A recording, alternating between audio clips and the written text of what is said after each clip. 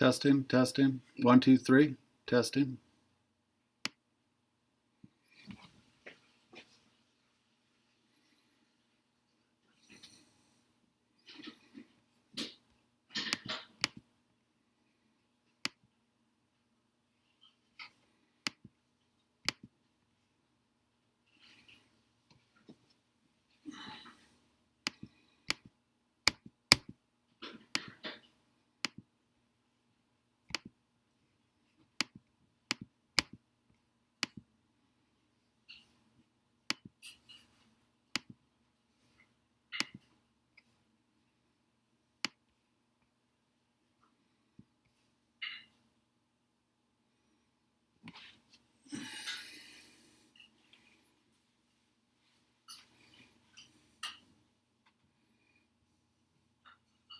Takes a lot of shirt adjusting to convince myself I'm not fat. Alright,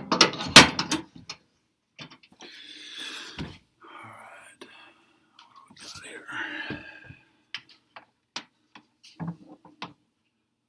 Loose brace of Rooney.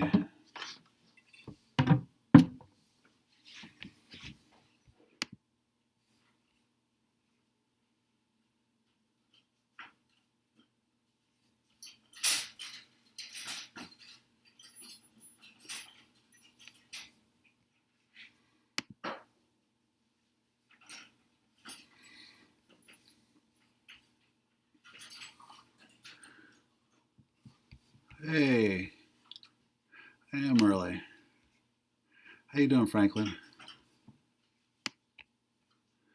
There's a little bit of latency on this. I'm sorry, I'm working on figuring out how to get it tightened up here, but I'm probably gonna have to get a repeater for my router. Let's see what we're working on today. We got a Lucy brace.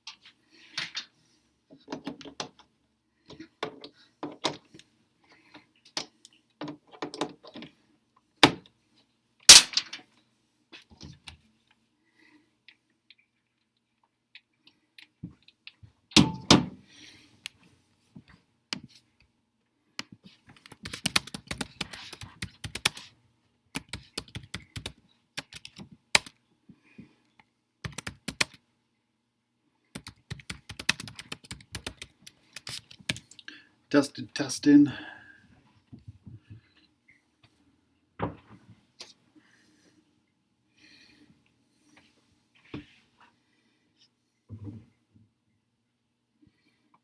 Yeah, it can be.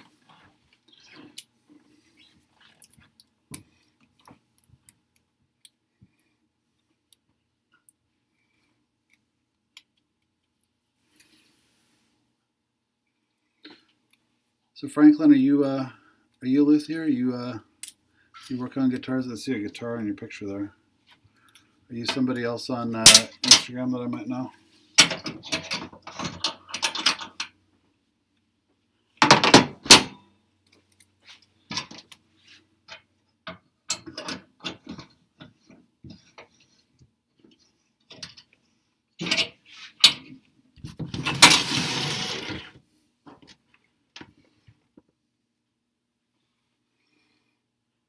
Yeah, you bet, man.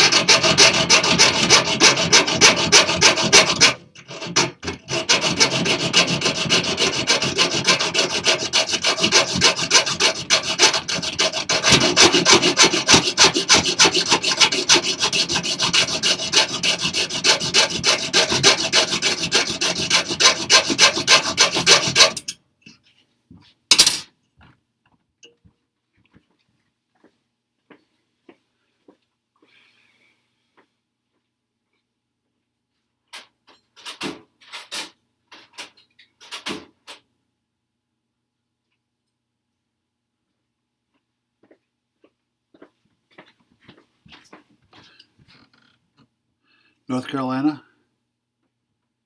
Oh yeah, man. How you doing?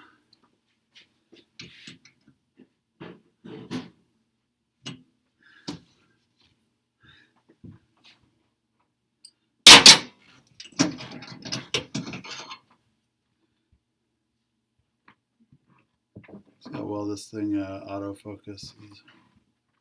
It's having a little bit of a tough time making my my little cheapy deepy brace getter.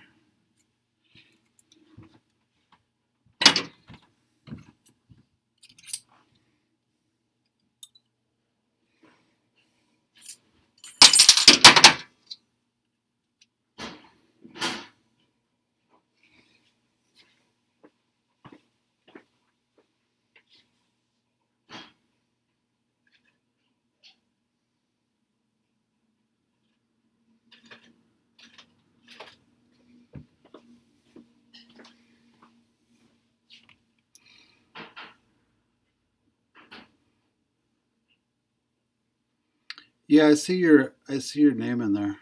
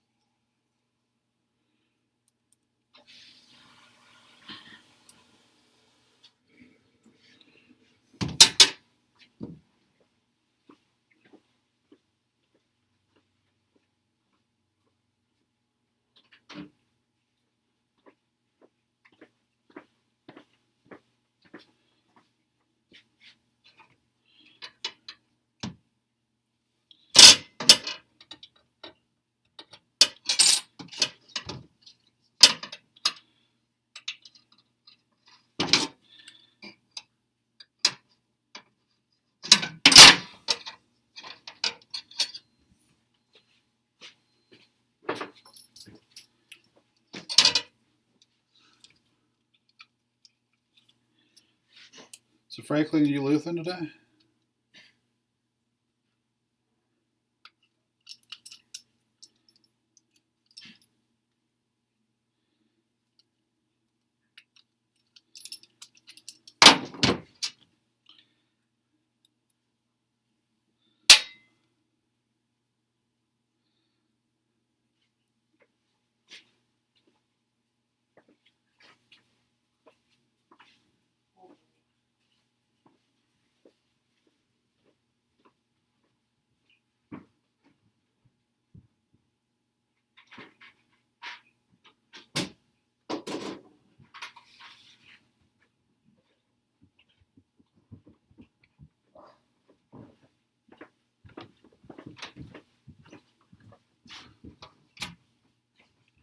You got to get moving. I hear that. Much Lutheran. You know, I'd like to have you on here. You know, I can Skype with just about anybody on here. When you get to the shop, do you have Skype or FaceTime on your phone?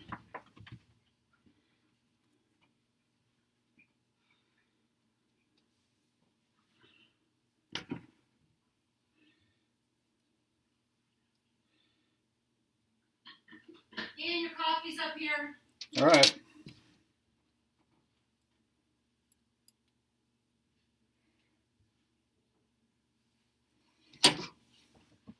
It's on the wire rack. All right. Thank you.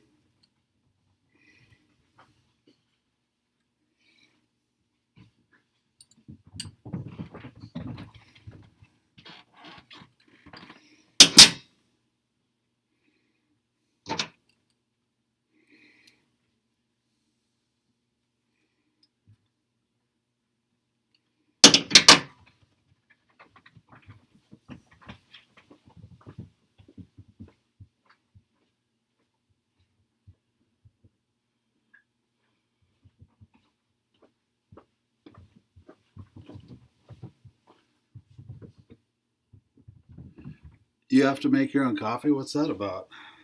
That's some third world stuff right there. Oh, you're talking about my wife making me. Yeah, she makes the coffee. She actually makes a really good cup of coffee. But I got this SJ. Got got a little bit of a brace situation happening here. Let me take the macro off of that. See if we can give it a chance to. But you can see somebody's been in here before in varying degrees of competency. Most of them low.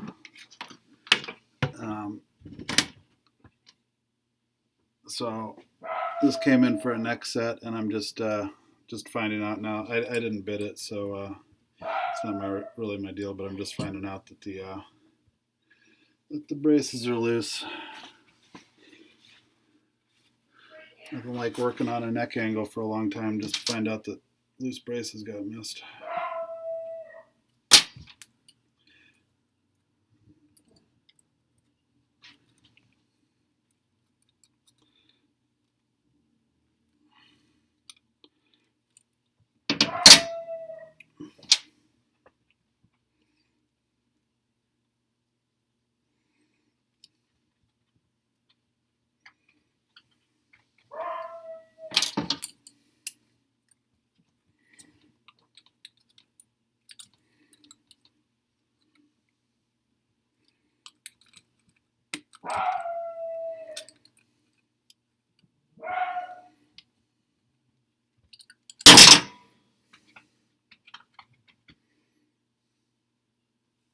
Let's see here. Get that back on macro for a second.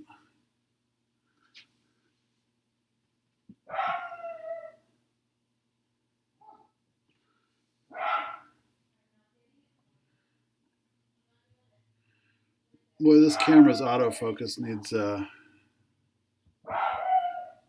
need to figure that out. But this is my brace getter now.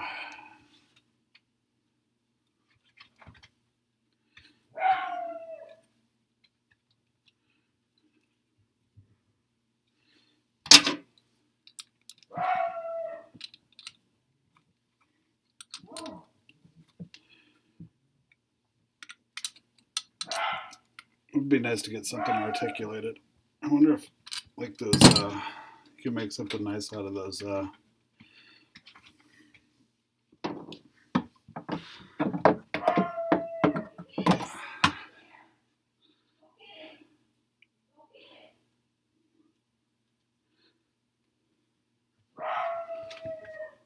know, I'm going to shrink up this chat a little bit, I think. It's getting kind of hard to see.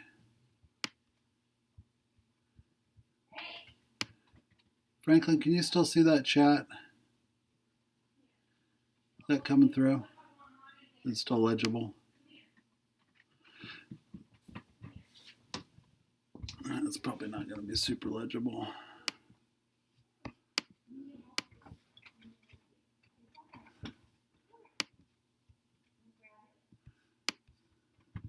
I'm not sure what to do with this. The arms for the solder monster, yeah, those articulating arms. I'm wondering if they're rigid enough to really get glue into a brace. Like sometimes you got to really work on that. Really do a fair amount of shoving.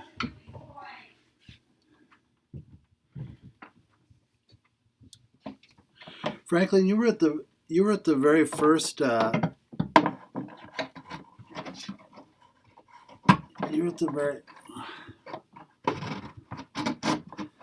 were at the very first workshop with Dan, correct? Or the very first one that I did. It was a kind of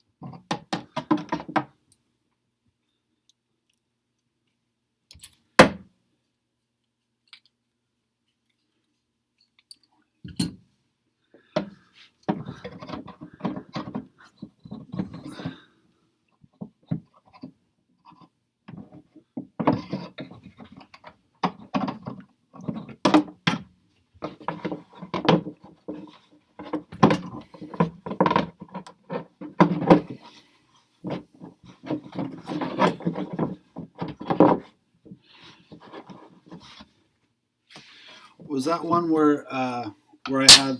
Did you make it to the one where I had the little boards and we were painting on the boards that Dan made up, or were we just kind of going over different projects in the shop?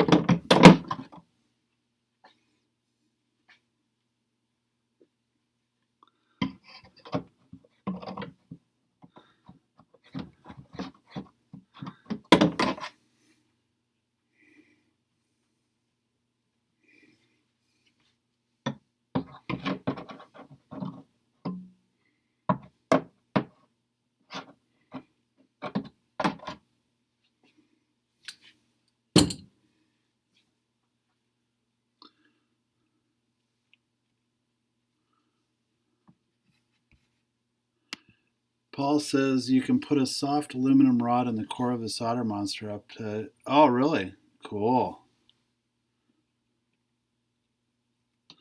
Yeah.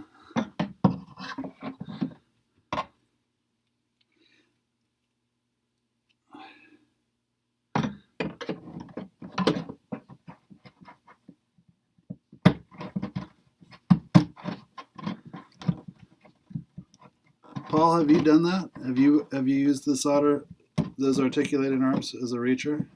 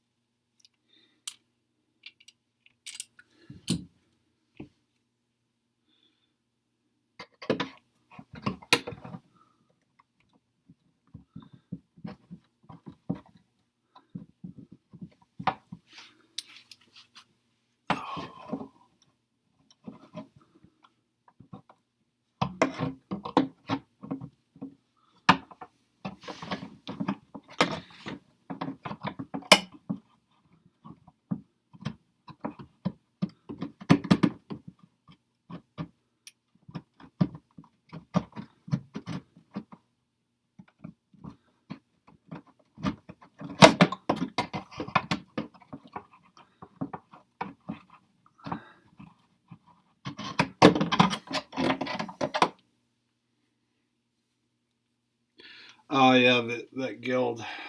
Yeah, that was pretty stressful.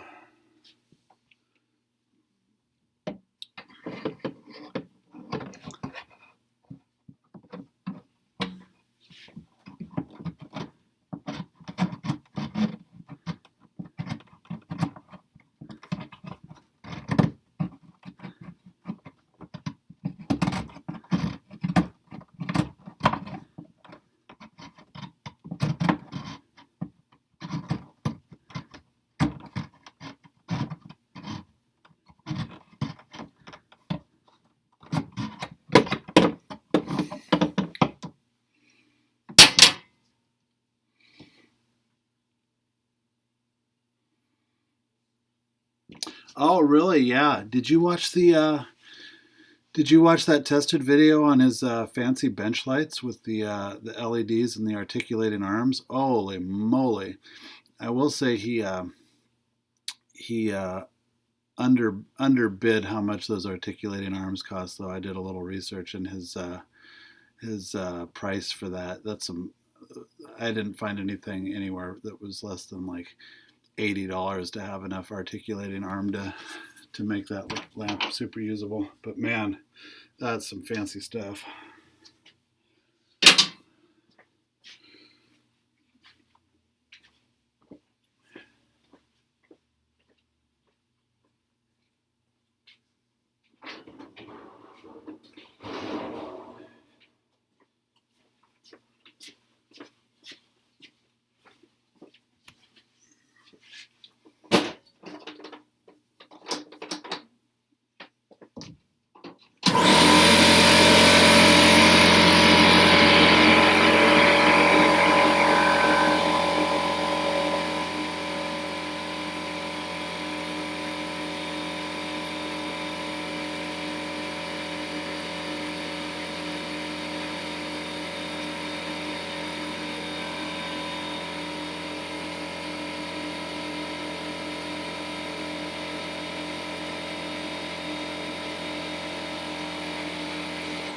Ted, what'd you wind up pricing that light system that he had out? I'm gonna take off just for a second. I gotta go into the house and get my air hose. Be right back.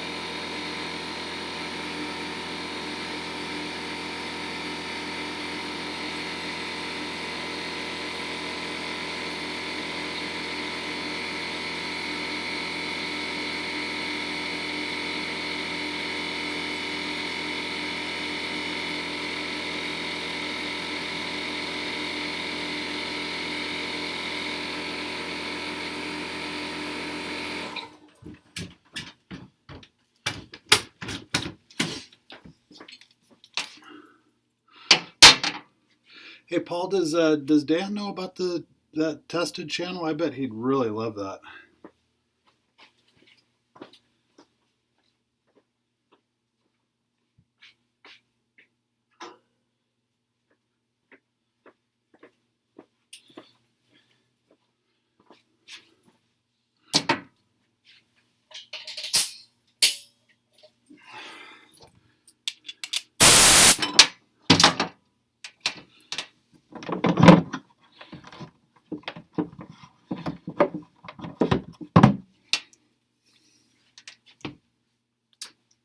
Don't have my little pokey air nozzle. Dang it.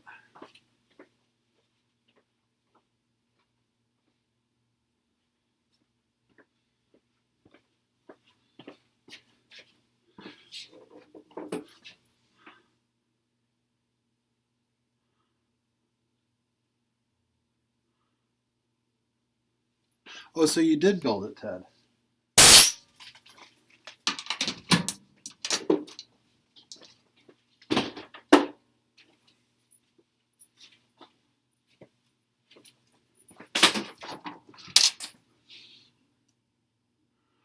Yeah, he would. Actually, he'd just go nuts looking at his shop and all the cool stuff he does. I think he'd really enjoy that. I'll have to recommend it to him.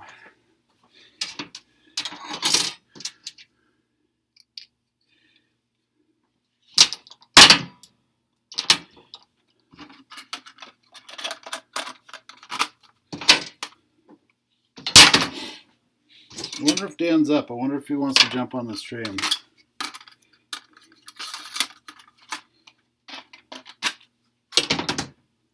I need to give him a little text.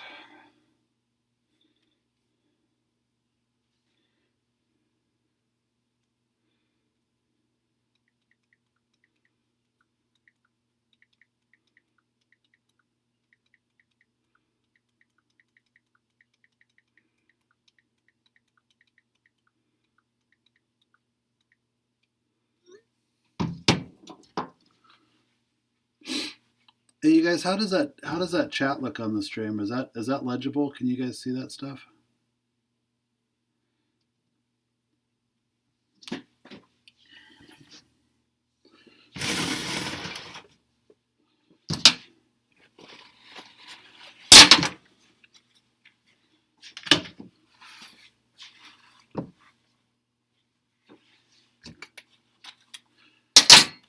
Paul, you want to be in the stream for a sec? You got FaceTime?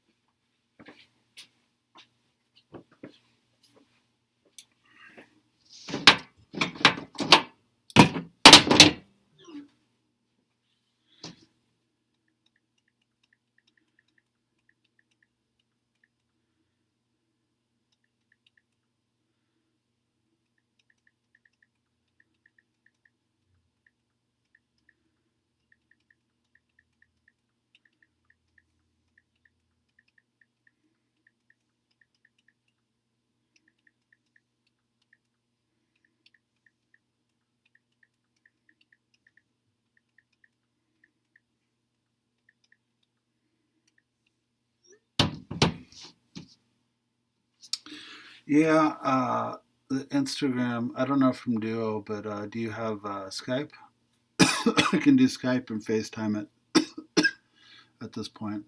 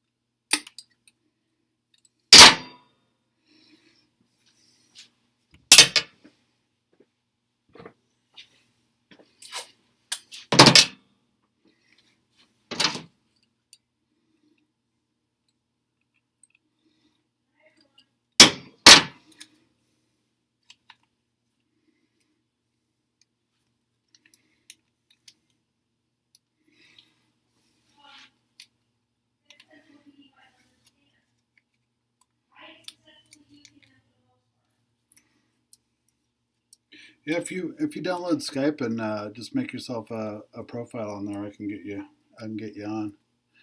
It'd be nice to have you on, look around your shop and whatnot.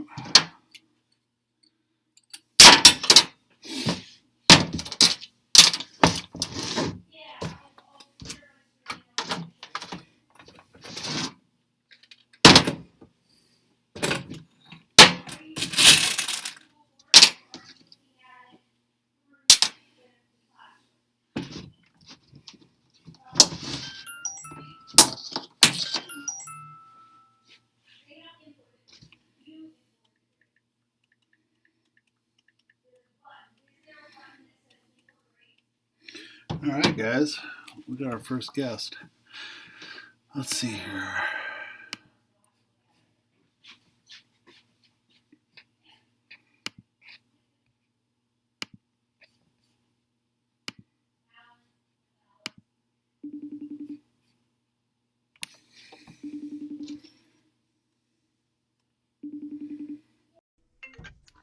Hi, Dan. Good morning. Good morning. Hold on a second. This thing's not ready for it's not ready for prime time. Let's see here. I gotta call you back.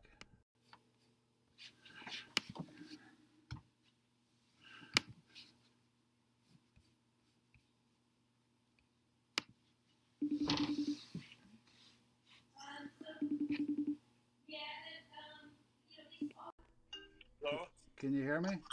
Yeah? Okay, hold on one second. Let me see if I can let me see if I can get you on the screen here. Who's there? Paul's here. Um, let's see here.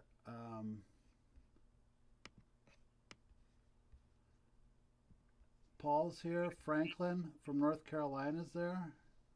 Um, and Ted Bergstrand is there. And that's all that I know of right now. I don't really have it set up to see how many people are watching, but I'm working on this. I'm working on this SJ. I got some loose braces on there, and I just made up one of my little copper, my copper getter things, little sheet metal, little copper to get in there and get the thing. How do you do that, Dan? Very similar. Yeah, I have all kinds of little gizmos. yeah. As long as Gibson braces. Yeah, and these have been it's Cascamite glue that failed on this X brace, so I'm trying to dig some of that old shit out so that I can get some hide glue in there. I hate to say it, but the X brace where it comes together at the bridge plate, like sometimes I feel like hide glue is not the best solution for that.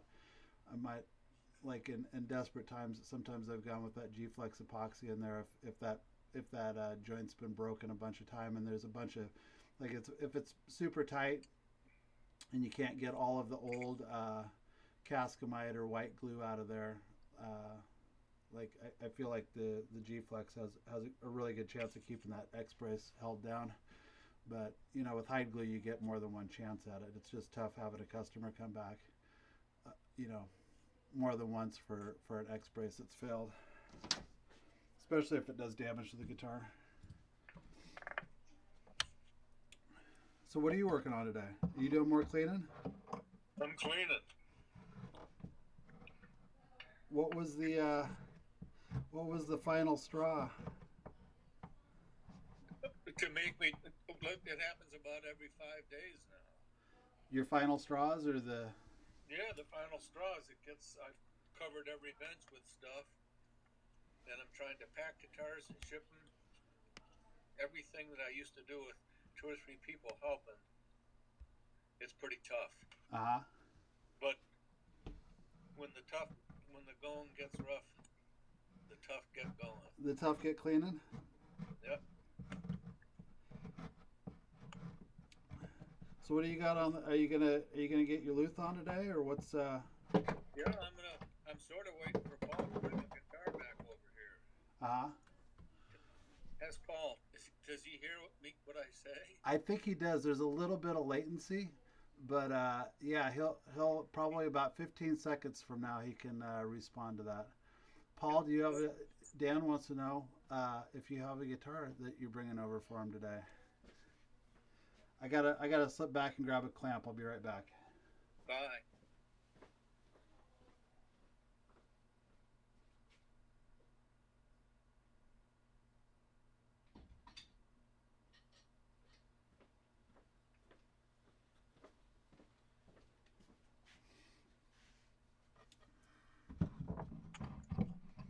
I gotta do this X brace in sections.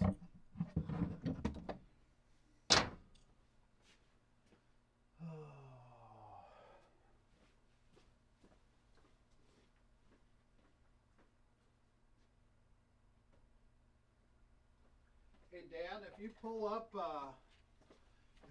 up on your computer monitor, if you pull up my live stream, you can see the questions going by and stuff. So I go to YouTube. Yeah. YouTube, Ian Davlin. Yeah.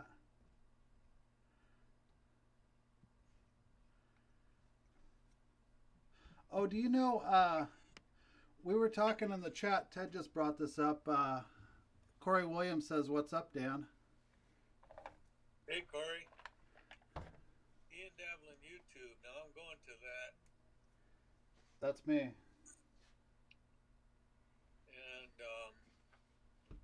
live now. There it is. You look good, Dan. What am I looking at? So you're looking at probably about 15 seconds ago. There's a little bit of latency with this. It takes a while for my program to encode it and for YouTube to pick it up. But so all that script is people watching and they're chatting in.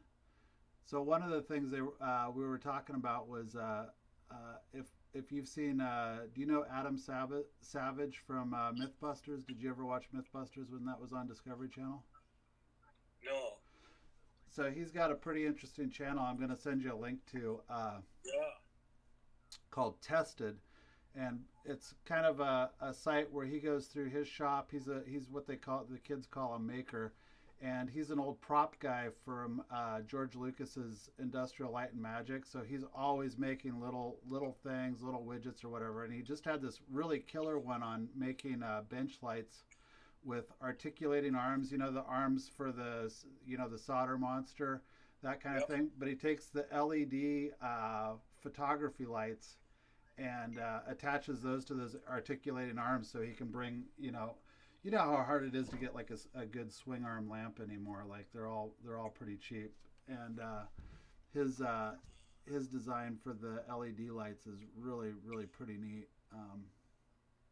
But so, but anyway, I'm going to send you a link to that, and you can check out his YouTube channel because it's pretty. There's all kinds of groovy little things on there. I want to see it.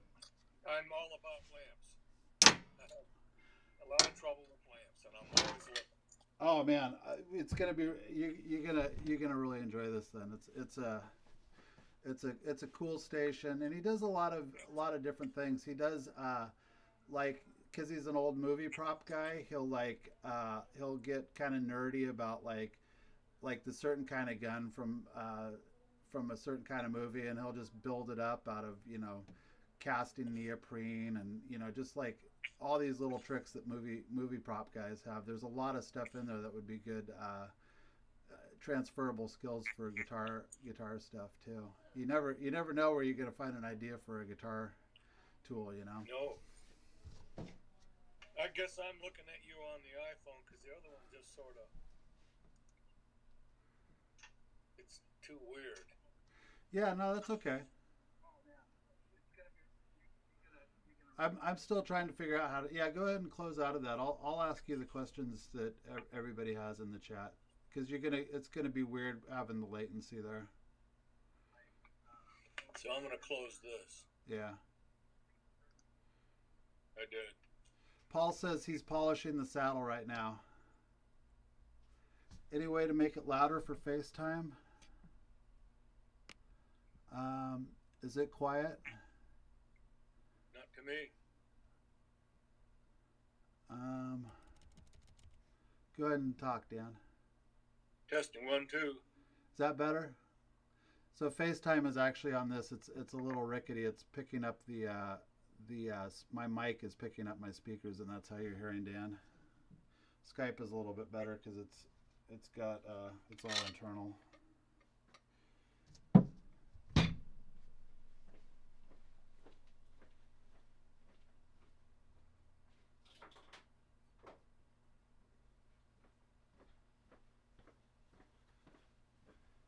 Dan, I should probably let you get to work. You want to get to work and come back later when we got more going on?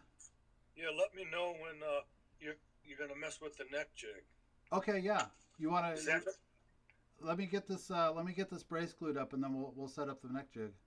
Yeah, just up to you. Then I'll go back to work. And do I just leave this on, or you'll call me back? I'll call you back. Go ahead and turn it off if you like. Okay, I'll see you. Okay, bye.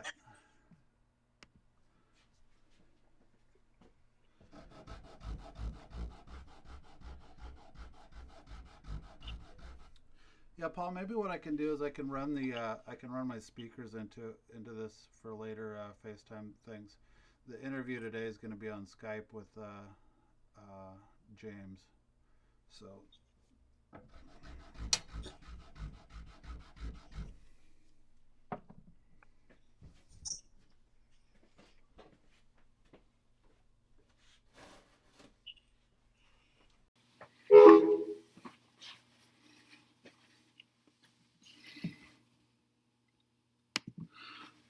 Paul, how's the quality of the stream in general? Can you hear me pretty good? Can you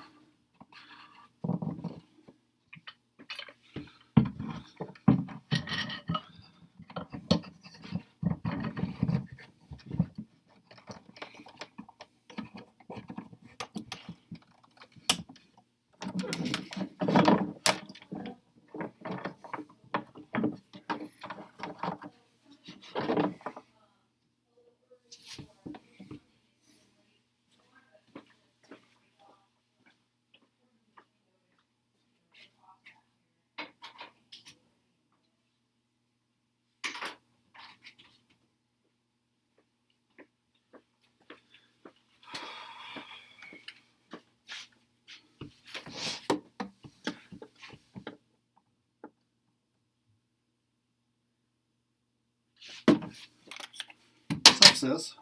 How you doing? Yes, I had figured.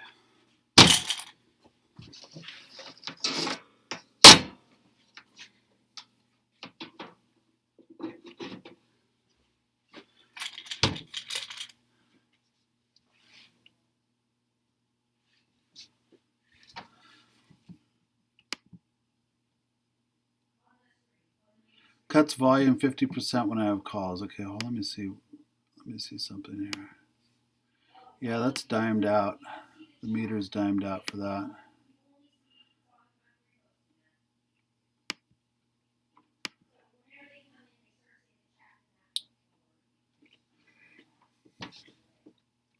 You know, maybe what I'll do is I'll set it up to do it on my phone when I'm FaceTiming.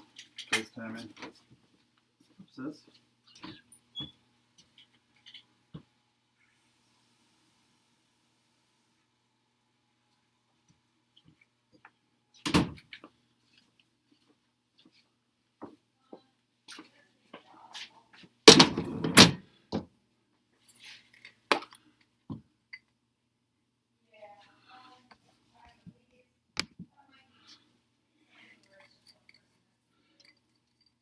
It's pretty crazy how good the stream is just with the.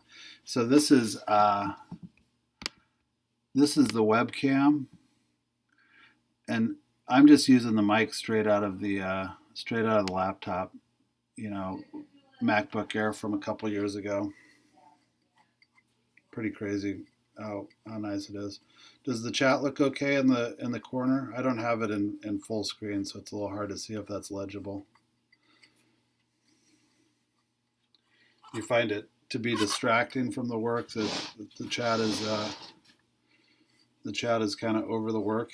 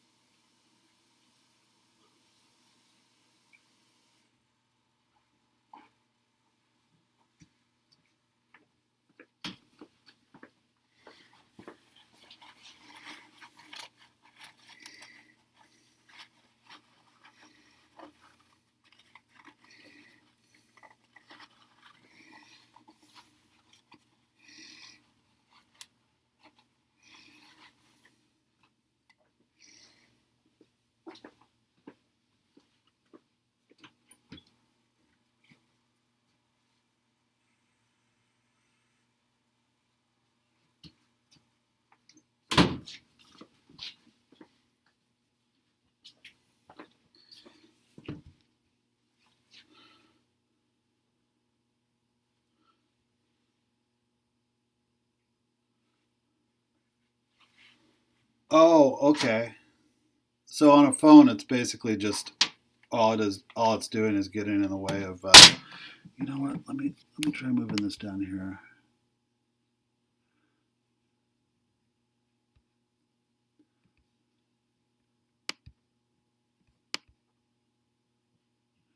I think more, but legible. Yeah, I got too much white going on here.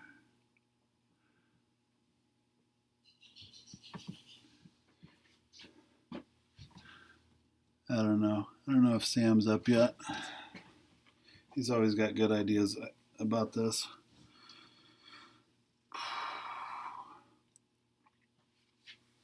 Any of you guys got any feedbacks on any of the videos I've done so far?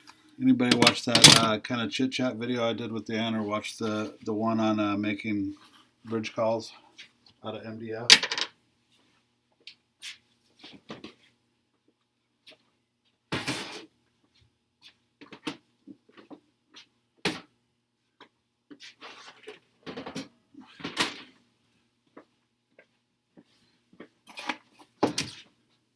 If you guys are good too. See that Gretsch over there? Might rot that fucker up today. See what's what.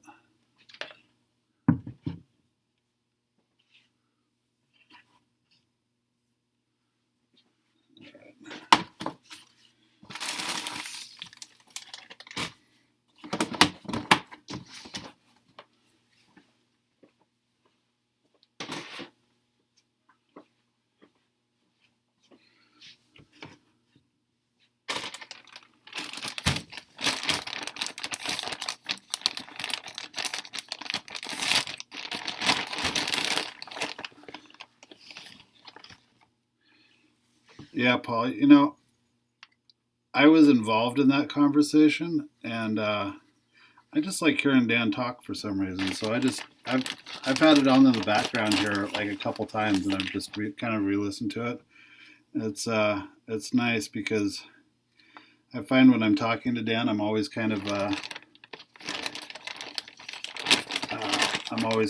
thinking of the next thing I'm going to say to impress him, and so it's nice going back and re-listening to it, and kind of hearing him in more complete form rather than me trying to figure out what I'm going to say next like I normally do.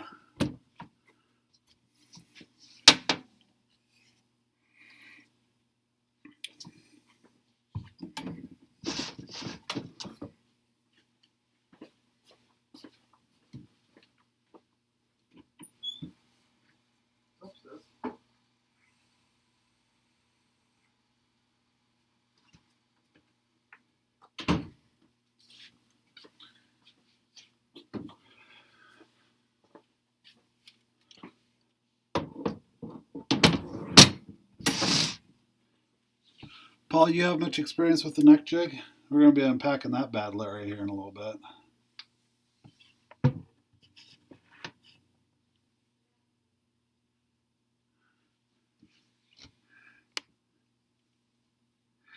Yeah.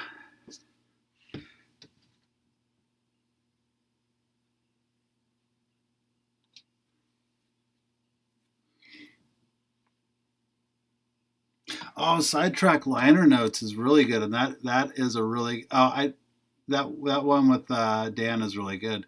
But there's some good ones on there with a lot of people. Who does that anyway? I think Flip Scipio turned me on to that. Maybe I was listening to Flip's. He was interviewed on there, and he's got a lot of good stories.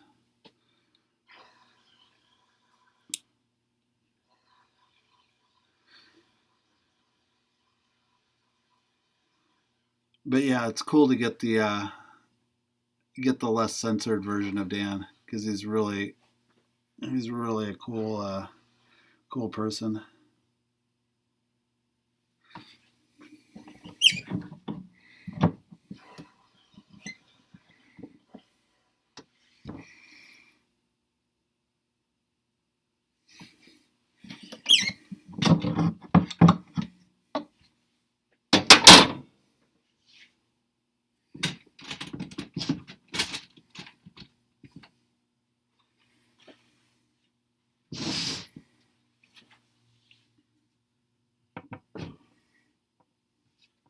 Have you? I've never used it. I got this Goodall neck that is twisted, and I'm hoping to be able to replicate the twist and mill the twist out of the fingerboard. So we'll see if it's capable of doing that.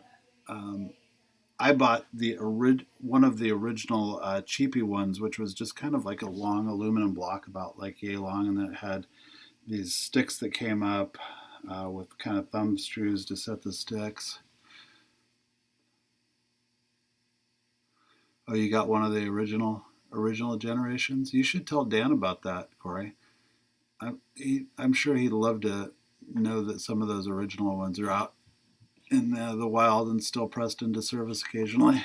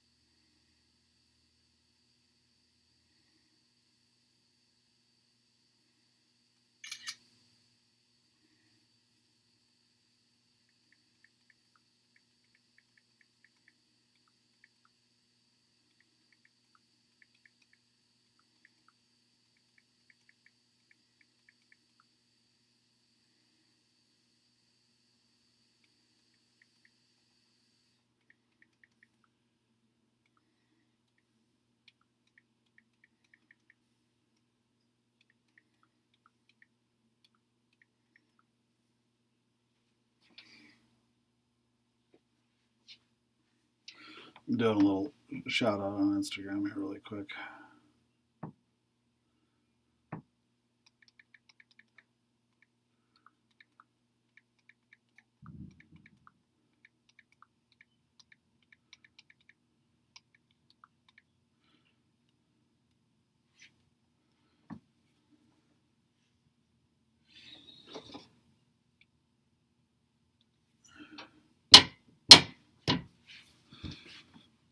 Did you guys see that Zeppelin Barnartra, I think is how you pronounce it, kid on Instagram? I guess he's not a kid; he's full blown adult. But holy moly, with the guitar playing!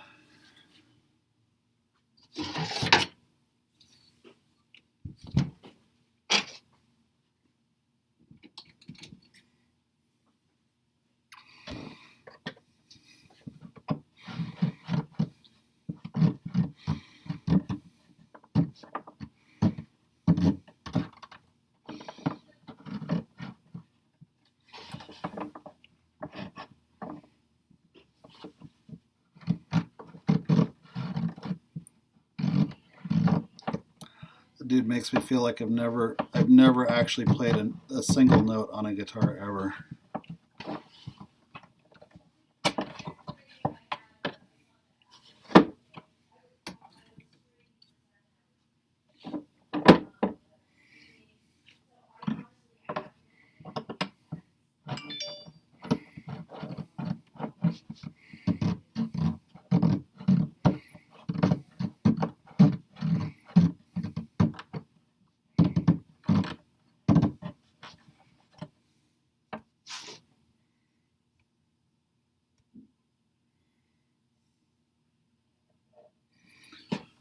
Did you guys follow Alan Watsky on Instagram?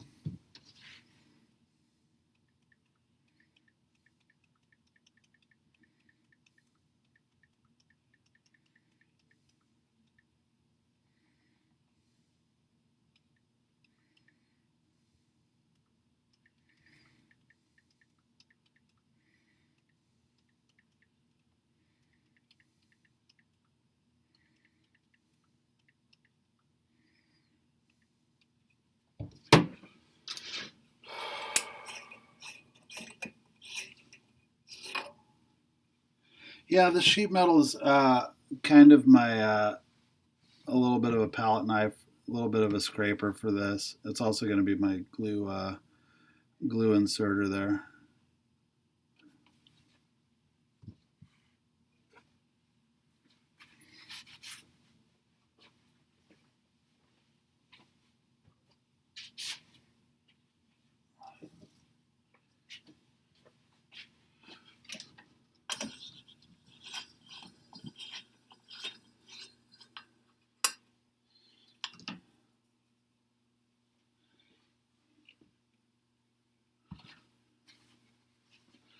I've gone to a little bit of a heat lamp here.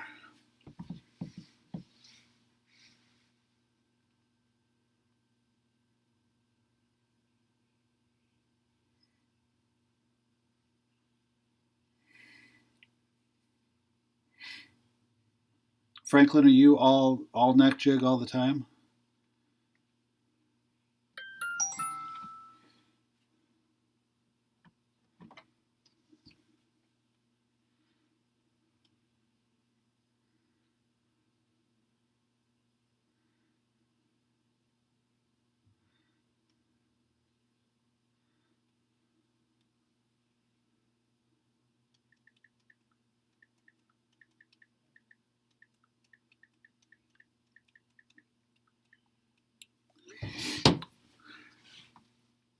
Hey, one of you guys.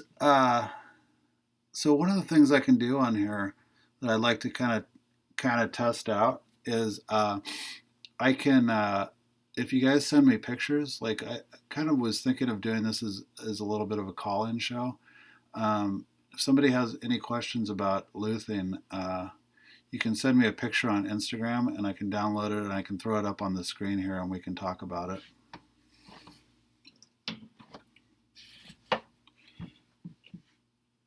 I don't know if anybody wants to send me a picture.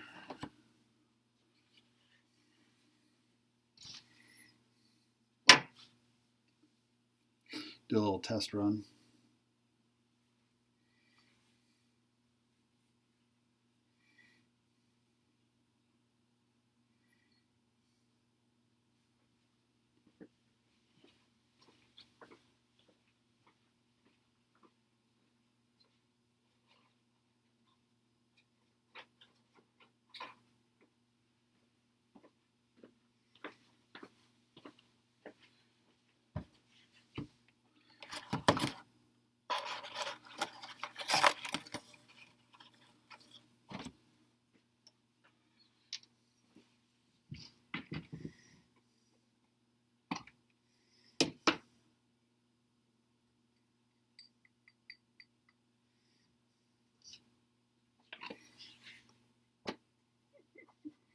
You gonna go break something for me, Ted? I don't think it's gonna come to that. Just somebody send me a picture on Instagram. I'll bring it up. It could be anything, like a meme or something.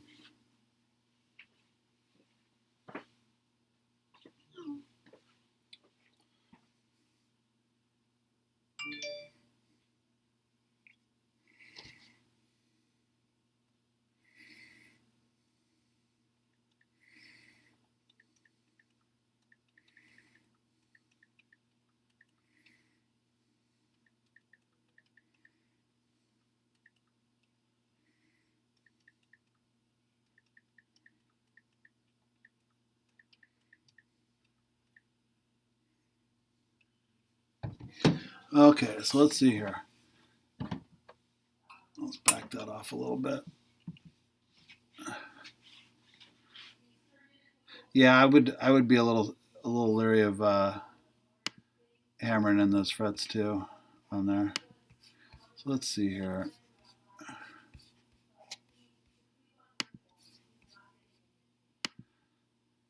So this really sucks not being able to have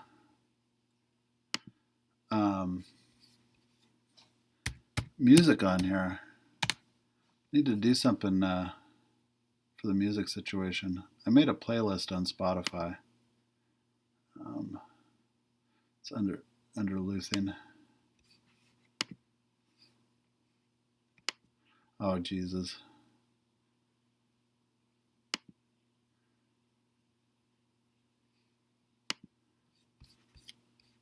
So this comes in from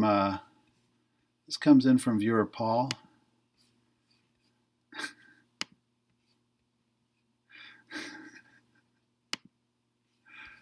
Let's see here.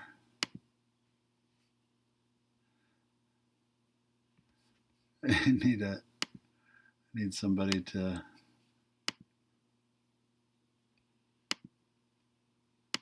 Oh, where'd it go? Come on, it's got to be there now.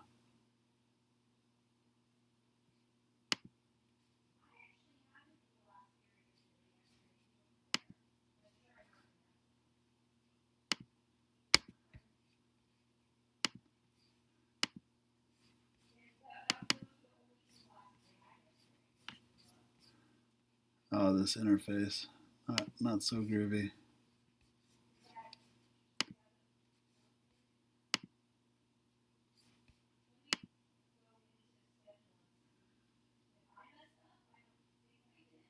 Oh, so slow. The stream is bogging my computer down so hard.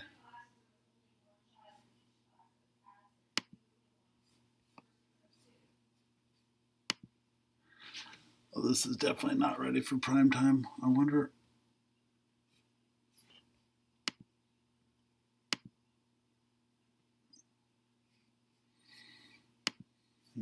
Let's see here.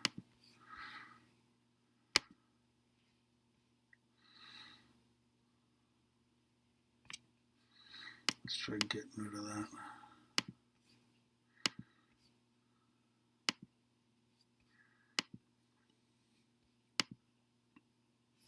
I think I've just come up with my excuse for getting a fancy computer.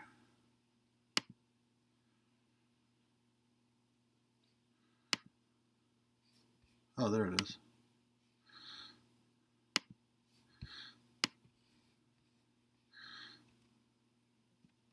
So this question comes in from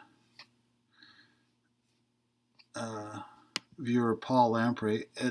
He wants to know if there's any way to show more team spirit for Stu Mac than to have a Stu Mac vape.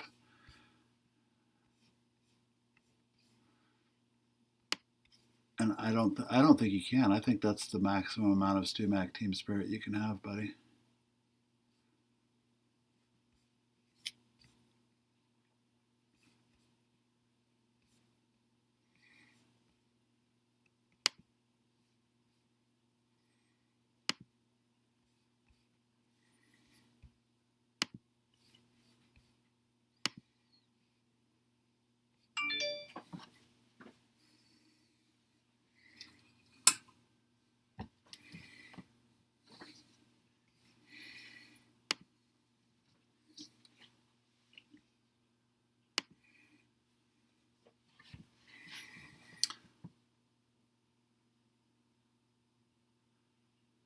Hide glue pods. I'm not sure I know what that means.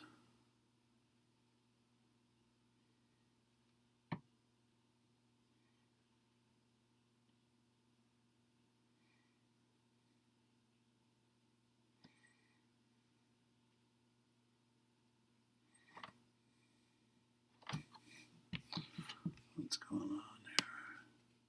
I guess I want this to be like that. Oh boy.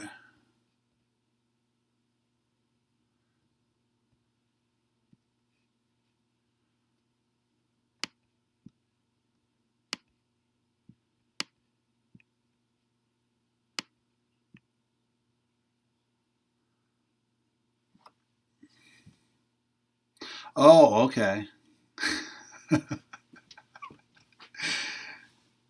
Yeah, I hear that's the new remedy for coronavirus too, is a CA vape.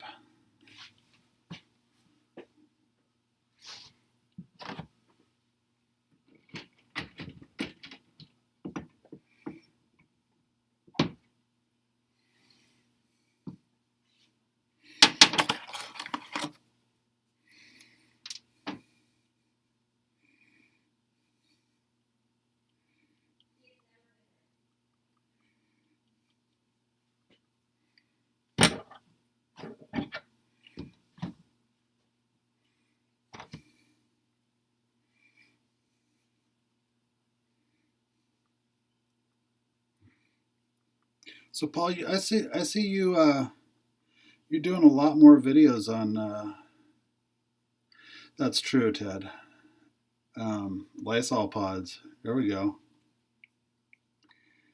So Paul, you're doing. I see you in a lot more Stu Mac videos in my feed. In the ads, are you doing more stuff for them, or same amount? Are you still an independent contractor for them?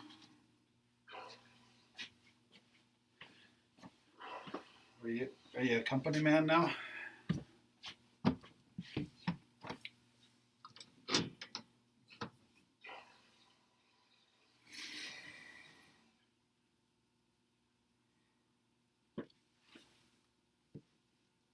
Waylon.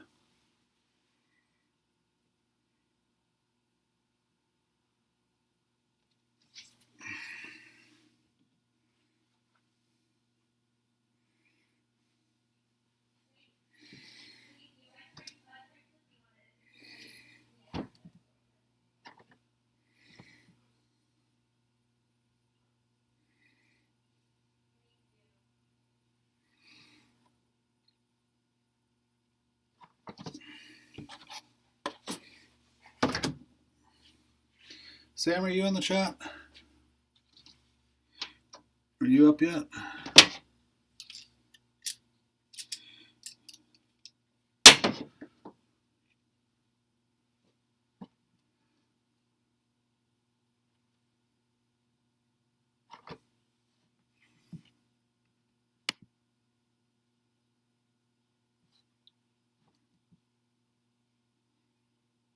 Yeah, man.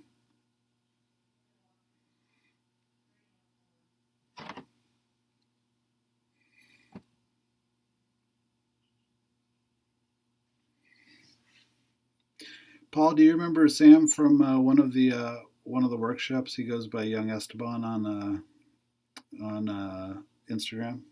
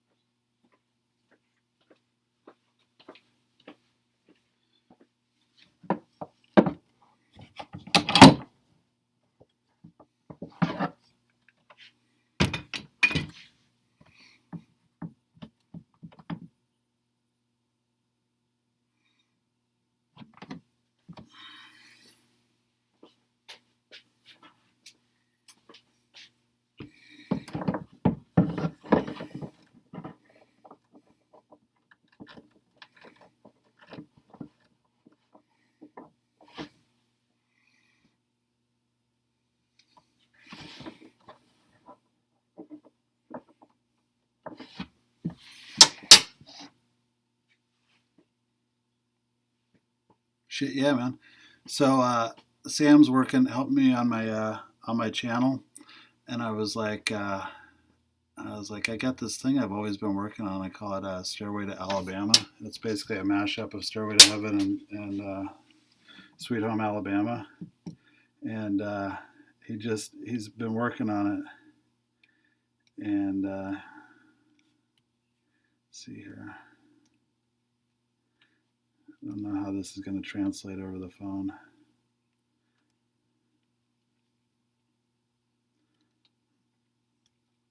Let's see here. I sent it to Anthony. Check this out.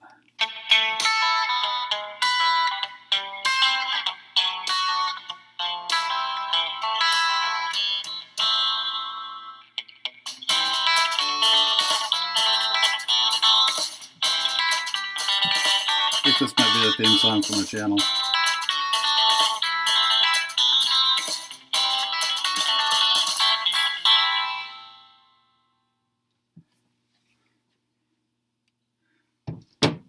I don't know.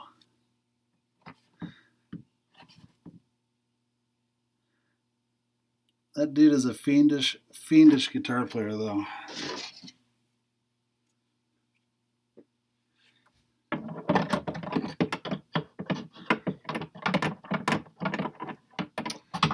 Oh, you midget fister.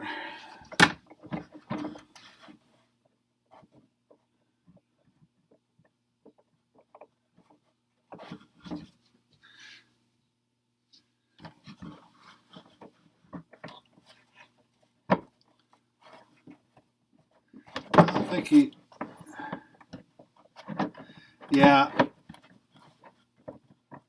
You know, when he sent me that, I was of course super excited, but I also kind of felt a little bit like that episode of Seinfeld where Kramer gets the intern. I'm like, I don't know if I deserve to have somebody that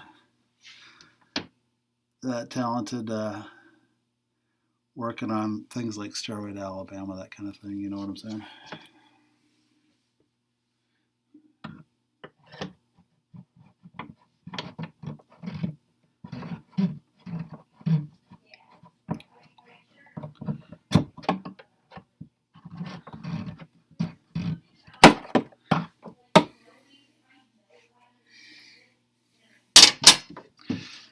Yeah, James, I got a loose X brace on this bitched up SJ.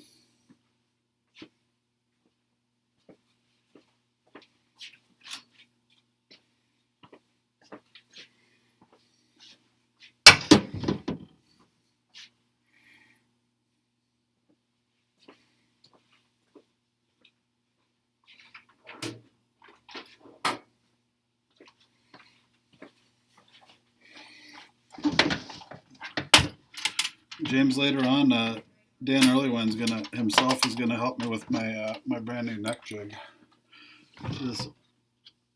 See that? See that box right there? See that extruded aluminum poking out the end of that box? We're gonna get our neck jig on here pretty soon.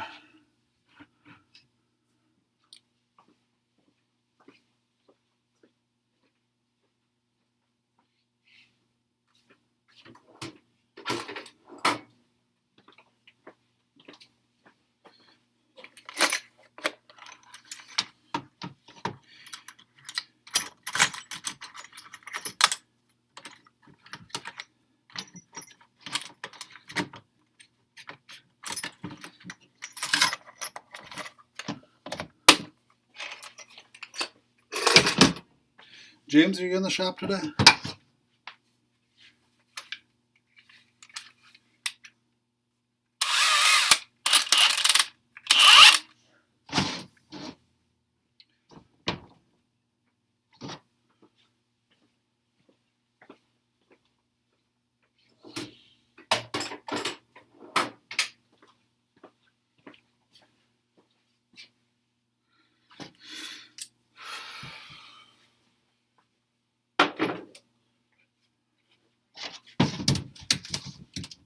Doink.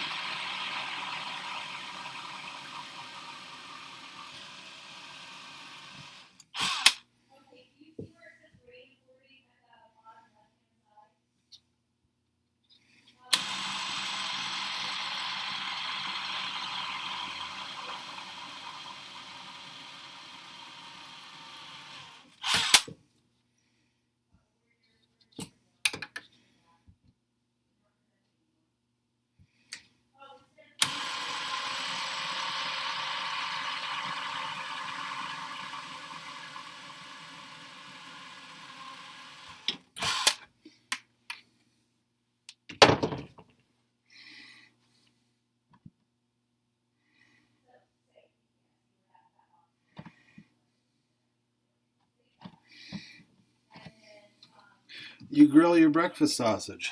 That's some uptown stuff right there.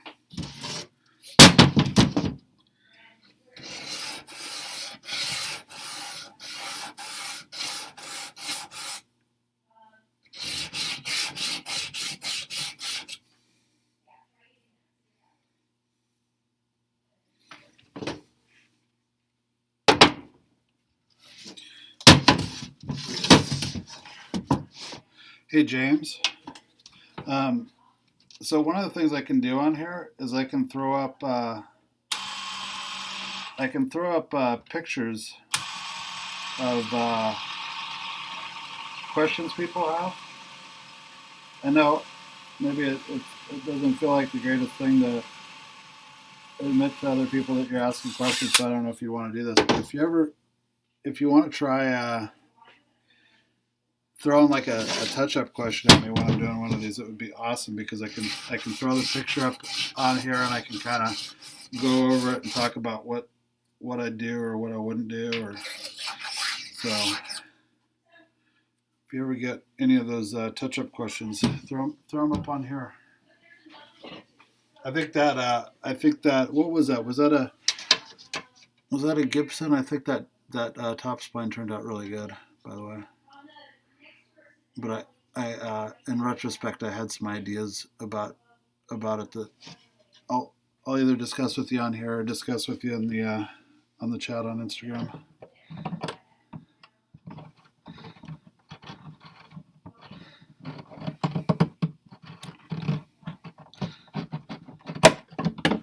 I don't know if you guys saw that, but I just drilled some holes in this guy. Grab some of that glue and slide that in there. Yeah, the L37.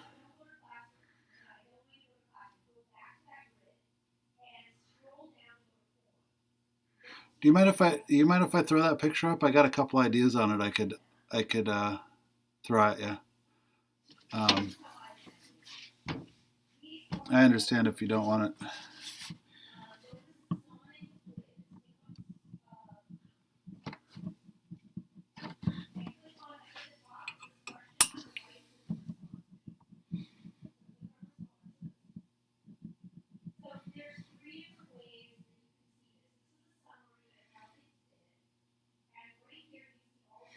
Yeah, resend me that the first question that you were asking me about it. Resend me that. I'll throw it up and I had a couple thoughts on it.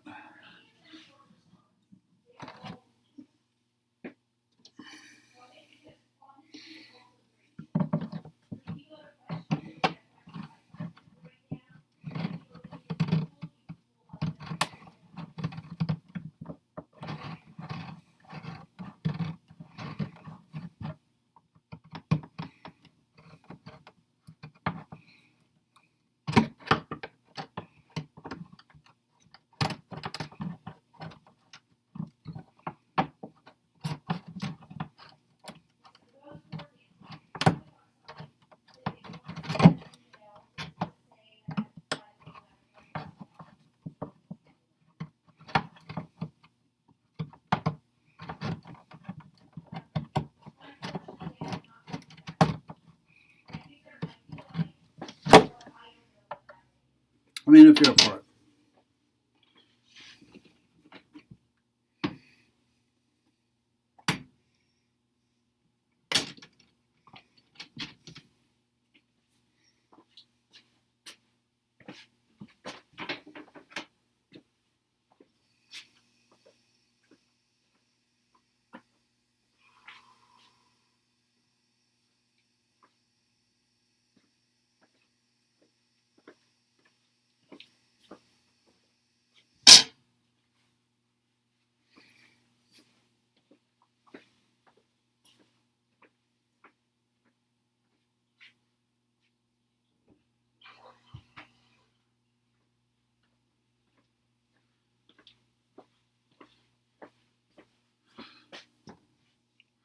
Anybody want a little tour of my basement shop?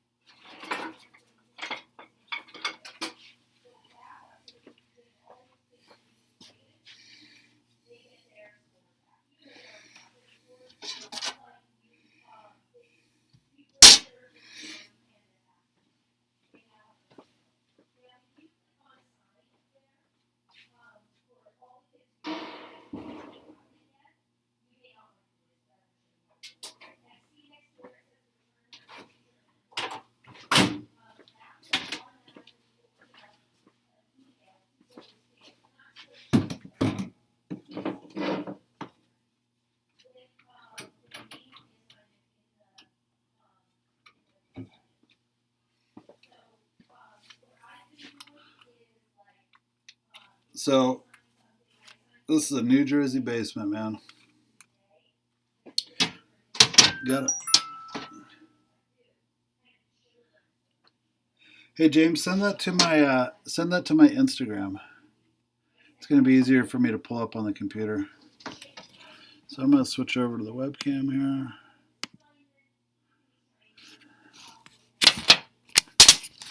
So this is basically the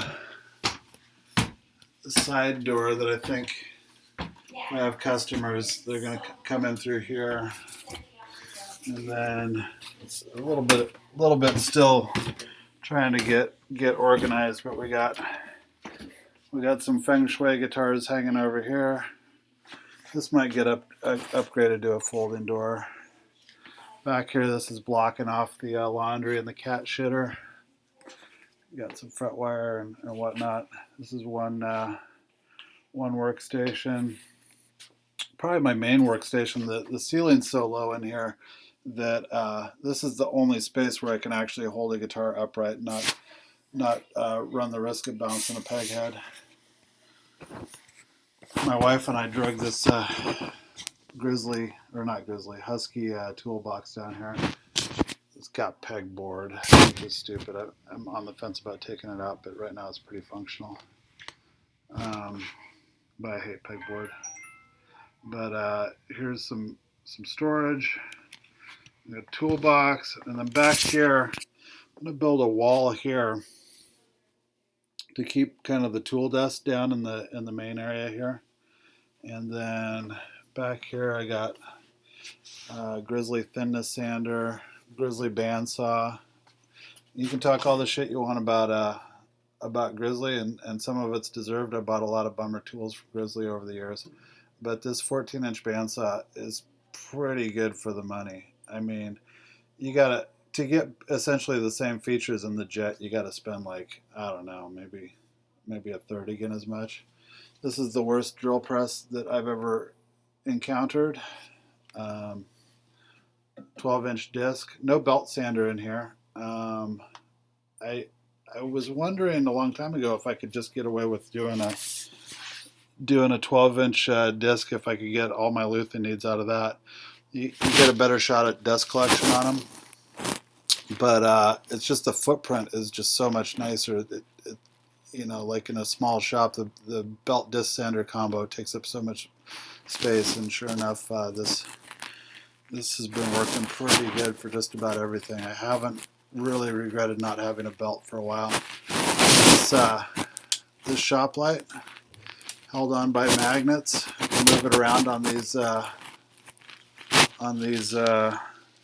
metal struts for the ceiling. Cheap spindle sander, Delta grinder, and then this area,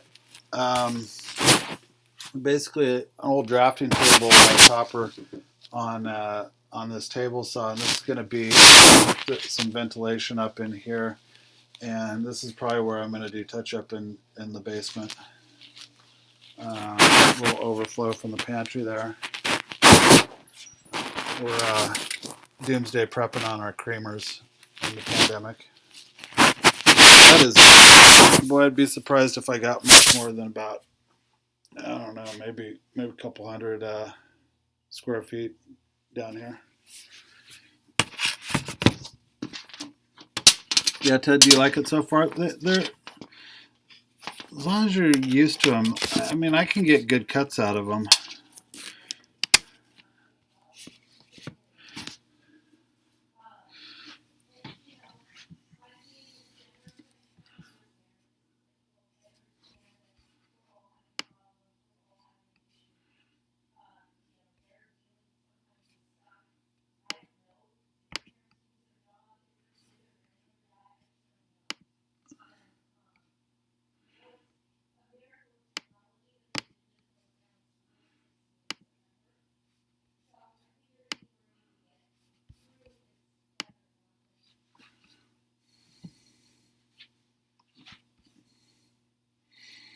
James, I still don't see that pic in my Instagram. Maybe it's taking a second.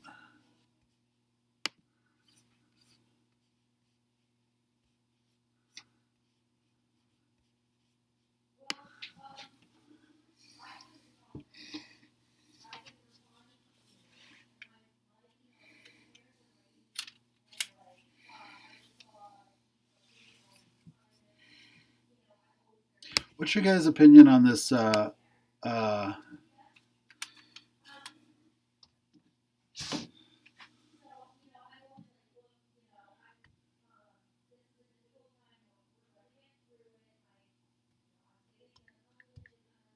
Hey James, yeah, send that picture to my Instagram, and then throw your explanation of what you did to get to where you're at in the chat on the YouTube.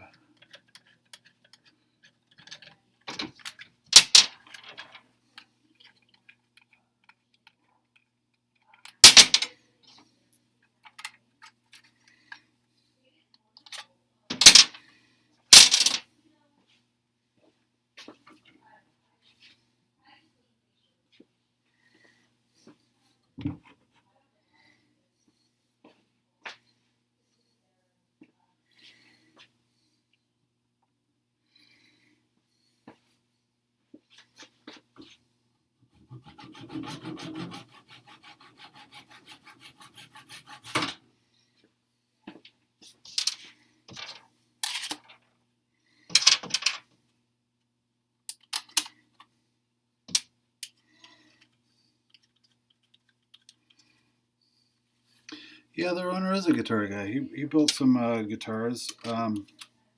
He also, developed relationships with guitar builders. Like a lot of the, I think the thickness sander is one was a collaboration with James Goodall. They have one where they work together on it to produce something that James thought was kind of a luthier grade option.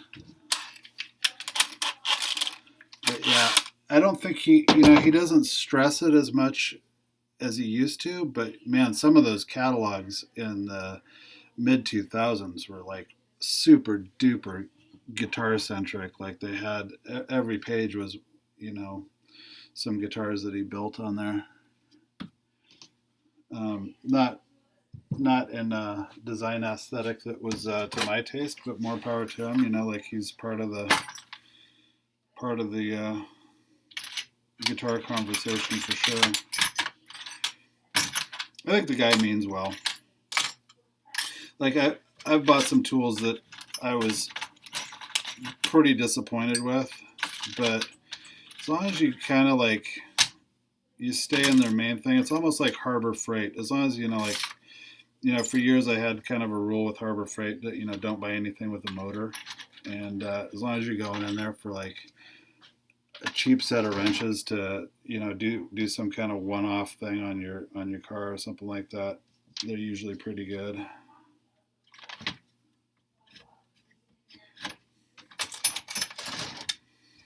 I mean, you'll break the wrenches for sure. It's not, they aren't even as good as Craftsman, but you know, I mean, I don't wrench on my cars for a living, so having something that will actually, get the job done without having an expensive set of wrenches around that I don't need all the time is nice.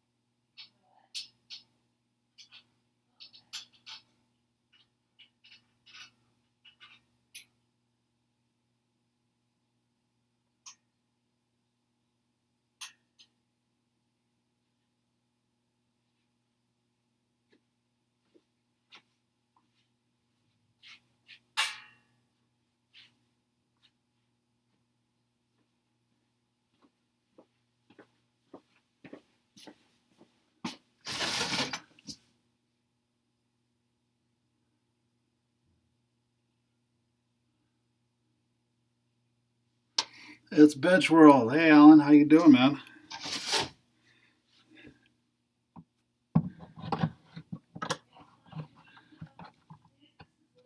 Here's what you missed so far. I made up one of these. I'm working from home, so I made up my copper thing with the sheet metal attached here. Drilled some holes in it to grab the glue. Um, getting ready to slip some glue in this X-brace and reglue it. That's where we're at so far. I was just gonna try to make up I think we're gonna answer a question from James.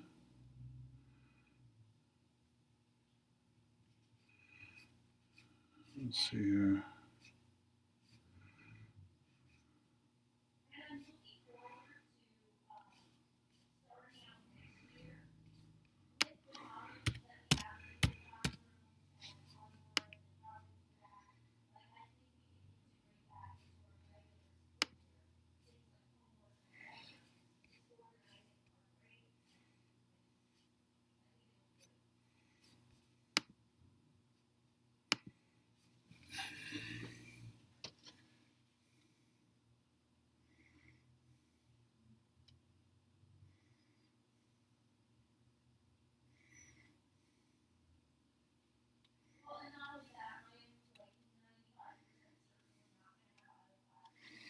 Sorry guys, I'm trying to pull up a picture for James.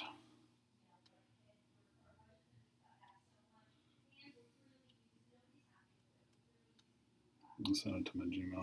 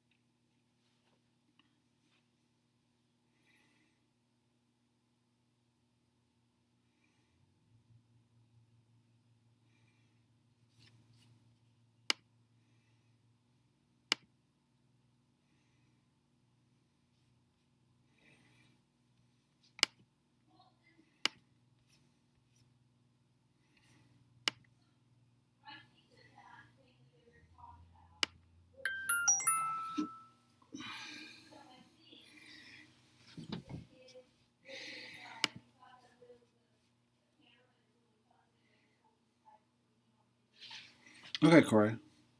Let's see. I'm gonna pull up this. Picture from James.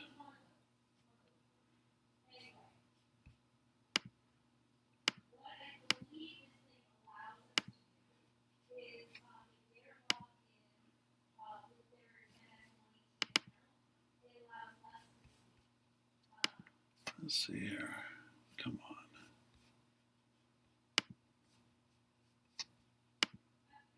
Sorry about the gap here.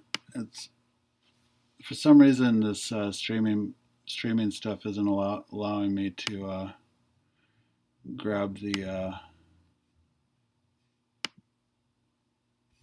Oh my God! Come on.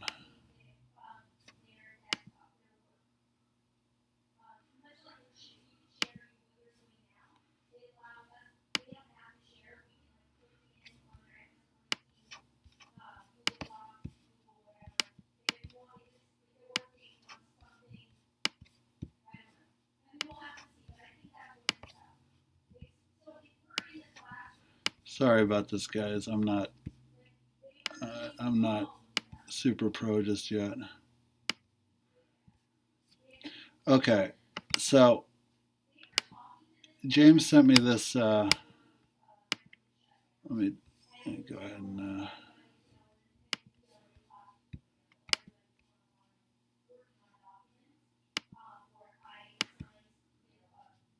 So James sent me this a while back, and he wanted to get my opinion on it, and it looks pretty good. There's what I would say. Oh, I wonder if I can throw a pointer up on here. But one of the things that you can do is what's really kind of setting this apart or really making it noticeable isn't the color. The color is really good on this. Your color is super close. But this is something that I've struggled with for a long time, which is the edging. And if you notice on the just on the crack here, I wish I could throw a pointer up on there. I don't know, Sam, if you're in the chat, but if there was some way I could make my pointer on the screen, that would be awesome. But you got to go back and you got to edge this back a little bit. And these little areas that have gotten dark and kind of go cross grain, or the areas that are dark along the actual spine itself, you got to go back in. And sometimes I'll go back in with a piece of 2000 sandpaper that's wet dry sandpaper that's folded over on itself to where I can make a really nice point with it. And I'll just pull that color back out of it. Anything that's kind of the darkness that's giving away along, a long line or is going cross grain, that's darker than the original. Sometimes if it's really small, like if it's these grain lines on here that have gotten a little dark, maybe they've taken up some stain. Sometimes I'll go back in with an X-Acto knife and then just really carefully peel back that color off of those grain lines if it's making the grain lines too dark. So let me see. You actually sent your schedule here. So let me read over that really quick here. So first I stained it yellow and I sealed it with Zinsser, and the grain lines were very, very faint, so I decided to scratch over the grain lines with a scalpel. Then I used an artist pencil to draw in grain lines over the existing ones to get them to come out more. This is where I think I made the mistake. I would agree with that.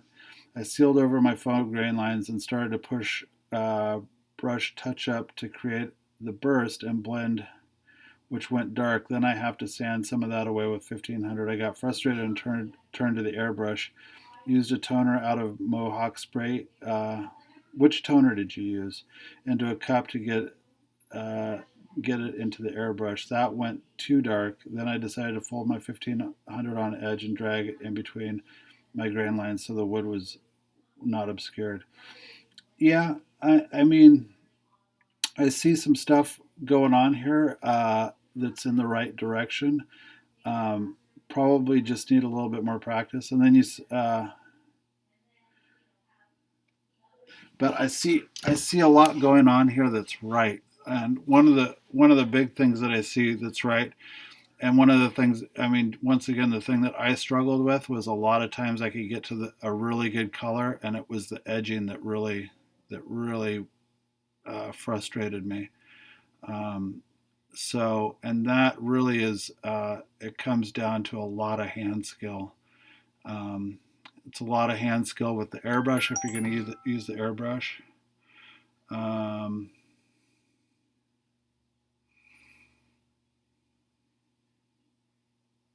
okay. So James goes on to say that I did a blend of sand over the entire area. All through the process, I was brushing shellac outside of the repair to give me a better reference as well. You know, using the shellac for the reference, it's a little bit dangerous. You can definitely put too much shellac on there. Um, it builds pretty fast, surprisingly fast, and it's. Let me see here. Let me get this webcam around.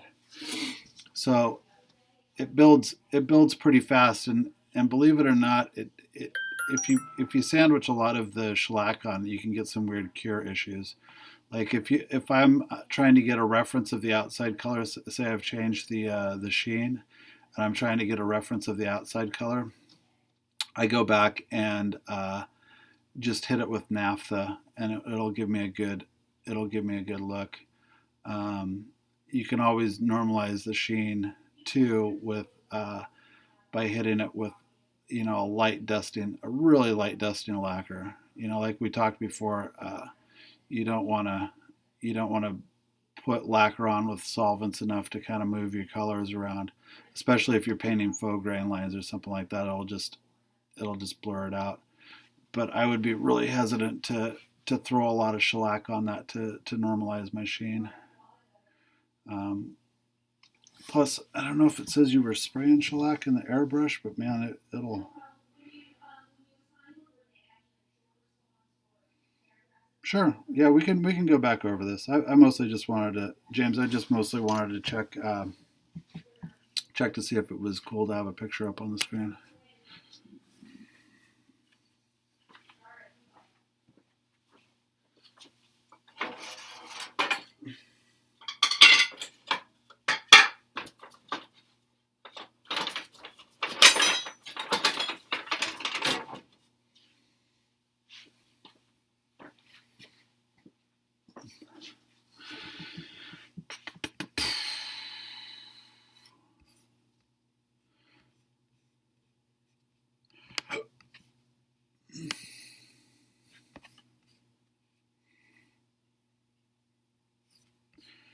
Corey just sent me a meme on Instagram. Let's see what he's got here.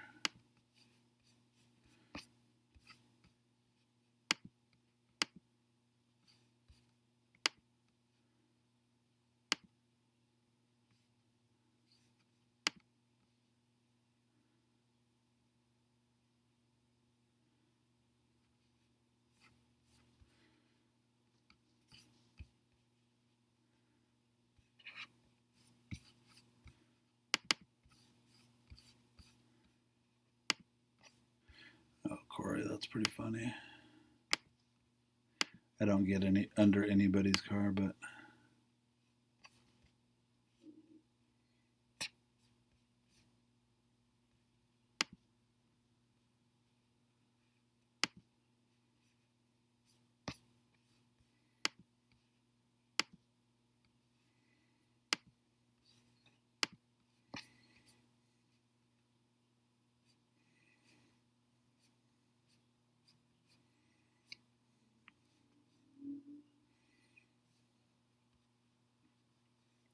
Corey, I can't get that downloaded for some reason.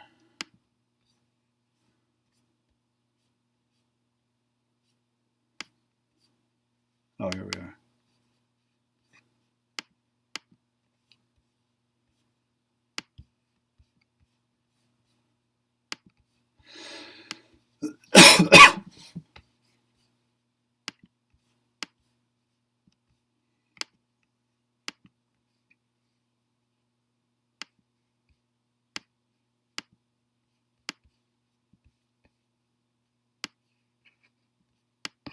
Corey gave us that. Enjoy it. All right. I think we'll go for glue up. I'm gonna go radio silent for here for a second, get things done. Feel free to chat.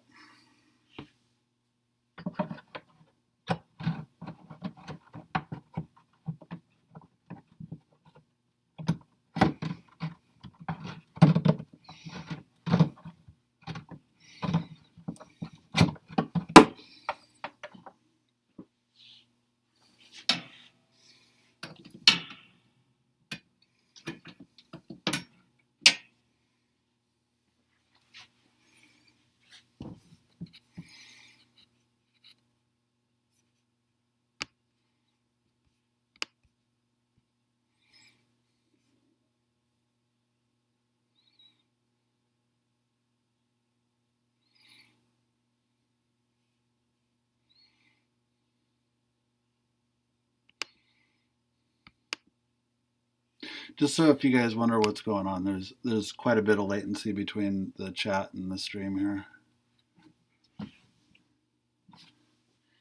or at least what I see coming through the chat is gonna.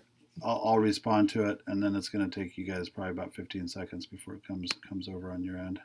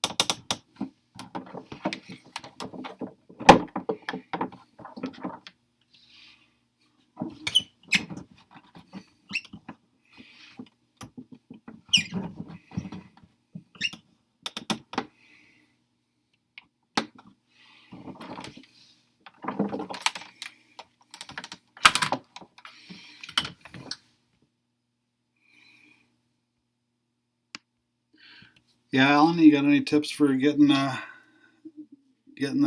glue in there quicker?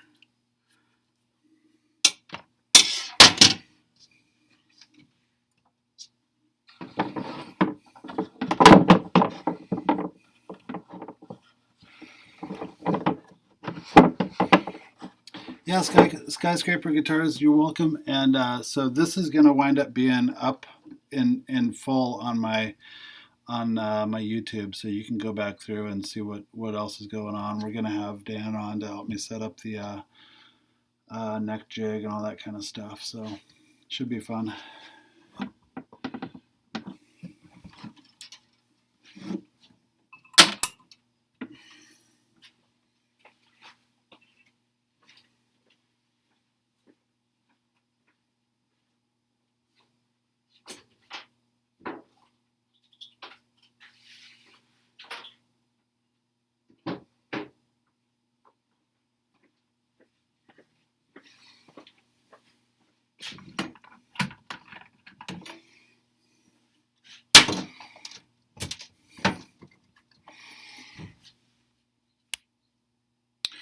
So Ted, let's see.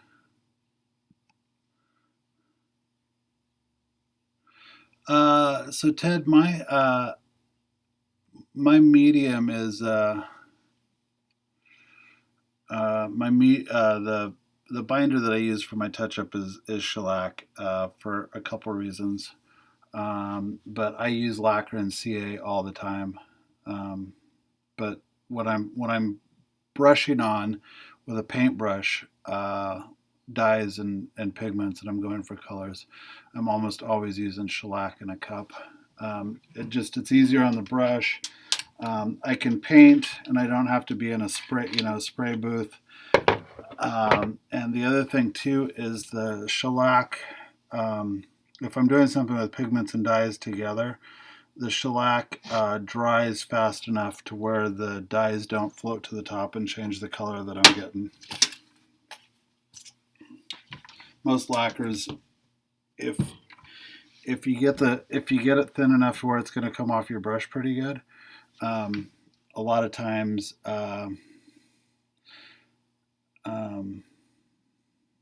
yeah, I'll use a jack on the end of that. I was just doing the part up by the X brace, and I wanted to make sure I got really good pinching pressure. But going back to the shellac versus lacquer, if you get the lacquer thin enough to come off your brush, chances are it's gonna have enough solvents in it that it's gonna rearrange pigments and dyes and actually flow out. So if you paint like a really nice grain line with lacquer, it's probably going to flow out into something much whiter than you were going for. Shellac, it goes off pretty quick, and what you paint is what you get.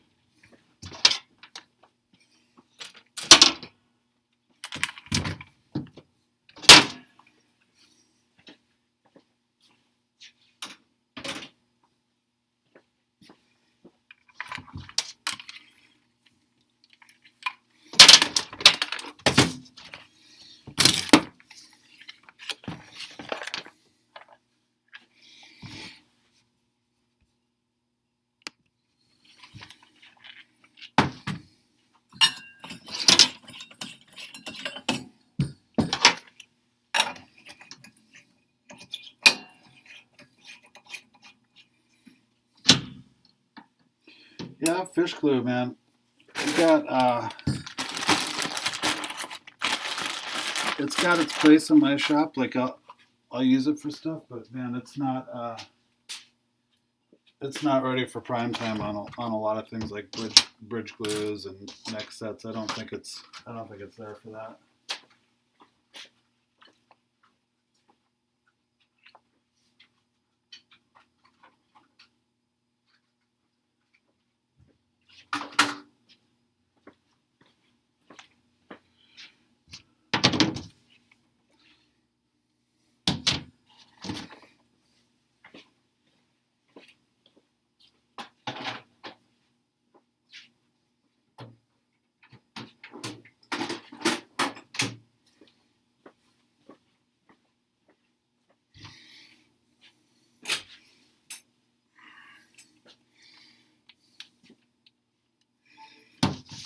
I don't know anything about the chemistry of fish glue.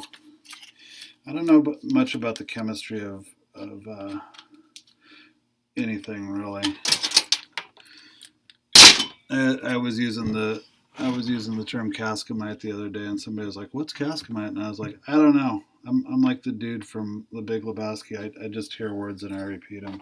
So I know that if I look inside of a Gibson and I see a bunch of failed glue, I know it's cascamite. But I'm not the type of guy to do a lot of research after that."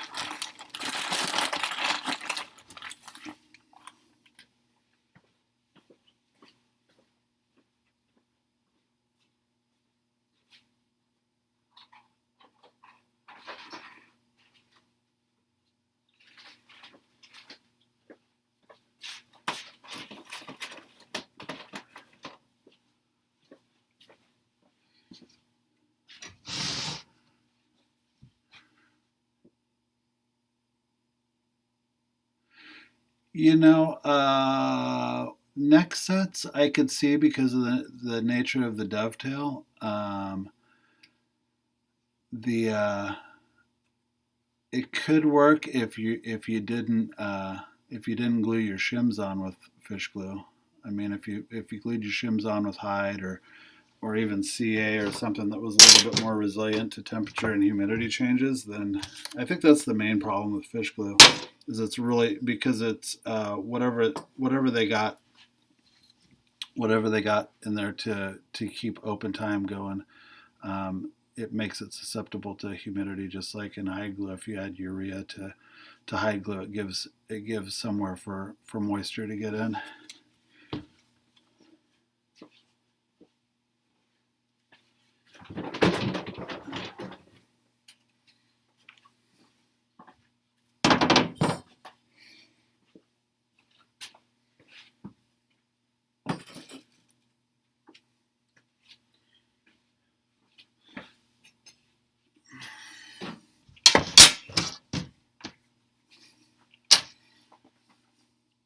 Yeah, I'm a mechanic too.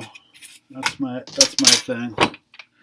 I wanna cut on the guitars and get them to function and get paid and move it on the line. You know.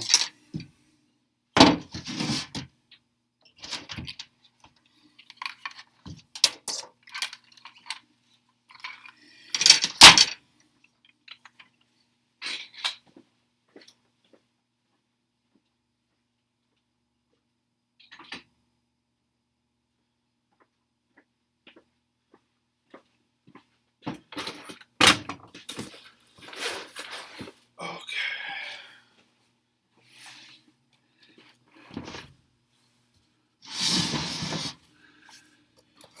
Well, with hide glue, that's just the nature of the beast with cold hide glue. There's only one way to keep hide glue open, and that's adding stuff to it. Yeah, I get paid to do the wild thing.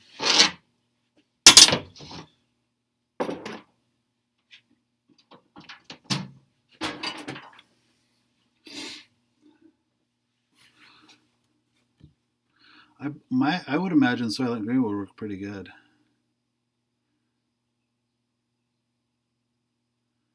Oh my God, can you imagine that? I mean,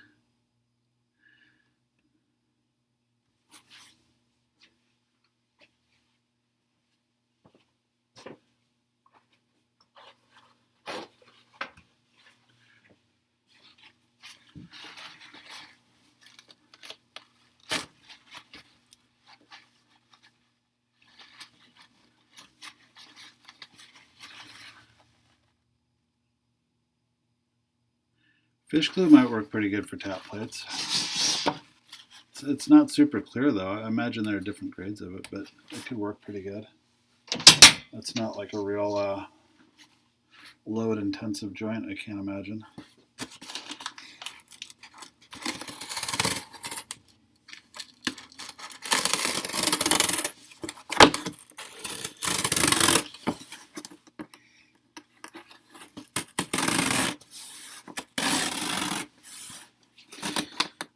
You think they took those as warranty claims? I would imagine if all the braces fell out of most tailors, they'd just replace the guitars.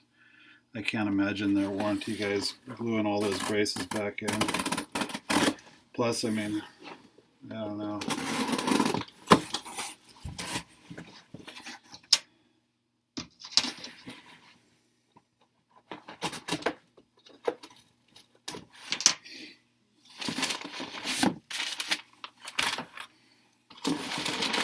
It's turning into something of an unboxing video. Maybe I should start smacking my lips and it can be ASMR.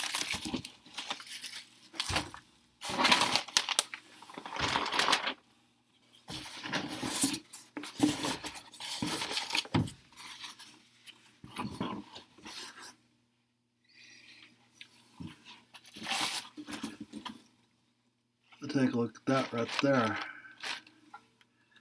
What's that say? What's that say? Erlewine neck jig. Yeah, extruded aluminums. That's the business. So, Alan, you got that. You have that old. What was that called? The Luthier's workstation, or what was that? What's that? I remember seeing ads for those in the old Frets magazines. I never saw one in person until I saw yours. Do you have a picture of that? Could you send me a picture of that thing?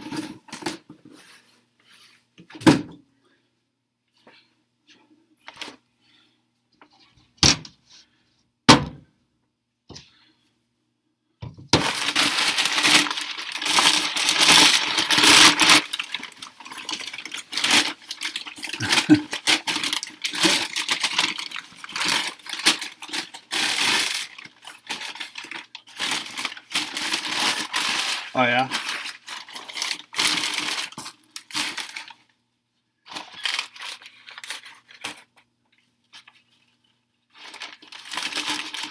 You teeter jig. Are you near your shop? I'd love to see that. What was it called? The Apprentice? I can't remember what that thing was called that you had. Was that Teeter's design?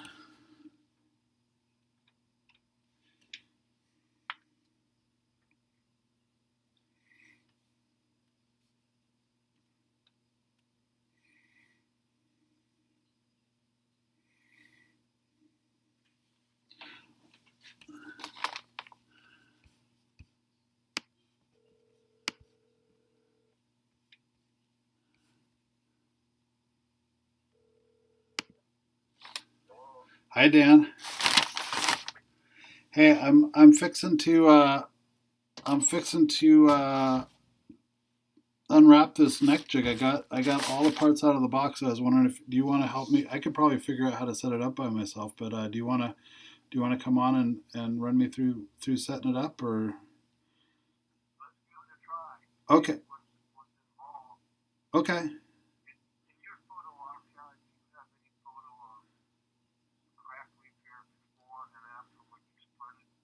I do, yeah. I've got a mess on my Instagram of good splines.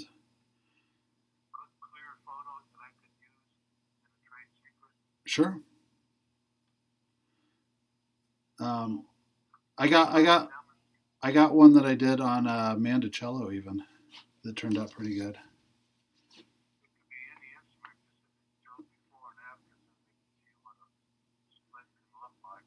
Okay.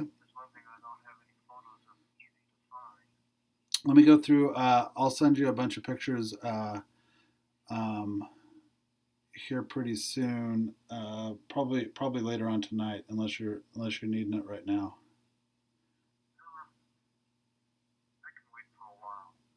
Okay. I'm gonna go and join you and see what's happening. All right. Right back to Instagram, right? YouTube. Yeah. Let me. Do you want me to pull you up on FaceTime? Yeah, Okay. I'll do that. And any way you want. okay. Okay. See you soon. Bye. All right. Here we go. Dan Erlewine going to run me through the neck jig. Let's see here.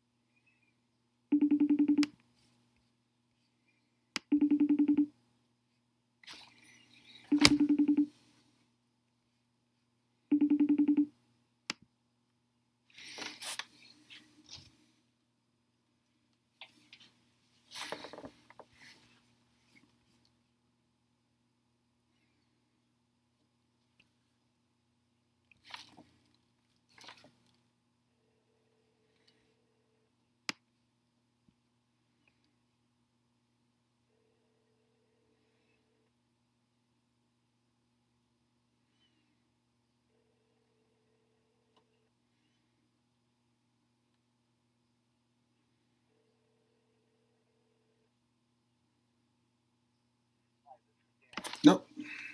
Dan is incommunicado. So let's see here. Let's throw this down here. This up here. So Dan can see with the FaceTime and whatnot.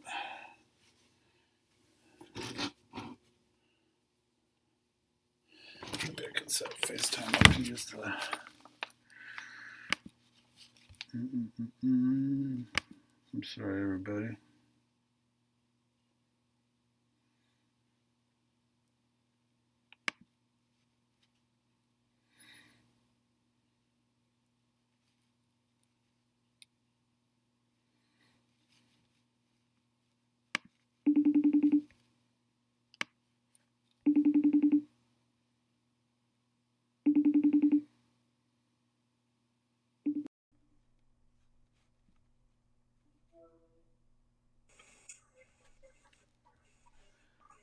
Hi, Dan.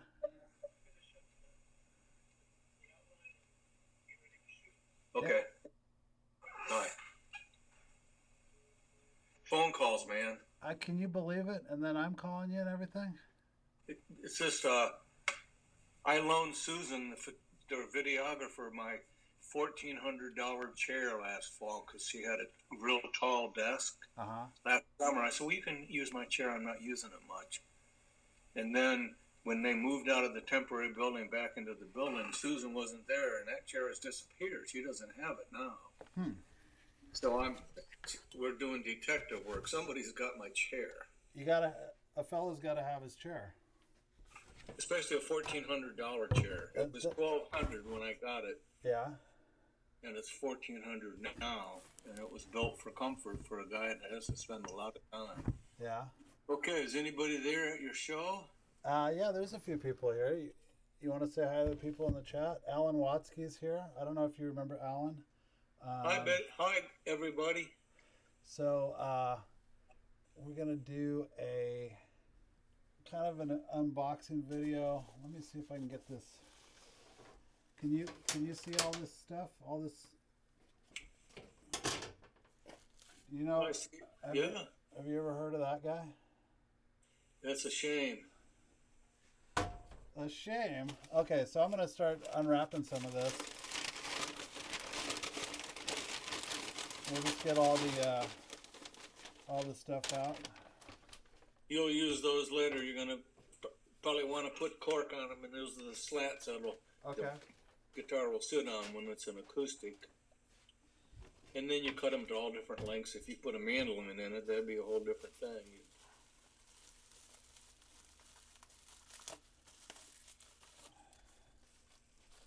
So I can put this in my, I wasn't able to get the threaded inserts for the concrete just now. I can put this in my red guitar vise, correct? Yeah, if you can fasten that vise nice and tight on the corner over there, which I think I saw earlier. Well, I've actually got you can that tilt one. it. I've got that one. I haven't got that one dialed up yet, but I've got my red, my original red. You can't tilt it though. See. Is that a deal breaker? As far as I'm concerned, it is, because the fact that gravity has such a huge amount of effect when you lean the guitar on its side like you're playing it. Okay. If you jig it up in the playing position, you're that much ahead of the game. Every little bit, you gain an advantage. Okay. Well, you know what we'll do is we'll set this up for now, and I'll stick it in the in my red the original StewMac vise, and then I'll hook that up later, and we'll do another video once I get that other vise hooked up on setting the guitar up. But let's get it put together first for now. Is that cool? Sure. All right. See, I have one right over in the shop here. If I was able to show it to you, you would just know. Yeah, but I think it might be kind of fun getting the rundown.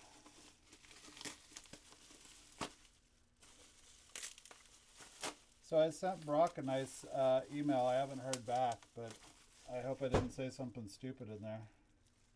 I doubt it. He's probably just real busy. So I've got another piece of extruded aluminum that seems to have some marks on it. Yep, those are the cross beams. They go crossways.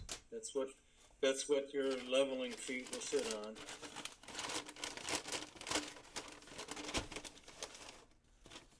Two dial indicators. Dial indicators.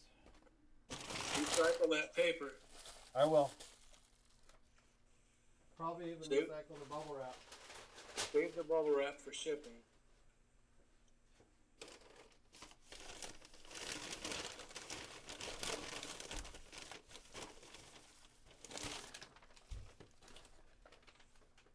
Got some more of those dudes. I gotta say, I'm feeling pretty fancy. I think, one of the things I was thinking about is kind of, being in a basement here. Like, if I have customers over, like, it's nice to set the tone with a big, guitar-related thing that they look at and they go, "Oh my God, this guy's for real. He's got a thing."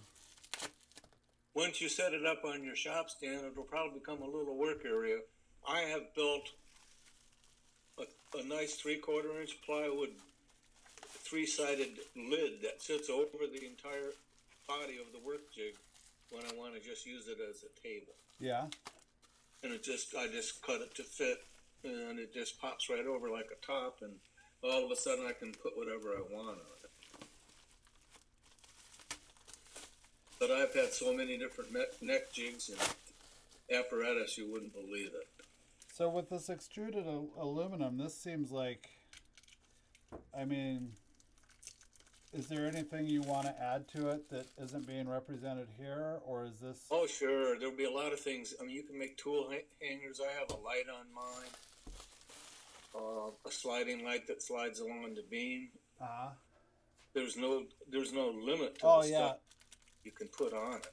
Yeah, these extrusions have, if you go on any of those maker sites, they have all kinds of things. You can put a camera on here.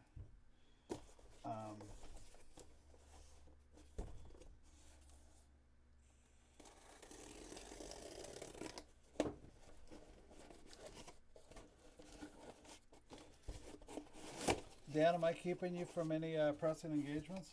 I'm just watching. If you're all right, I'll tell you, and I can go do it and come back.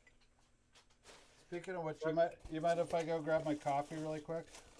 Oh, I've got tons I got to do, so I may drop out. There is a lot of stuff. It seems like a lot of stuff.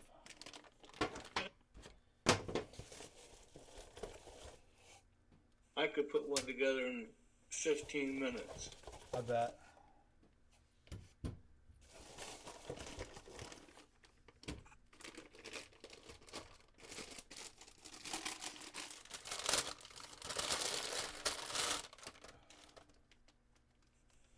Yep. Got some wrenches.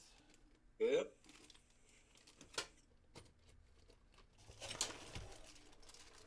Some angle. That goes in the vise when you want to mount this into the angle vise. Okay.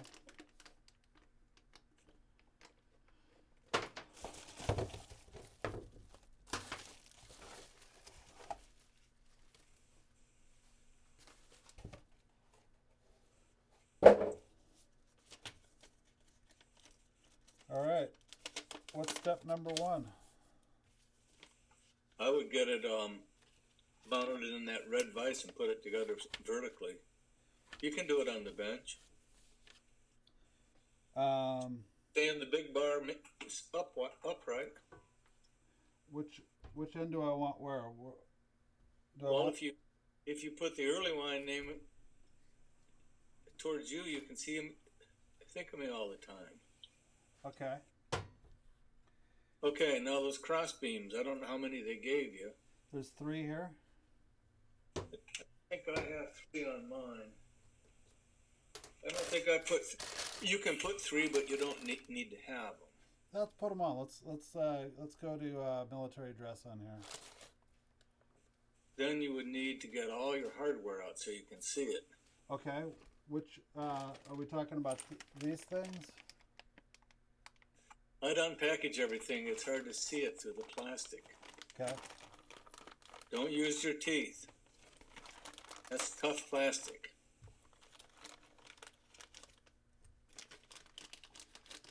Okay, we've got this. Yep.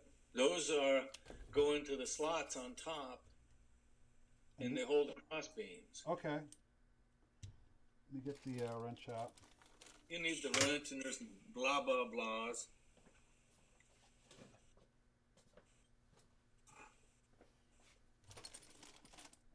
I'm switching from my teeth to the scissors for you.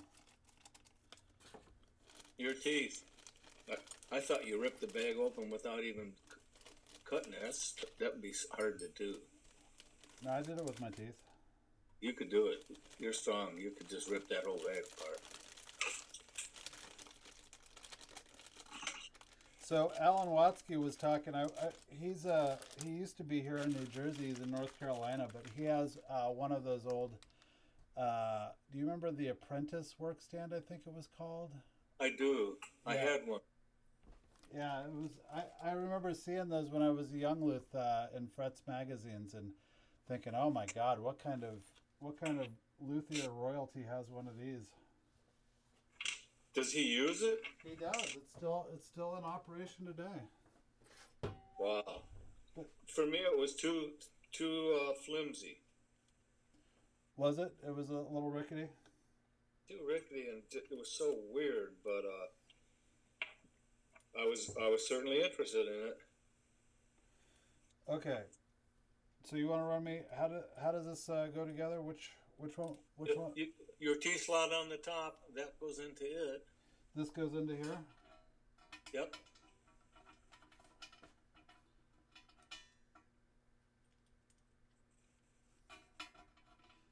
Do I want the angle going back or going forward? I hold it more in the center of the picture. Yeah, I would say you put that square nut that's visible on the bottom. Does it have double square nuts?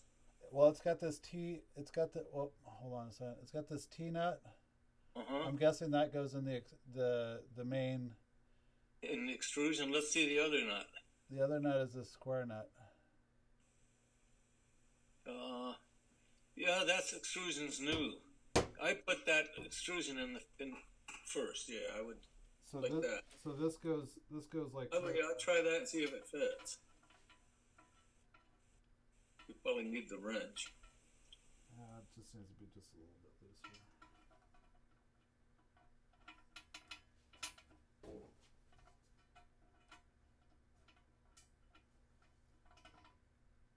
Oh no, that's too small.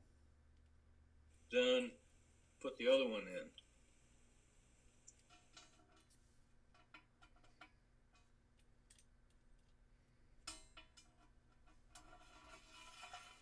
So I guess it goes like this. No, yeah, that can go either direction. Either direction. And now that should slide onto it with the numbers facing up. You have to take the end caps off. Okay. Those end caps are what the straps from the strapping clamps go through to keep them lined up. So I'm guessing I want the numbers up. Yep. So You should. the numbers. I would use the ones that have caps on their ends first. Leave that extra one out of the. You don't need that one right now. Okay. You can learn with two.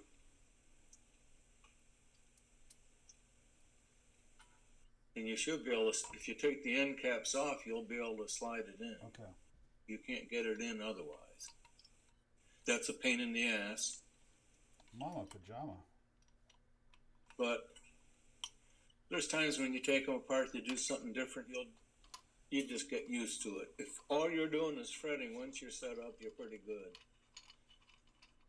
If I did tons and tons of fretting, and sometimes we do, I'd have one for acoustic and one for electric. When everybody was here, we have had two going, maybe three some days. Yeah. Once you put a guitar in it, you don't want to take it out to do something else. You want to get the job done. Yeah. I'm going to look for my coffee. Maybe I should do the same.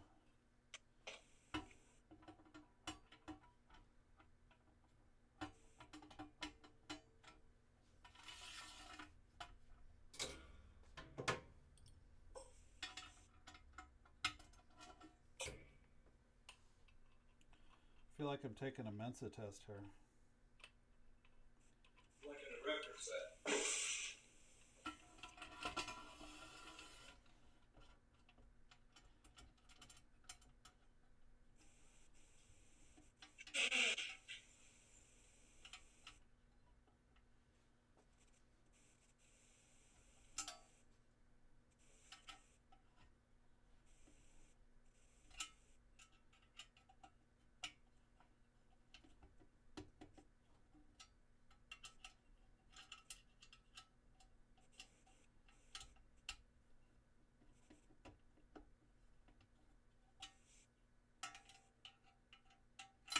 I think I need to get T-handles for these.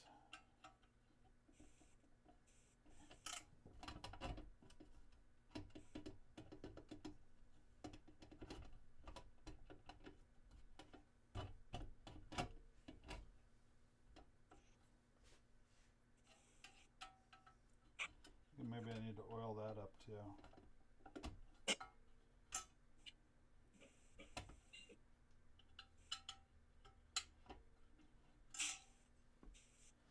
I'll check in with the chat here really quick.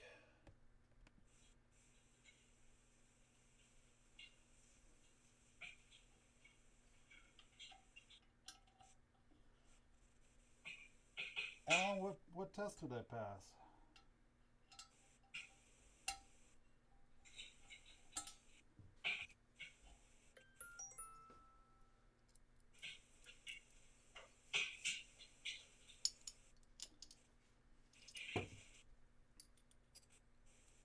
Oh, the Mensa test. Oh, okay. Yeah, I don't think so.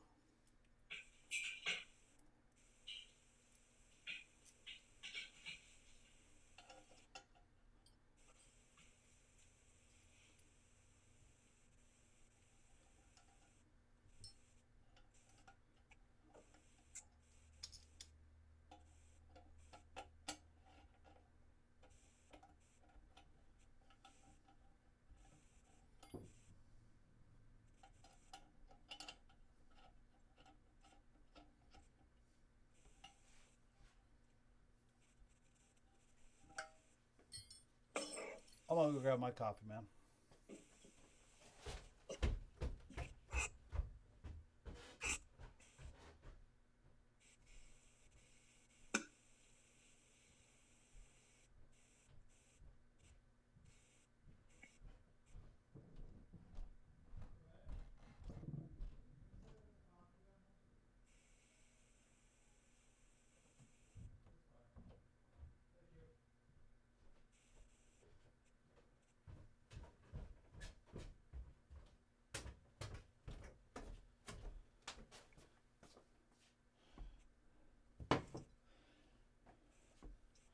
All right, so I'm guessing I do You get 2 of those on.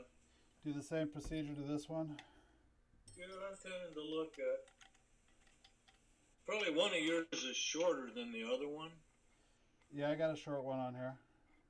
Is that the short one that's already on? Yeah, And this next one's longer? this was a long one. I'm guessing That's good. You want the short up front where the shoulders aren't as wide. Yeah, upper bout, lower bout kind of thing. Yeah. And I want the numbers facing forward. Do you think?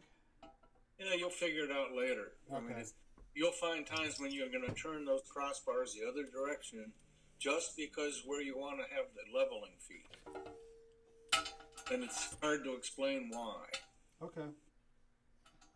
But sometimes because of where the holders are for the leveling feet, you'll have to reverse the bars to get, maybe you were trying to do a Prairie State or a J200, some giant thing, and I'm going to turn it around and do this. So Can't for a while. Dan, do you know Trevor Healy? Yes. He asks, did you get the body similar? Or he asked me if I got the body simulator attachment for bolt-on necks. He wants to get it. No, we got to take care of that. No, it's okay. I'll. I have one of his T-shirts. That guy built some wicked guitars, man. Man, I'm so amazed. I met him at the Asia Symposium. Yeah. Wow. I think he was using some sort of a milk paint or something. Yeah, no, that was a really nice look. A different kind of paint. It's funny how the aesthetics change. You know, in the '90s, it was all about that 10-top Paul Reed Smith look. Man, I wouldn't walk across the street for that look anymore. Like I just got so burned out. And in the '90s, I was really into it too. You know, like all the fancy guitars. But I was only into it for really good old vintage Les Pauls. Yeah, you like the flamey ones? Well, in the early days, yeah. I mean, the '59 Les Paul that I had was beautiful. It wasn't too photo flamey. Had the perfect flame. Yeah. It was hard maple. It wasn't soft. Wasn't that sugar maple? I guess. I had 2 of them. I sold one and traded one off to Mike Bloomfield. Well, I imagine he put it to good use, right? Yeah, he did. I got his 54 gold top and $100 in trade. How do you feel about that trade now? I love Mike Bloomfield, so it's fine. Yeah. He did something special for me. I imagine that factors in pretty good. He was a good person. He came to my house in Ann Arbor when they played in Detroit. We hung out. At one point, I was sending him audio tapes of trying to learn this, what he plays, or this B.B. King lick, and then he'd send it back and say, no, you want to do this. And I wish I could find those today. Dan, do you think I'm thinking about drilling into this metal U-line table and setting that vise up over here. Do you think this would make a halfway decent workstation? This is like my main work area. Do I want this on my main work area from time to time? Well, you can put it wherever you want. I mean, ultimately, I'm going to get the stand hooked up. You can't do it properly without being able to tilt it over in the angle vise. Okay, and so I need to have I need to have. Yeah, you can. All you need to do is take a chunk of wood and saw a taper that will hold that at about off 90 degrees and clamp it to the end of the bench. I've done that plenty of times. Let's say to your right is the end of one end of the bench. So you'd cut a 10-degree long angular piece of wood that would tilt that neck jig slightly up. You don't want a dead 90. Nobody plays at 90 degrees. Uh-huh.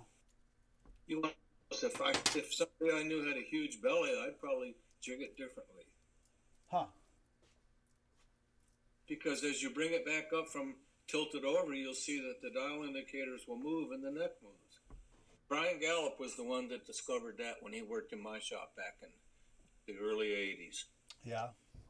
I had built the first neck jigs, the big wooden one that I made 10 of, and I still have one now. And he had a P-base that just wouldn't come in. And I walked in the shop, and he had the whole bench tilted over on the floor, and he goes, "Look at this. Damn, look at this. Watch this neck," because it would fall off like a quarter of an inch just from being tilted over. The weight of the tuners, the weight of the neck. So that was a momentous discovery, and that's why the neck jig tilts. Good old Brian. So do you think I can put weights on that shop stand? If I got to order the threaded inserts. Can I put weights on the shop stand, and do you think that'll hold it well enough to work on a guitar, or? I would think so.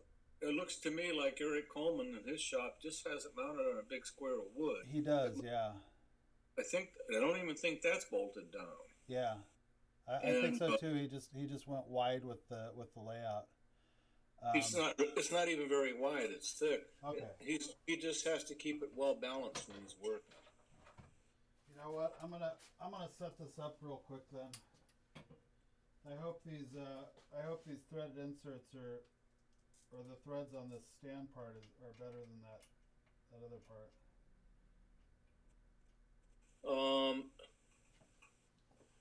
You talking about the shop stand? Yeah.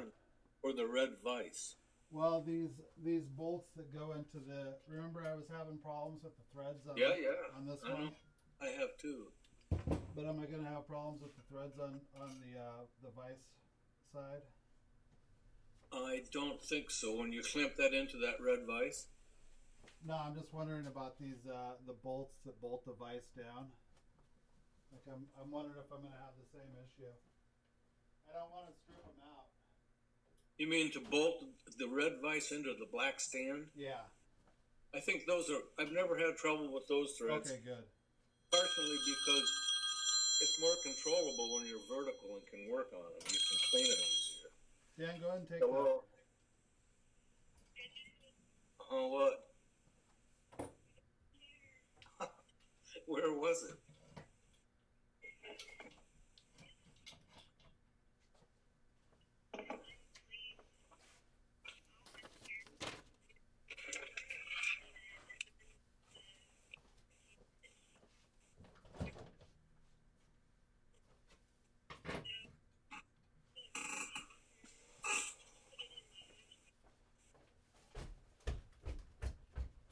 That'd be awesome.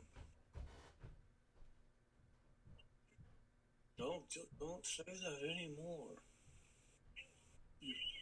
No, I don't. There you go. Okay.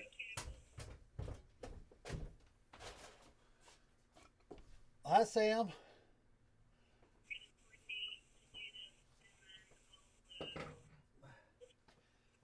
What did you say, Ian? Oh, I said hi to Sam. Sam's in the chat. And Susan is here. Tell Susan I said hi. Ian says hi. Ian Davlin. Tell her about our stream. He's live streaming right now as he's putting together his first neck jig. And Dan's on the stream. And I'm up in the corner and people are watching, and I talked Brock into giving him the shop stand, the angle vise, and the neck jig, the whole shaboom. Yeah, it wasn't easy, but I think he understands it'll pay back because Ian's doing live broadcasts all the time, and there's quite a following.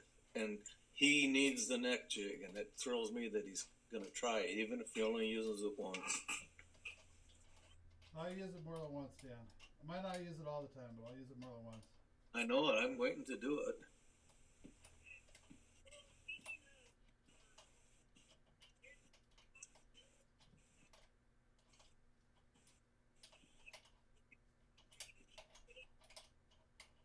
Yeah, that's what I heard. We don't have to have a large space to do that, so I'm gonna clean off an area to do that, and you keep me posted on about what time. Yeah. That'll get us started and have the weekend for this, because you're supposed to let it sit for a couple of 3 days, and it's not gonna do anything. This guitar is built like a brick shithouse, but it'll teach them something. Keep me informed. If that's the case, you can probably get the chair at the same time. Be careful, that thing's heavy, it can hurt you. It's heavy and swingy. Are you lifting weights? I gotta start.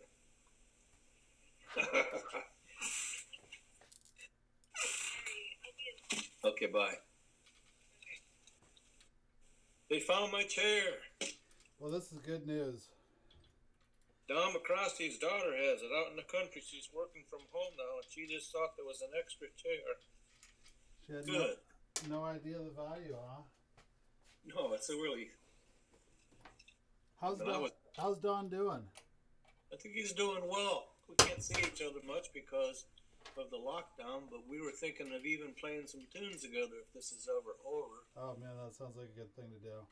We used to do it. We were doing old Blue Sky Boys and Stanley Brothers, old time country music. Well, I bet Carter Family, Jimmy Rogers. I could show you how to do this, and you guys could do it together. You could play together on a live stream. I'm going to learn to do that live stream. There's got to be a time lag. There isn't between you and me on. I mean, you could of course do it on FaceTime. When there doesn't seem to be a lag when we're talking on FaceTime. There's definitely a lag on the live stream, but that would just be people watching it. What are we doing here? Live stream? Well, I've got you on two things. So you and I are FaceTiming, which means that it's basically working like a phone call except with the computer, and the latency on that's really low. But I'm also streaming, so when people see what we're talking about with zero latency, they're seeing it with about 15 seconds of lag. So, and that's just the way that streaming works. There's always going to be a little bit of that latency. But if you and Don were playing together on FaceTime or on something similar to it with no latency, like people could watch it and it'd just be like 15-second delay, like in the old days with, in the old days of TV broadcasts, they'd have things on like a little bit of a delay. Mm-hmm. It'd be basically live, but it'd be like 5-minute delay or whatever for like football games and stuff. You mounting that vise to the top of the shop stand? I am. Am I supposed to do that? Yeah. I thought you weren't going to use the shop stand. No, I'm gonna wait. I'm gonna wait it for now, and we'll get this set up properly, as per. You can definitely weight it, man. I mean, you can put it in a big bucket and pour it full of cement. Oh, that's a good idea too. And that would be it. I would put it in a rectangular Rubbermaid, something, or even the small black ones that contractors will mix a small amount of cement in. Then you slide it around. Yeah. Nothing beats anchors in the floor. No, I'm gonna get those for sure. I told my wife, I was like, I'm gonna drill some holes in the floor downstairs, and she got a little suspicious of that idea. But I was looking where the sump pump is, and I think I got about, I would say probably at least 5 inches of concrete here. So.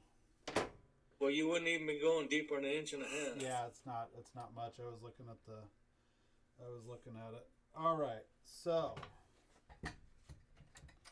we got the angle vise mounted the straps on. Did you ever find out what the threads were for the that I was having a problem with on the post, so I can get that tap? I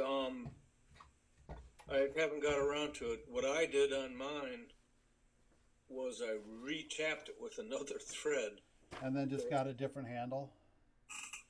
Exactly. And I tapped a thread into a thread. So it's not a really strong one, but it works. Uh-huh. It's I'm sure it's a metric or some weird Chinese thread. It is. It's metric for sure. I don't have anything. The only tap and die set I have is the cheapest one that Harbor Freight has available. So I'm kind of hosed on tap selections. Those aren't worth much. Those cheap Harbor Freight ones. No, I mean they're good. Like I do so little actual practical machining that like I set up the StuMac True Channel thing, and I wanted to put my my DeWalt laminate trimmer on it instead of the Bosch one. So it was nice to have the tap for the screw that I use for doing that. And that's about the end of my machining skills is throwing some threads in something every once in a while. There's something to be said for good taps. Yes, there is. There's something to be said for not buying every damn thing from that's made in China too. So I bought one of those set of blue taps at one of those truck sales that comes down to the city park, and they park there, and you go up on the truck and buy this shit. And those taps are just a joke.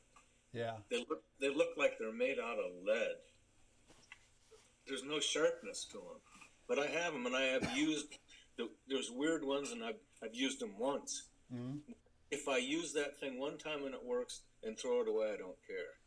Yeah, that's what, I was talking about that in the stream earlier. I was saying, like, I work on my car every once in a while. So something like Harbor Freight wrenches, it's nice to have, I don't want to have expensive wrenches laying around for their entire life, but my rule with Harbor Freight stuff is I don't buy anything with a motor. If I can get away from it. Although their motorized stuff is looking pretty good. They've got a knockoff of the DeWalt stuff that looks pretty nice. I think my disc sander is Harbor Freight. Yeah? It's a 12-inch. I think it's Harbor Freight. Uh-huh. It's fine. It just always squeals when it's slowing down. When it runs for about 2 minutes on bearings afterwards. It just squeals, a rusty squeal sound. I also have a Harbor Freight quality, but it came from Odd Lots. Uh-huh. A power hacksaw. And that's been like for $198. God, that's just saved my ass so many times. Uh-huh. I used it 3 days ago to cut one of those 3-inch columns on the chop stand in two. Uh-huh. Just clamp it into the vise, turn that sucker on, and go clean up my milling machine and vacuum while I'm waiting. And you try to do that with the hacksaw. Oh, you're talking about the metal cutting bandsaw? Yeah. Oh yeah, those are. It's a horizontal one. Yeah. It's only $200, and it can be hard to keep it tracking right. It's all crude hardware. So there's no fine adjustments on it. It's a little tap of this and that. So when you change blades, it can be a bitch. Yeah. But I haven't changed blades in a long time, and it's still working. Kind of more of a friction cut. Not supposed to be. As the teeth get duller, it cut right through that 3-inch column, man. Okay, Dan. I got it. Okay, now you got your posts, and they slide in from your left-hand side. Let's see, those are.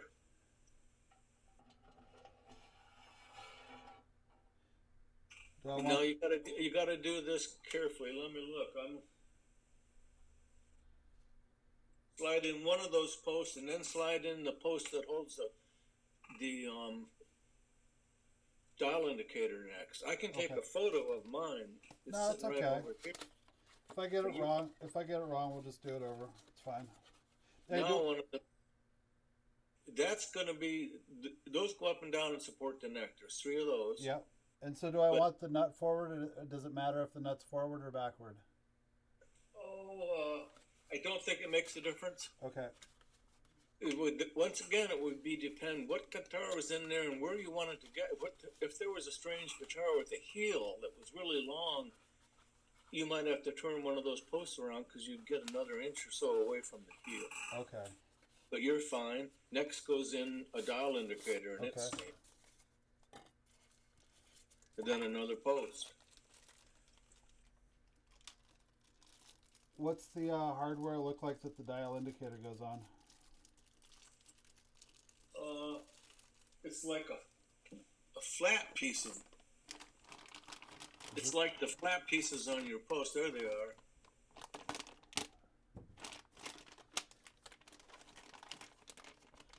Hey Sam, if you're still in the chat, can you give me a heads up on how the stream's looking? Is the chat legible and whatnot? Okay, Dan, what do I do with this? Hold it up in center. Okay, no, not so close. Okay. Yep, bring your left hand over. Yeah, now I can see it. The top part there, it slides into the top, a T slot. So this is my T slot right here? No, the other one, the other end. This one? Yep.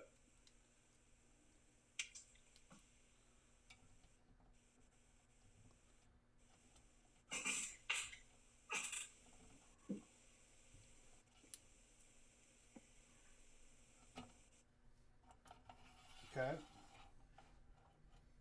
Then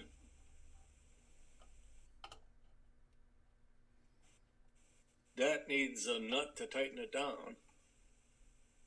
There should be a fastener to hold that tight.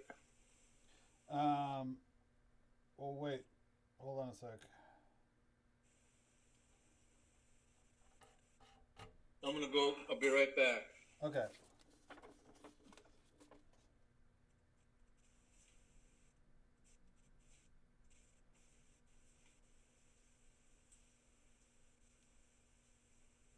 Oh, no.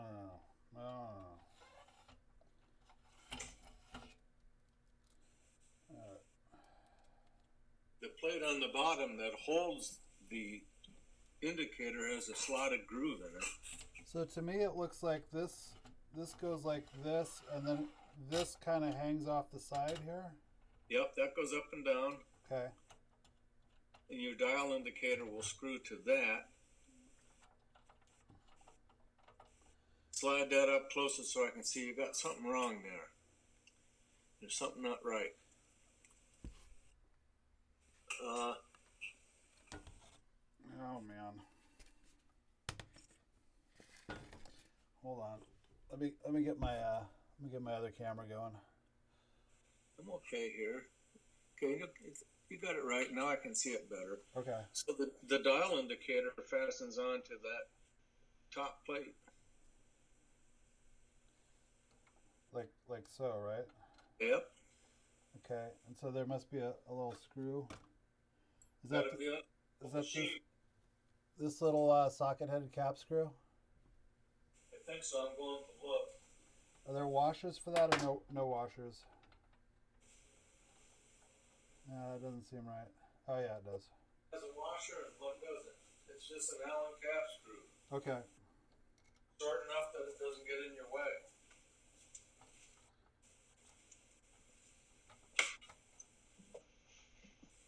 Come on now. Things being a little fussy.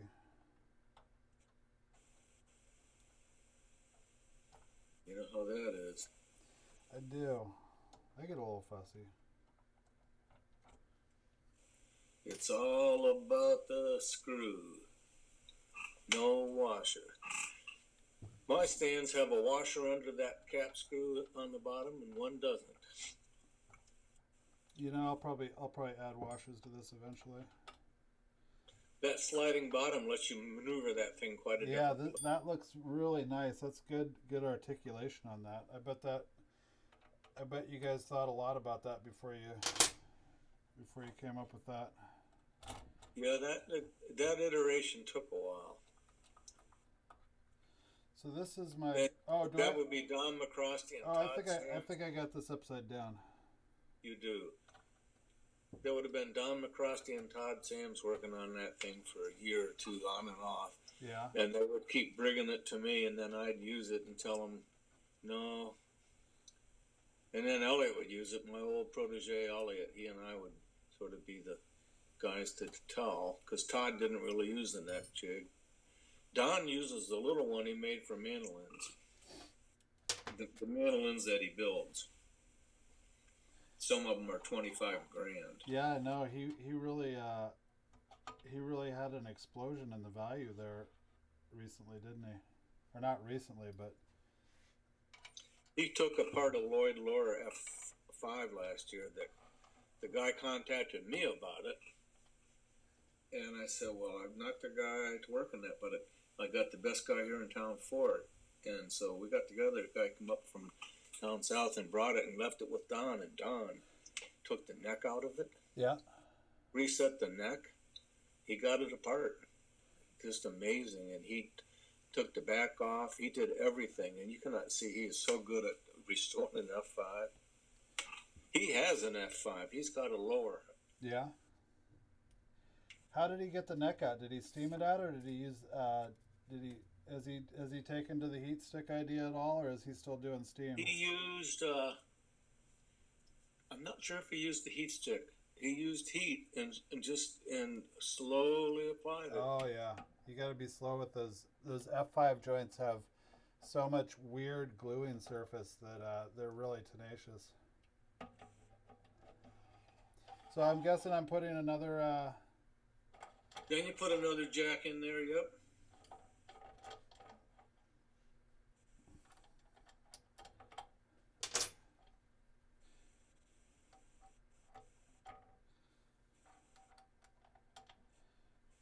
Then you put another one of those micrometers in. And then another jack. I'm going to go tighten down mine because mine doesn't have any crossbars on it, but Okay. I just got them out. I took them off for some reason, probably just because they were in the way. All right. I'll take the neck jig right out of the shop stand and just lean it into the corner, or throw it upstairs. It's just when I don't need it, I don't need it. Yeah, I was thinking about building a rack to hang it on because I'm kind of limited space here. I've hung mine on the rack many times, and normally we have one set up in the shop always, and it's always in use. Paul has that right now.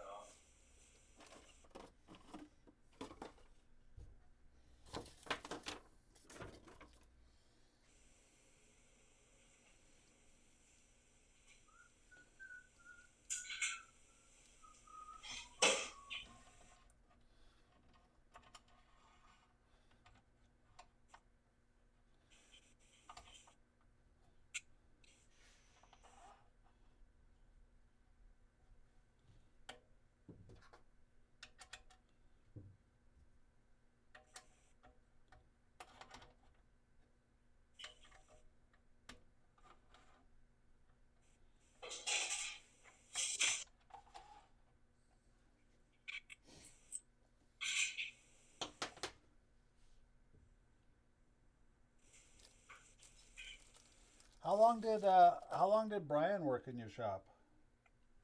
Couple of years, probably 83 and 84. Was he brand new to it, or did he already have skills when he came to you? He was interested in doing it and pretty much brand new to it. Did he have any kind of background with his hands, or was he just? Oh, he was a journeyman machinist. Oh, well, those guys. That's His dad was a real famous machinist and gunmaker up around Big Rapids. well, that's cheating. And Brian went as a high school kid. Brian came out of high school, went right into a journeyman course in the machine shop, and then he got sick of coming home every day with black snot and greasy, dirty hands, and Yeah. he started started playing guitar and didn't want to hurt his hands, you want to have those lock screws on the columns facing towards you. The lock screws on the columns facing. Middle column, you got these? That one. Yeah, you got that black screw going on the outside. Oh, so I want them. Okay, I see what you're saying.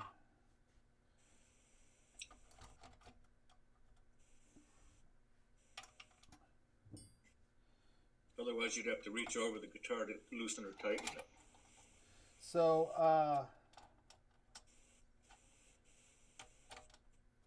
how involved were you with the school that he wound up doing? Was that? He was just there, and he worked with me, and he was there during all the school days. I would have been a year and a half. I didn't have that many people. I'd have them one at a time, and they'd live in the apartment upstairs of the house. I wasn't cut out for it at the time. So, Dan, how do I want these things? Because this doesn't... You want those... You loosen the screw that's holding it to the beam. Keep tighten the top part. Loosen that beam. Now, there's your dialing. That's how you... Does this slip? Loosen that one, yeah. Does this slip into the inside like the other ones? That'll just slide around so that you can... What am I missing here? I'm failing. Because you want this like to be... You want to swing that out. Push that away from you. No. Yeah, put it in the hole and then swing it out to the rear side of the beam. You're on the front of the beam. Take it to the rear. So I'm having a hard time here.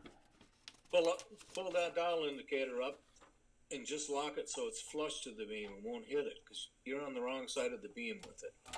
Okay. So I want to be over here? Now you're talking. Okay. That's what I thought. Keep those to the rear. Okay. And then you have 2 points that you can manipulate it to get that dial where you want it. Okay. And then you're good. So yeah, when I left Big Rapids, that was the end of my little school days. But the idea stuck with Brian in about a year or two once he got on his feet from working in a little closet almost. He started a small school. I think he had one student at a time. At the time, yeah. He would have had one at a time.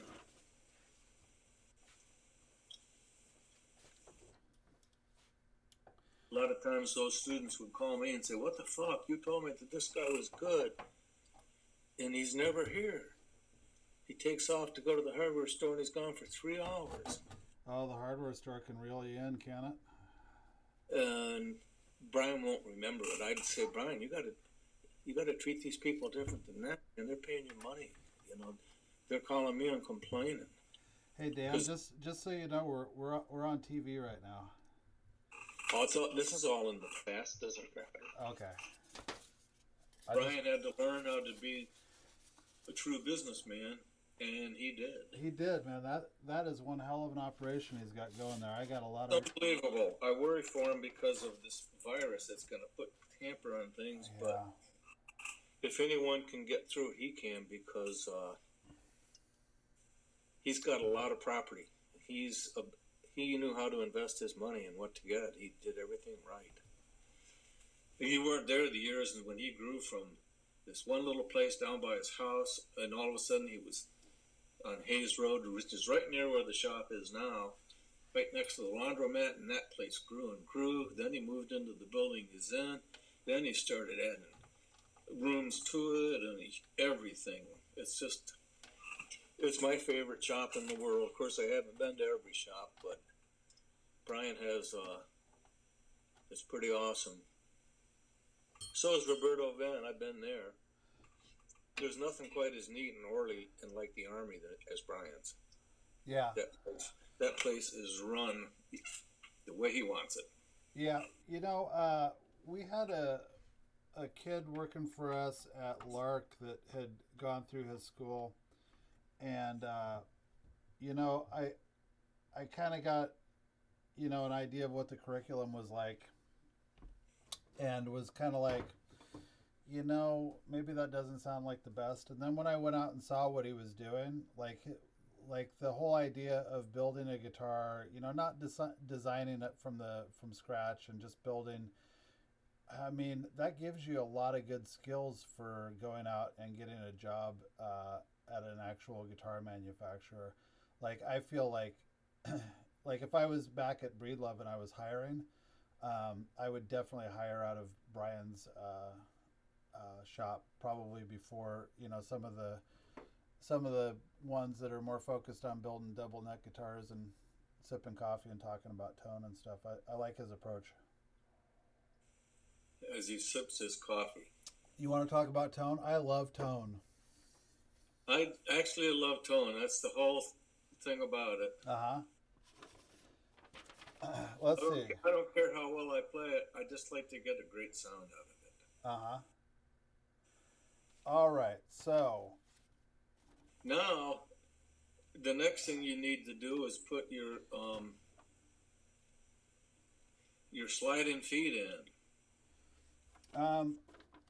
Well, I don't mean to contradict the guy whose name is on the jig, but I think I got to put the peghead puller with strap and the peghead jack on first. Not really. I mean, that goes. You keep going down to the other end, yeah. Okay. Well, let's do the feet then.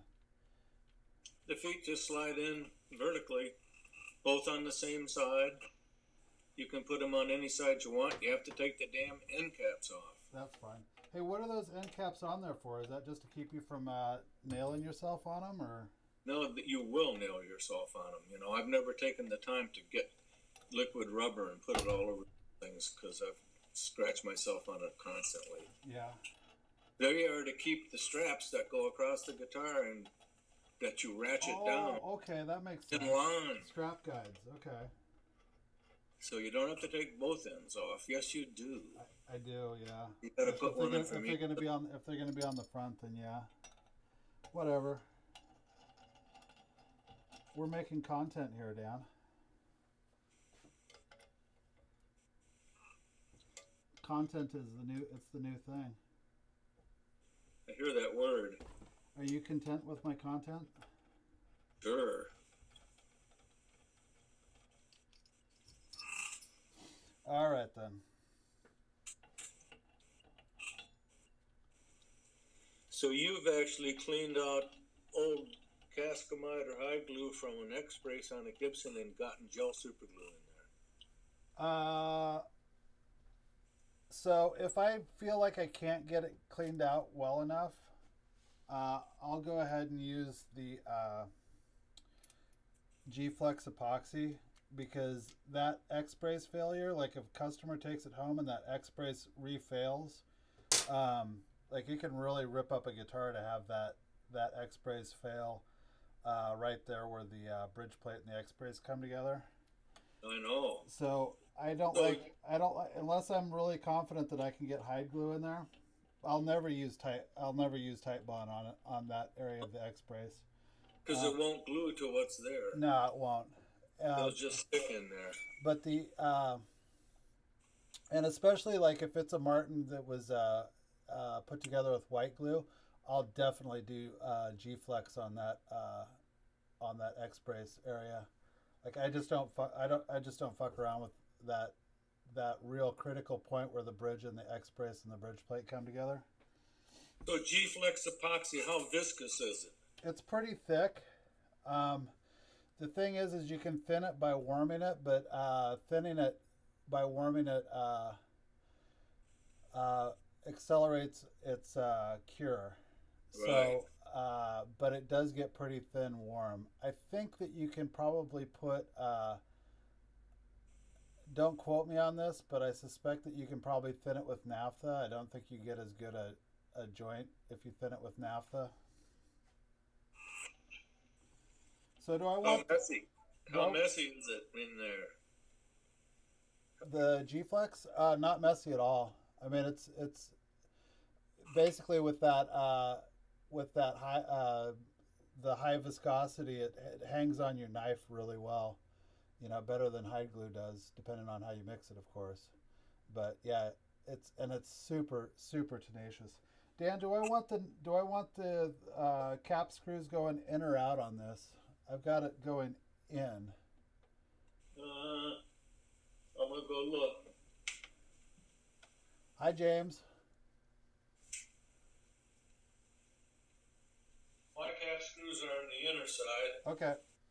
It probably doesn't make any difference. There could be a time when you'll do the opposite because of where you want it. Once you get those in, you're just sort of in the basic business. As you can see, you could take, for example, let's say it was a D28. You'd measure across, you'd probably strap it across the widest part of the lower bout, and you'd have to decide on the shoulders.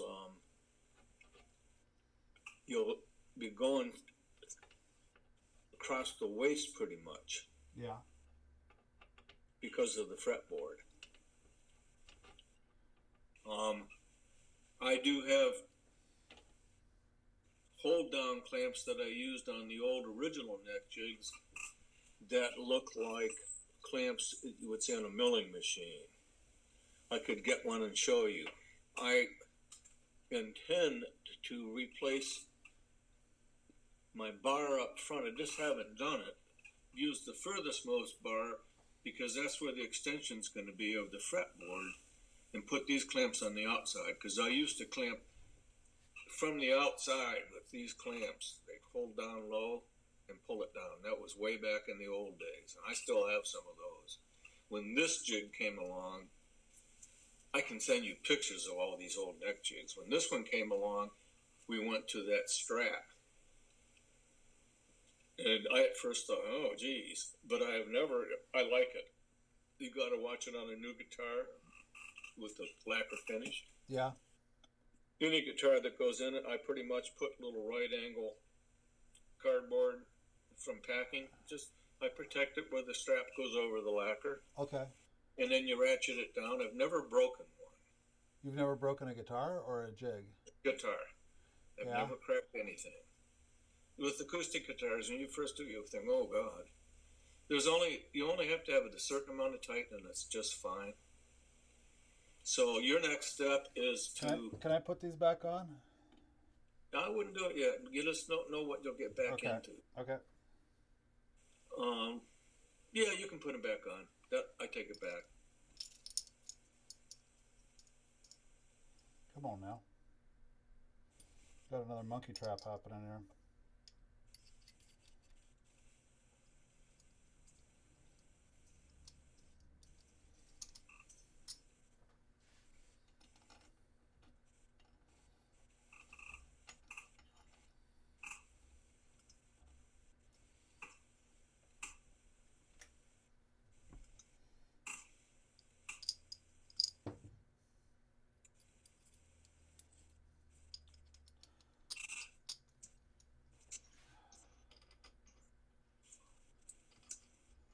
So I hear Stu Mack's been going gangbusters, providing people with stuff to do while they're quarantined.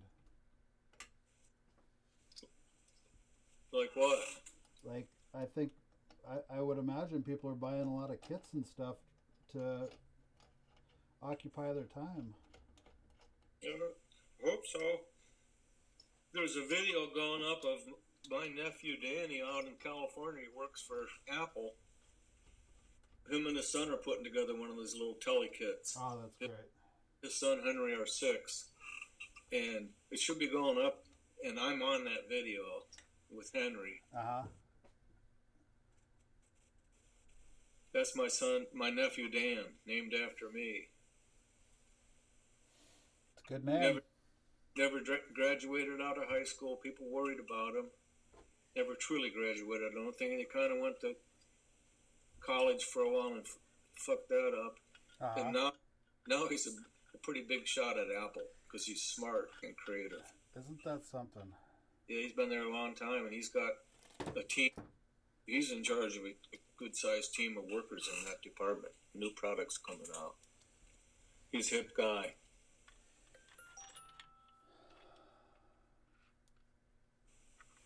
All right, so I'm going to put that together. All right, so you were telling me next step, I got those caps on there. What's my I'd next? say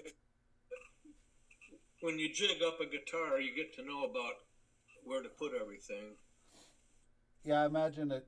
Right now, you would take the front crossbar and run right next to your right hand, and let's say it's a D28. Now that's going to sit under the guitar right about at a sound hole level. Mm-hmm. And then the back one's going to sit under the widest part of the waist. Okay. And you want to lower the guitar as close down to the beam as you can get it. You don't. In this situation, that means you lower the feet and lock them in. Okay. So if you measure your D28, it's a 20-inch long body. You measure the lower bout, and what is it, 16 inches? You set your, then the other ones, it's probably going to be 10 or 11 inches. You set them, that's what the numbers help you. Then you can rest the guitar down, and it's supported in 4 places. Okay. It's supported on 4 posts. Should I? There. And it's supported on 4 posts. Right? That's good. That's also a pretty good gang sign you're throwing there. But the sometimes you can just, if you get those posts right underneath where the side and the curving is, you've got a strong point. You can tighten it down on that. A lot of times we take those slats, however, and run them crossways so they sit on the swivels and give more support to the entire back. Okay. And those are covered with cork. They're not covered. You've got stickum cork to put on the spruce slats. Those pieces of wood. I don't use the cork. I use the cork, but I put paper over it because I don't trust cork. I think it has chemicals that are from the gasoline, petroleum products that leach into a finish. Yeah, so, I was wondering about that. I'll use cork for like call blocks and stuff like that, but there's a few of those products that you get ambushed on. You know, for a long time I was like really into having my bench done up with those knife drawer, you know, those kind of like little perforated things you put in knife drawers to keep your stuff from sliding around. And I got burned on some of those really bad. I had some that really worked, and then the thing I liked about those is when you're cutting fret ends or something like that, if one got on your bench, they would kind of like fall through that little hole, and it wouldn't mess with the finish. But I had one. I bought a new set of them, and it just ate into the finish on a really nice guitar. It took me forever to sand it out and buff it out. Yep, that's cork. I don't trust cork. Can leave its imprint. So you're saying don't cork up these HDPE foots? I put cork on the pieces of wood, then I just wrap them in paper and leave it that way. Okay, just so they're soft. Yeah, I just don't want cork touching the lacquer. Okay, so is the next move doing this last little bit at the end of the thing with the peghead jack and the strap peghead puller? Yeah, I would just I'd slide the peghead strap part in. So it's because when you put a guitar in there, the guitar peghead at an angle will be in the way if you don't put it in. That's just a turnbuckle. It seems kind of crude always, but it works.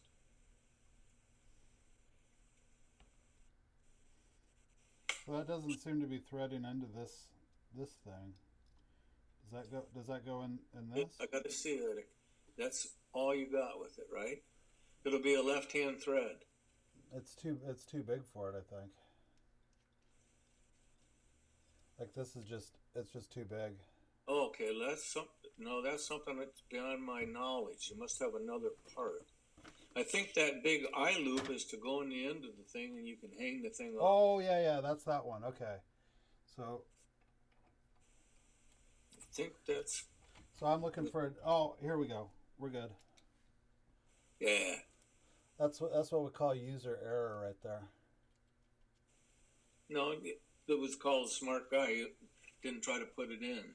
Well, I also had somebody that knows a thing or two in the helping me with it. Oh, who's there? You, the guy with his name on the side of the thing. That's not my doing. I think it's fine.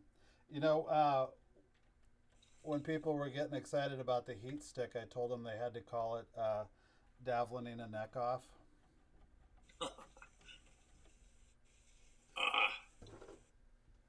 I'm using my Bart Ryder back scratcher. You know Bart Ryder?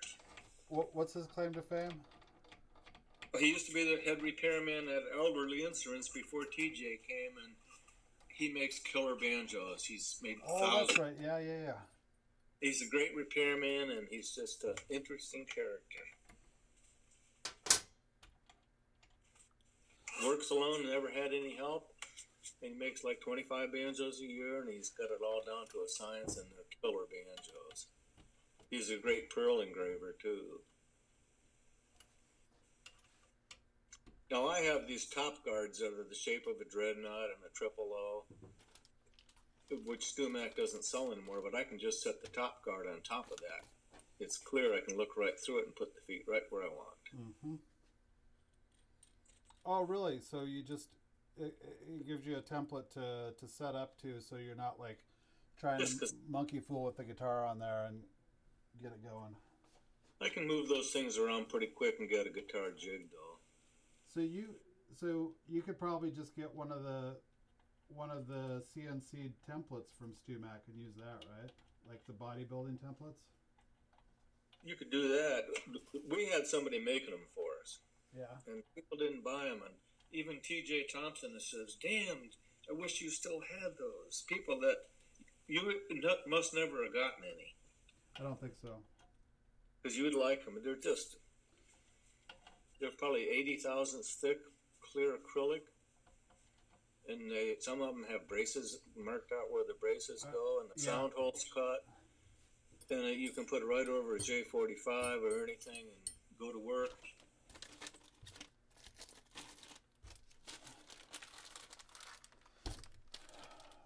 All right, I think we might be ready for figuring out how to put this in the vise.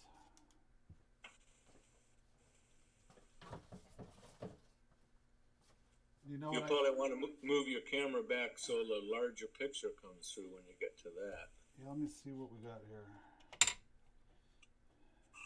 I take those little caps and I round them off very carefully.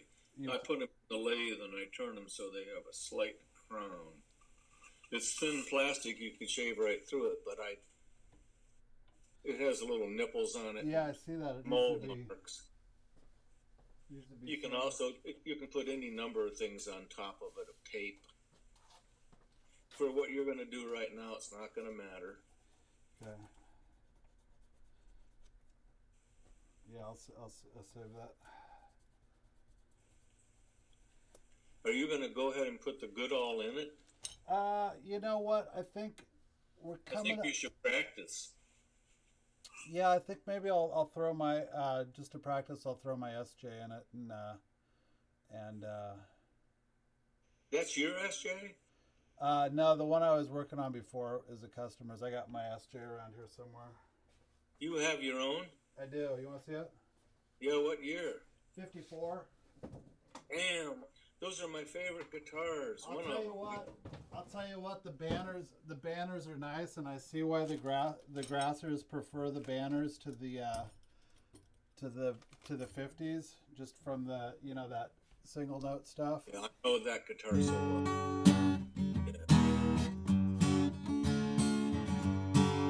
Yeah, this thing gets rowdy.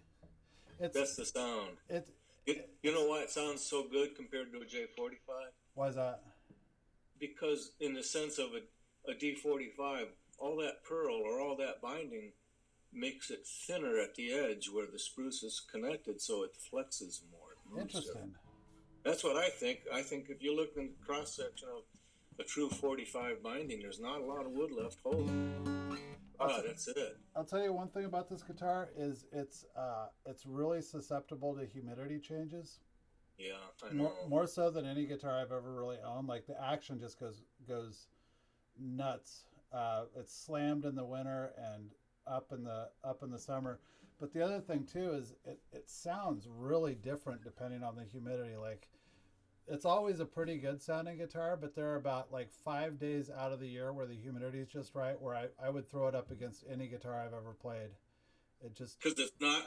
It's because it's dry. because it's yeah, it's not too dry, it's not too wet. It's just in that really awesome. I know. I played a lot of those, and it's one of my favorites. My good buddy has one. So this one I bought off of George when I was there. I got to show you pictures of this one. I had every joint apart on this guitar. I took the top off. Um, I pulled the X brace off. When I took the X brace off, the Cascamite was so bad. I just kind of grabbed it like that, and I just pulled the entire X brace off in one chunk.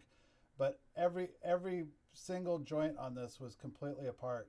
And I bought it off George because I noticed when I was fooling with it to write up a repair ticket, for him to decide, whether or not he was going to have us work on it and put it up for sale, or if he was going to sell it as is.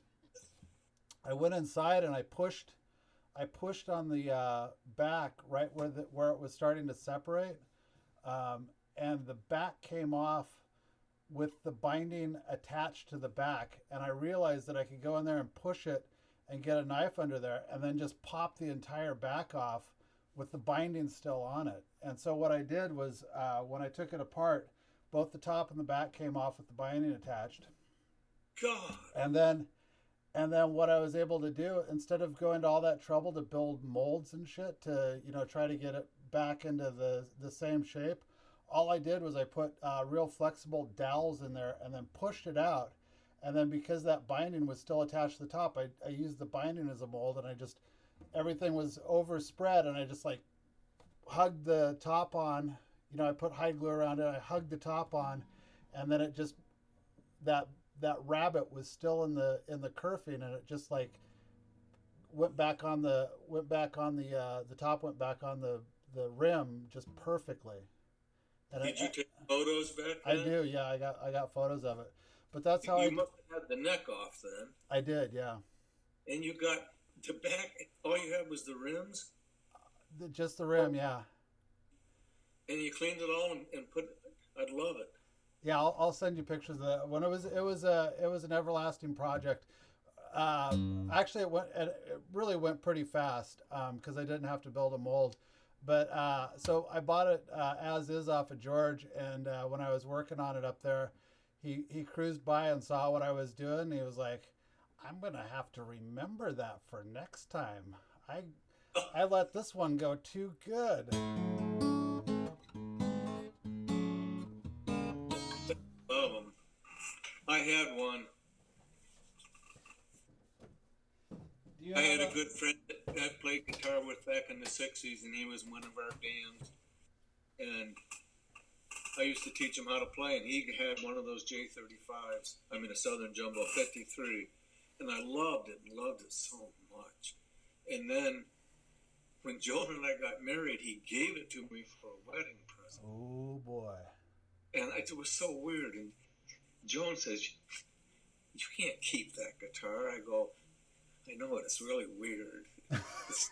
It's you don't give somebody your guitar for their wedding present." So I had kept it a few months, and then I gave it back. And he Well, sent it out a few years ago. It needed some work, and it's just like that. It has the greatest, richest, warmest, full, woodiest, yeah. bright, wonderful, mellow, you name it. Yep. And Martin doesn't have any guitars that sound like that. No, it's a totally different sound, but it's like, like it's that, I understand why the Grassers tend towards the Martins. You need something that at least has a shot of competing with a banjo and a mandolin, in that kind of register. But yeah, the Gibson, those guys, and I think those 50s SJs and J45s are really undervalued. Like people went nuts for the banners, but man, like so that guitar right there, I think is booking maybe mid fives or something. And I'm like, I mean, where else are you going to get a guitar that cool? You know, like, I agree. I mean, that's, you know, like it's kind of like in the same price range as a Santa Cruz. Although a Santa Cruz is a modern guitar, and you're not dealing with, you know, trying to, you know, keep a guitar together with bubble gum and holy water. You know, Santa Cruz will just be good for a long time. With those old Gibsons, I love to sit out back in the springtime when it's the right time. Take my guitar out and have a beer and sit outside and play it. Yeah. Next to the top. But I'll take a hygrometer outside before I'll take my Gibsons out. Yeah. And it's only my Kalamazoo, and I have the J35 that I haven't played in a while. And it's a killer guitar.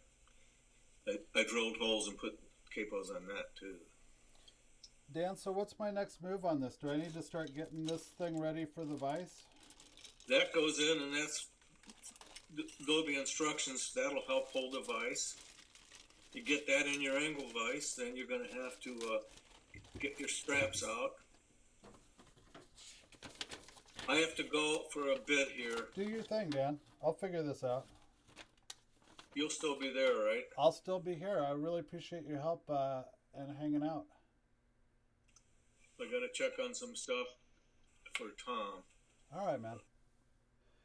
Hey, thanks again, man. You want to see a picture of my chair? I kind of do.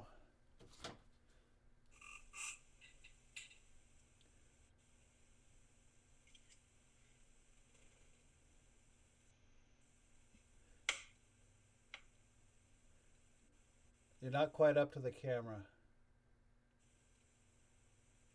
A little over to your right. To your right. Where's your camera at? Is it on the top of your screen? There we go. Holy cow. Yeah, I know it. Are you like piloting spaceships or something? Or what's... It's just a really good chair for people that sit at a computer. Uh-huh. It was 12, now they're 1,400. Uh-huh. So I'm getting it back. Okay, I'll check in later. Should I just turn this off then? Yep. I'll talk to you later, Dan. You'll know when I'm back. Yep.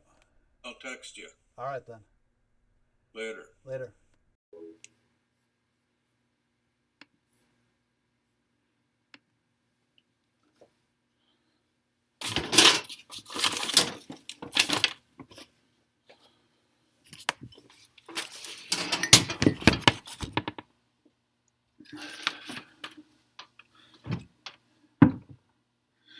Well, everybody got quiet in the chat. I'm assuming my stream is still going. I don't know here.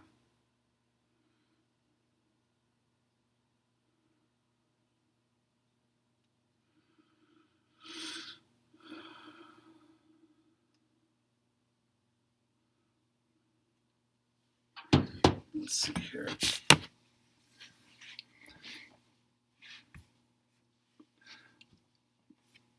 Man, it's always nice having Dan on the chat. Always nice. Let's see here.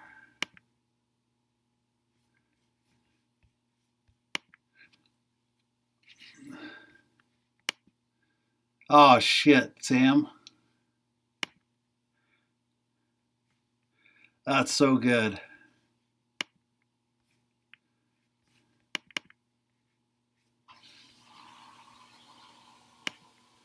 Let's see here. We're about ready to get legit here. Not so legit that we couldn't also quit, but pretty legit.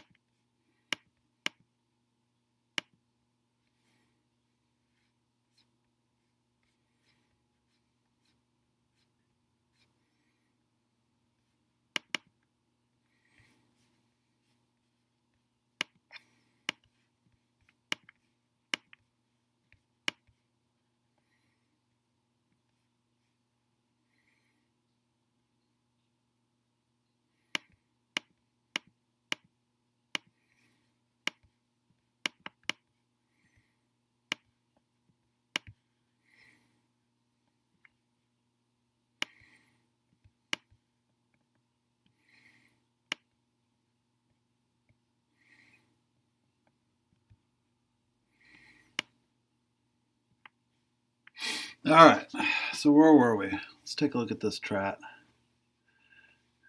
Did I say trat? I think I meant chat. Where's my chat? There we go. There's my good. I'm still here. Okay, Ian. So when I buy one of these things in like 5 years, yeah, I could do that. I could do that, James.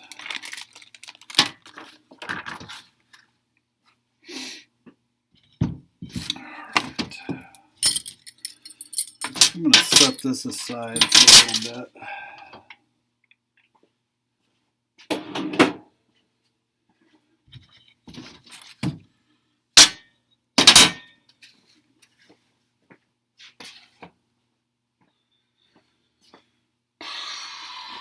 Maybe not. What does it say?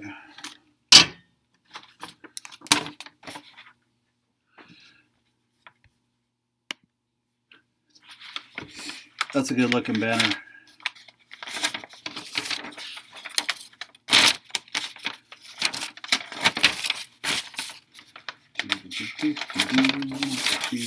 So let's set up. Let's see what we got here.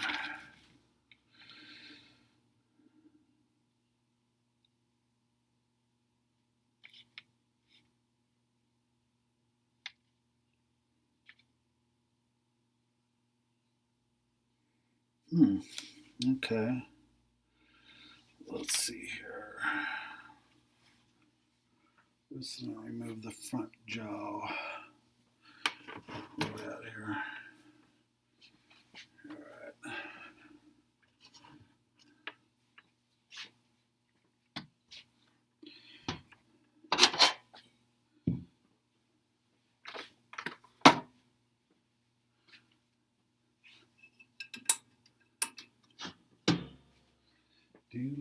Do.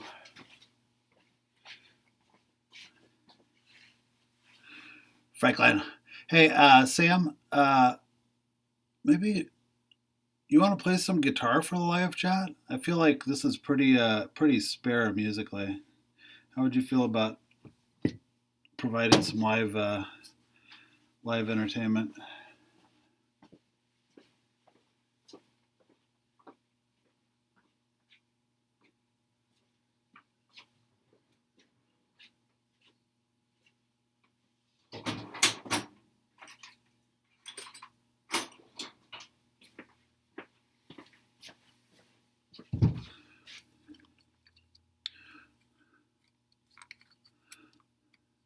All right, everybody, I gotta take a piss break really quick. I'll be right back.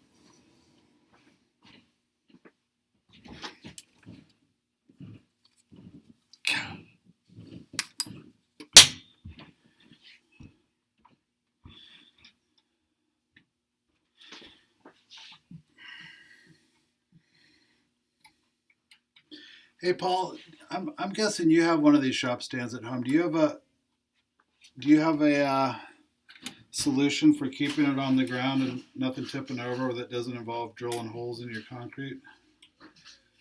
I'm thinking about just throwing some weights on it, but and I noticed it looked like oh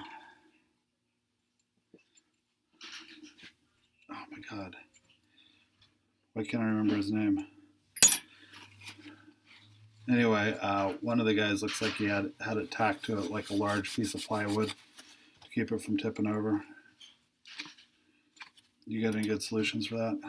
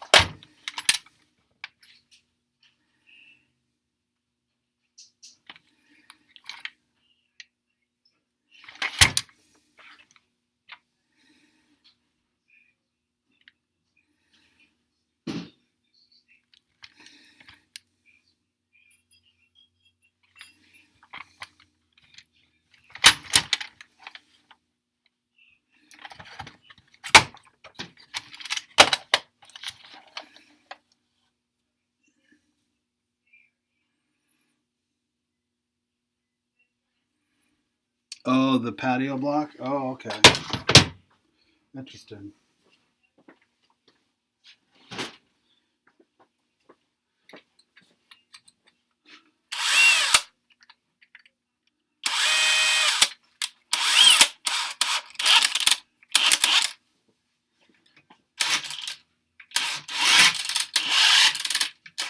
What is up with that clutch?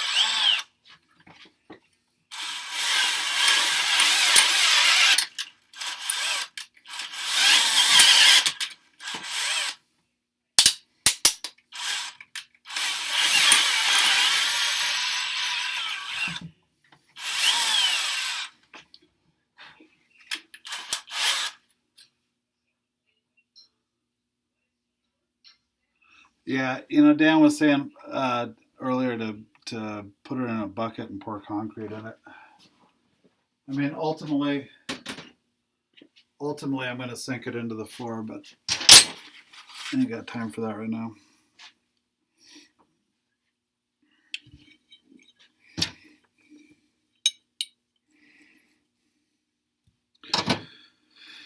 Let's see here. So this goes in.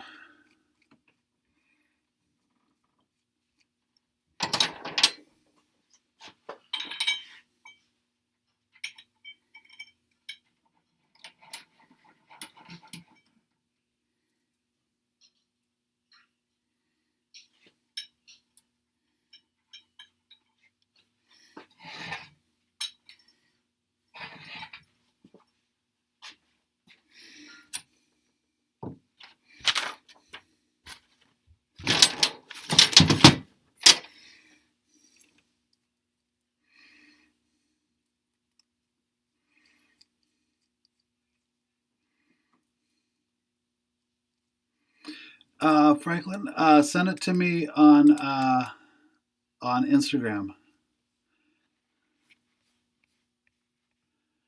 Dang it, now I gotta have another window open. Let's see here.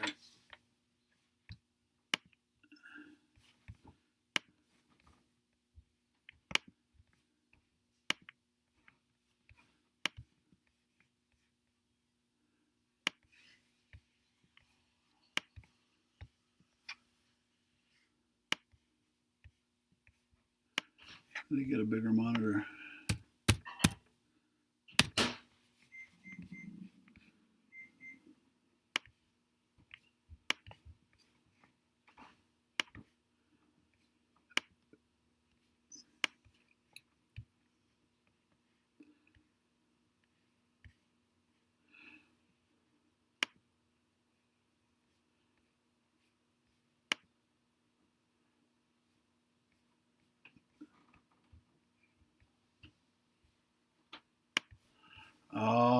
getting some nice people saying nice things about me on Instagram. Let's see here.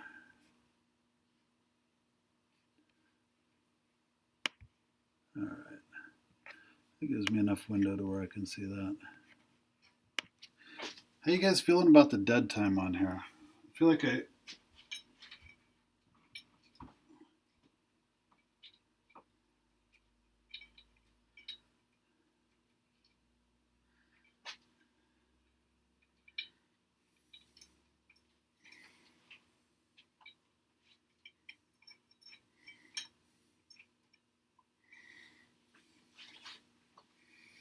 oh, this has got to be challenging to get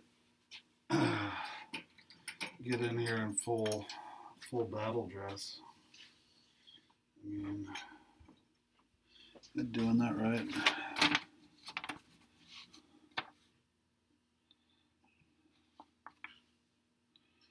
Maybe take these things off.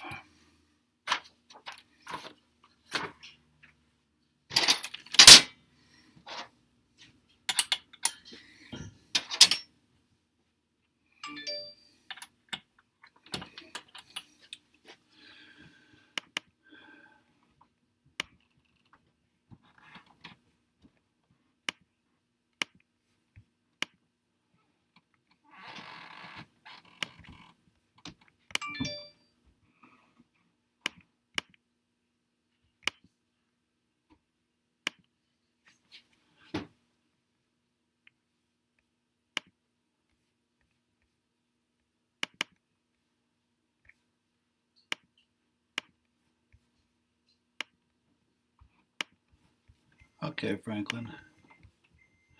Let's see what we got here.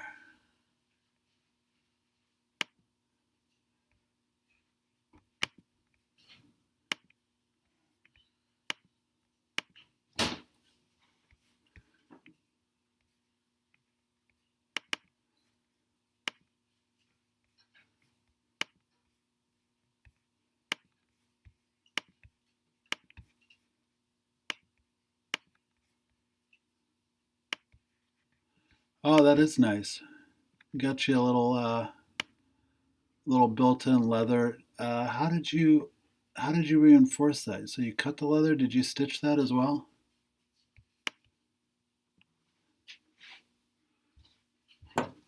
Trevor, that's the point of this, man.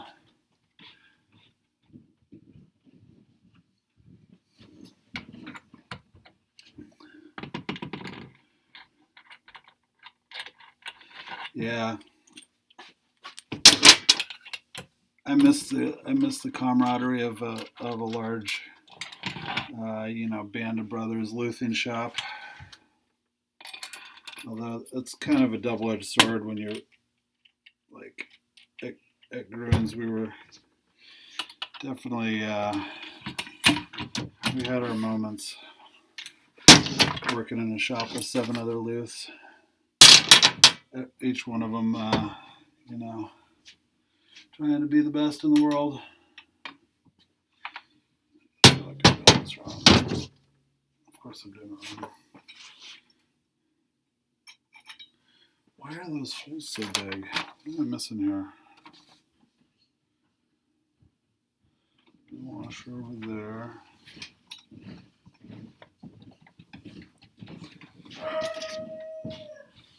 Does the washer go in there? I imagine you need it on that side.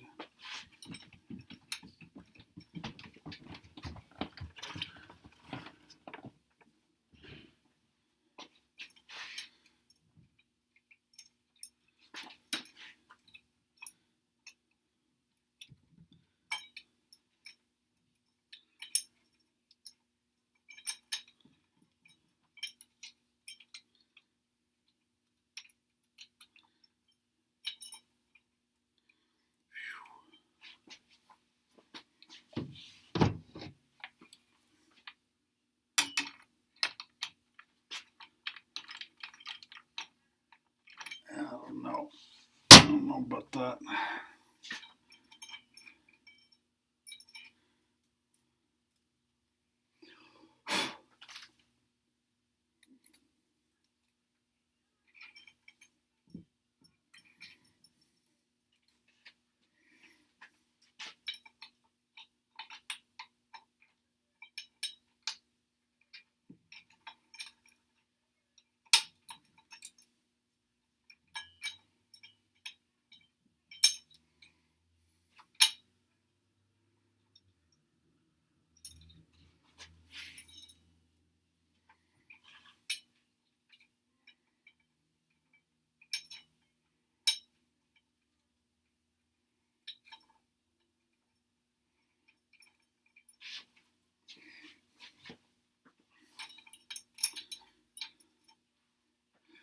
So Sam, I was telling people you did such a good job with Stairway to Alabama that I feel like I'm maybe abusing you a little bit. I feel like that episode of Seinfeld where Kramer got an intern. That really was a masterful piece of. Let's see here.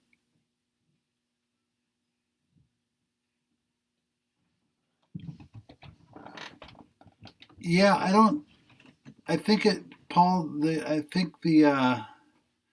I think those screws are just too short. The socket-headed cap screws.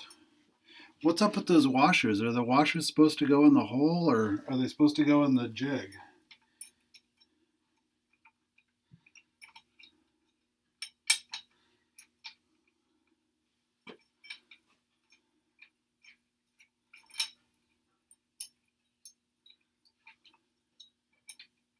I think I'm losing those washers. I think that's a hindrance. I don't know what those are. I don't know what those are for. I almost feel like drilling that hole out so that the cap screw can go in there a little further.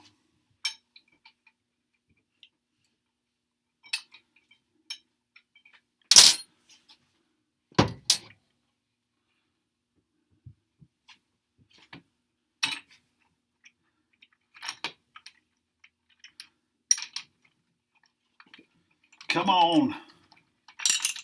Oh, you motherfucking.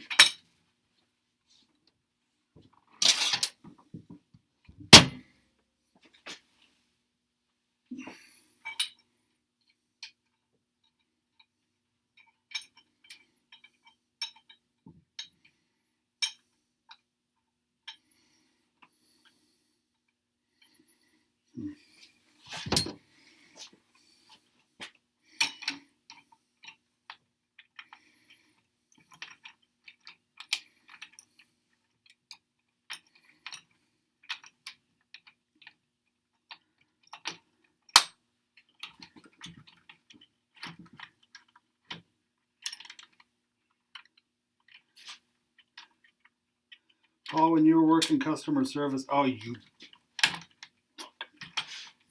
shit. Fucking.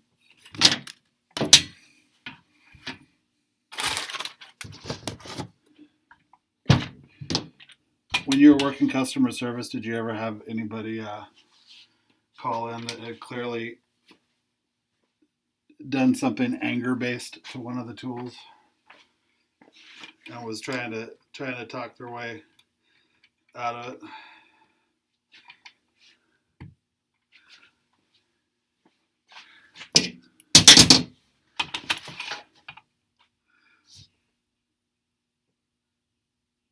It did not come with IKEA instructions. Actually, the instructions for it are pretty good. They're not even like.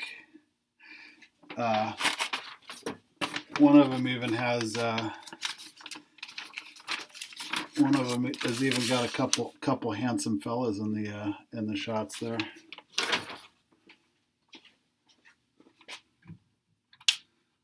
Oh, there we are.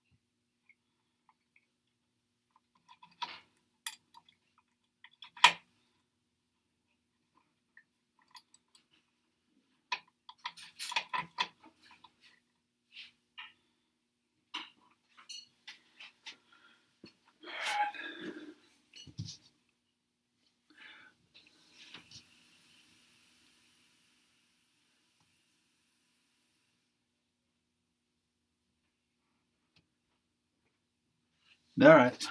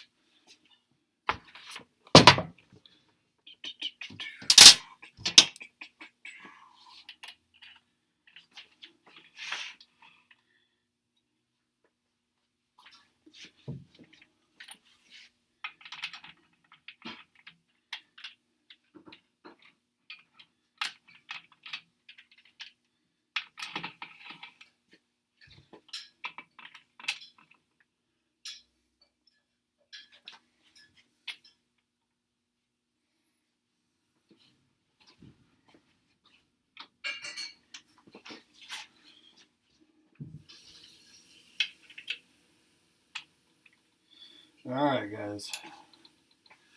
In that chat, start hitting me with all them setup tips, yo.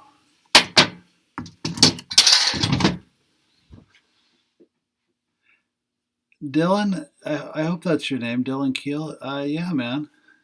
You bet. This is gonna be fun. I think. I think this is gonna be a thing.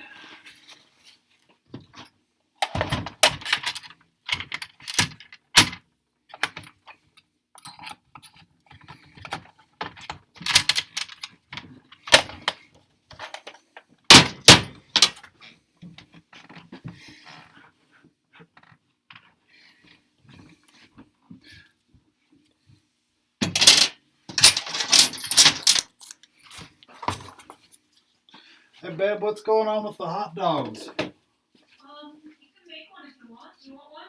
Yeah, I'll throw one in. Are there enough left for us both to have some, or? Oh, okay. There's also all that cabbage stuff. You know what? I'll have the cabbage stuff. We can heat some up for you. Yes, please.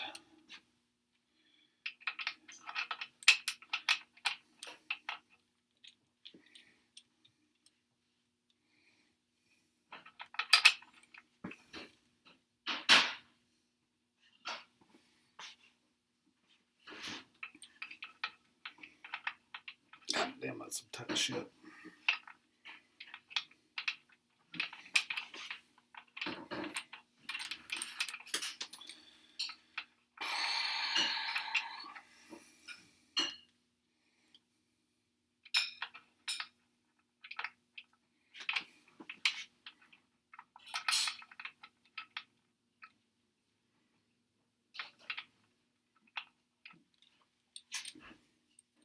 Oh, that doesn't go there. I don't know what I'm doing. Let's see, so where did that go?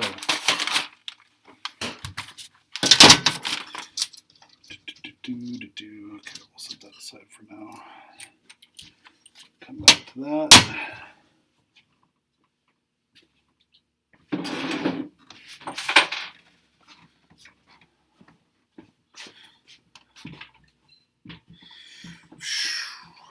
Boy, I don't know.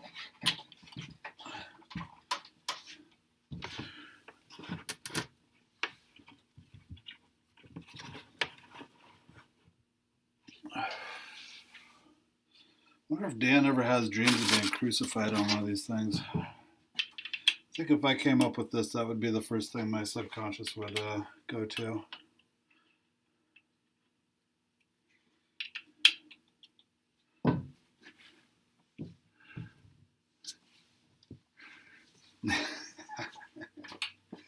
Are you guys gonna do one? Who's brave enough to do the live Luth tradition here? Oh, mother shit farts.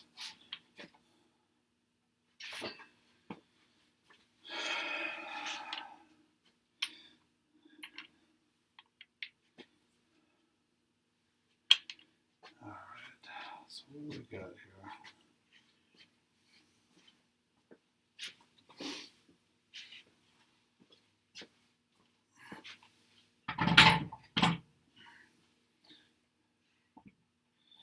That's not super helpful.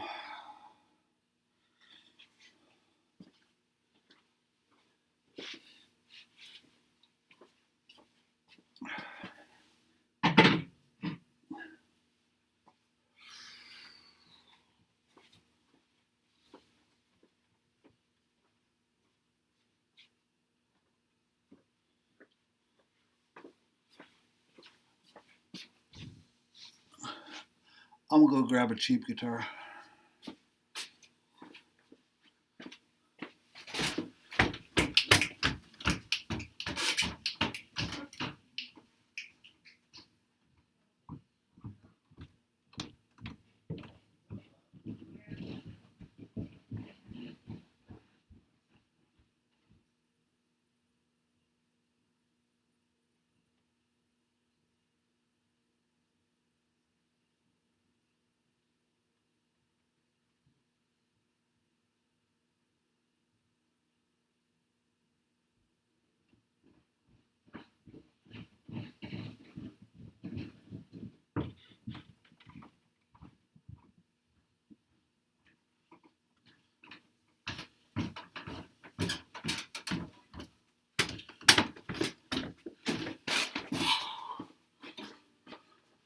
Motherfucking Potomac.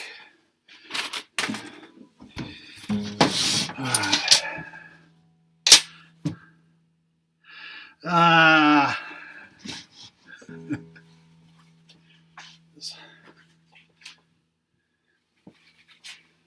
see here. Look at all this business. Slide it in. So I'm guessing these measurements on here, if I was to measure that bout, divide it by 2, kind of like this, Paul. So I got 15.5. So I bet, what is that, probably 7 on either side would be pretty good.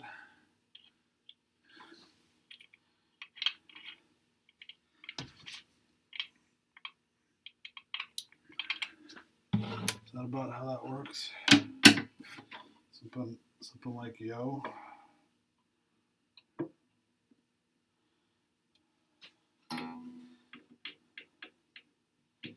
So these bad Larrys over here then.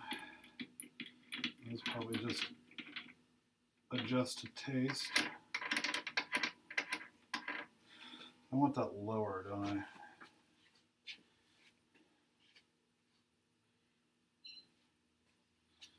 Everything comes in. Go there.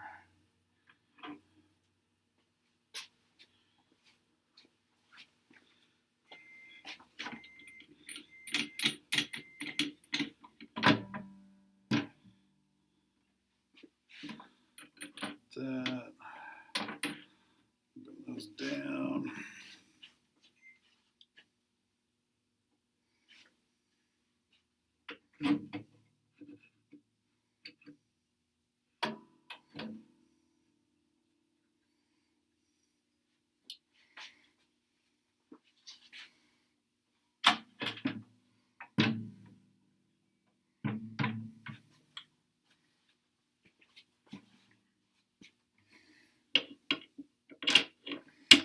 Is this really frustrating to watch? I've been teaching my wife to play video games, and I know what it's like to watch somebody fumbling with something. She's getting really good though. She's getting real good at DayZ.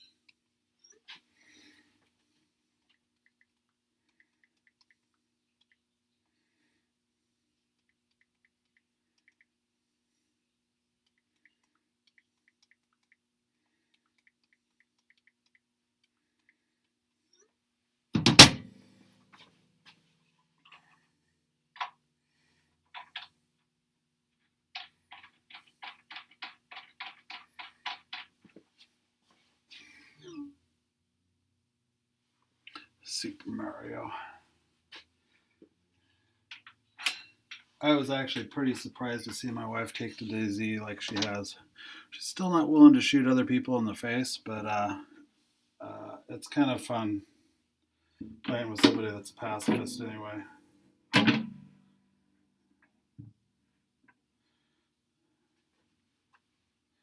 So I guess I want to add the straps, huh?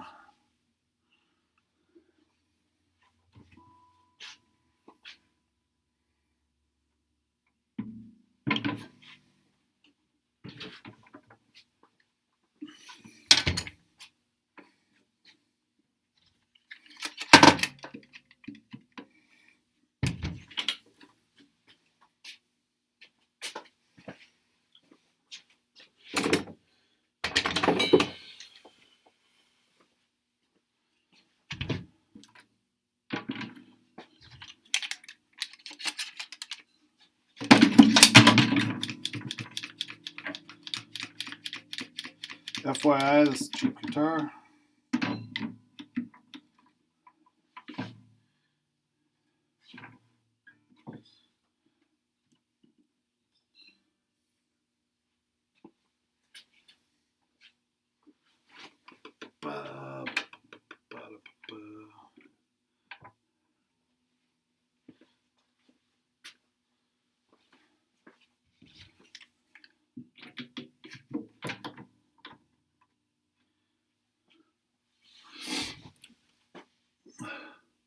Corey, I'm just farting around with a Potomac that I got kicking around, just trying to see what's what and who's who here.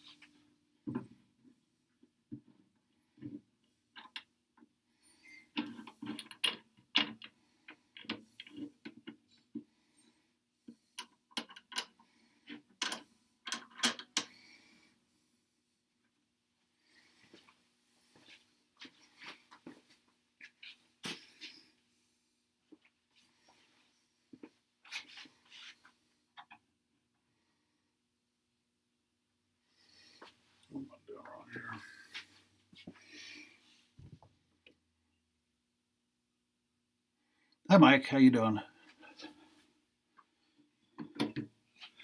Mike, you missed Dan Erlewine helping me set up this jig, but I'm still kind of, that's what's going on. It's not zeroed. Still kind of futzing with it. And this is my first time using the Dan Erlewine neck jig. Now that seems hard to believe. But that right there is just where it's at. I'm trying to figure out how to get this set up, ready to go for a guitar that I have a twisted neck on.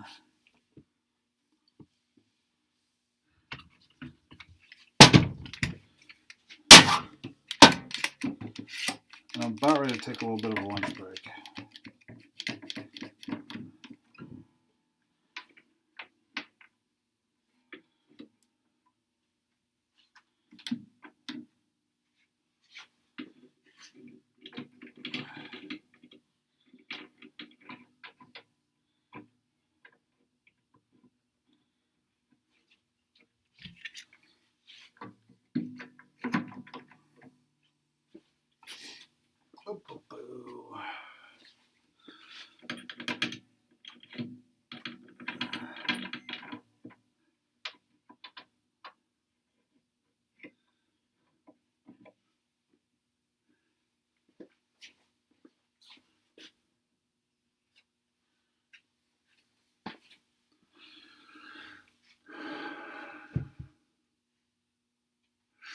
Raise that headstock support for the strap setup. What did I just did? Need more words than that. Actually, I'm gonna take a quick lunch break, so you can tell me all about it. Just hold that for a second.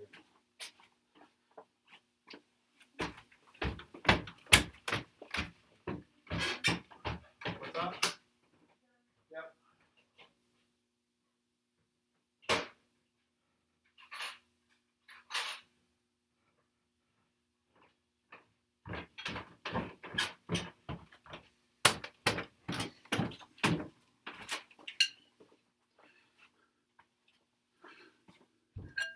Hi, James.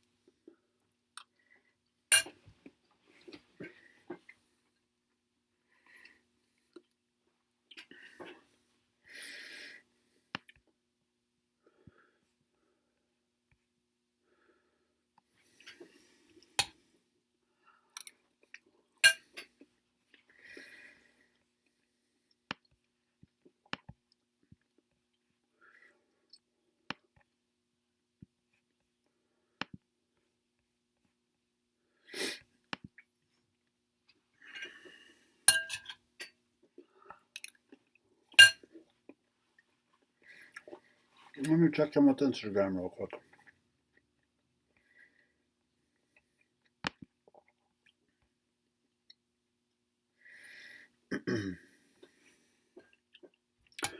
Yeah, Paul, I'm thinking about the scissor jack for that too. Also, I'm trying to recreate a twist in this, so I think I'm going to have to grab that scissor jack and like scissor jack one side of the headstock and then probably quick grip the other side of the headstock. So I might have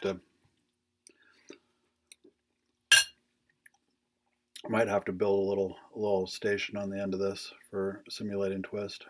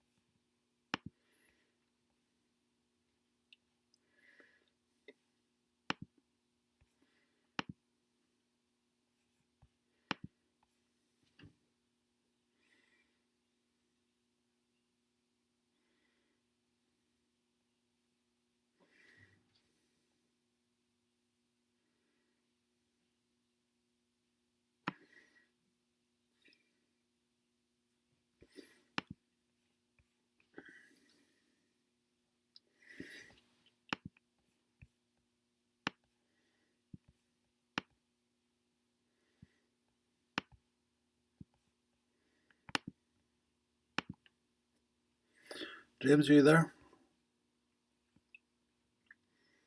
Oh, I can't resize this. Okay.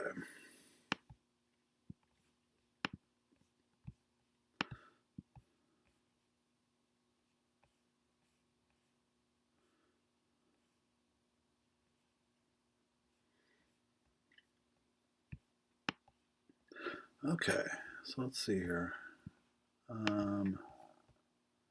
This a little bit bigger.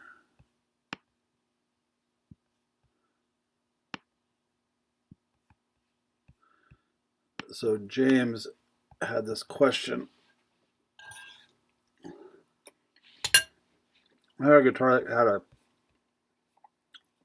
kind of a dirty crack here. James says, first I stained it yellow, then I sealed it with Zinsser and the grain lines were very faint, so I decided to scratch over the grain lines with a scalpel. Then I used an artist pencil to draw on the grain lines over the existing ones to get them to come out more. I think this is where I made a mistake. James, the other thing to take into consideration there too is a lot of times those grain line popping is it's something that's going to naturally happen over time with UV. Like Plek and grain lines just don't pop until the wood is aged a certain amount. The other thing that you can do is you can let the guitar, you can sand it back to wherever you're going to sand it back to, and then let it sit in a window for a while. And a lot of times that'll make the grain pop in just a couple days if you get good UV on that. Getting good UV on the repair is I can't do it at Lark because we have UV inhibitors in all the windows, or not UV inhibitors but UV filters, because Buzz doesn't want guitars to age, so I don't have a really good window for doing it. But if I did, I would definitely hang things in the window for a couple days before I start working on them. Let me see, you're in the chat here.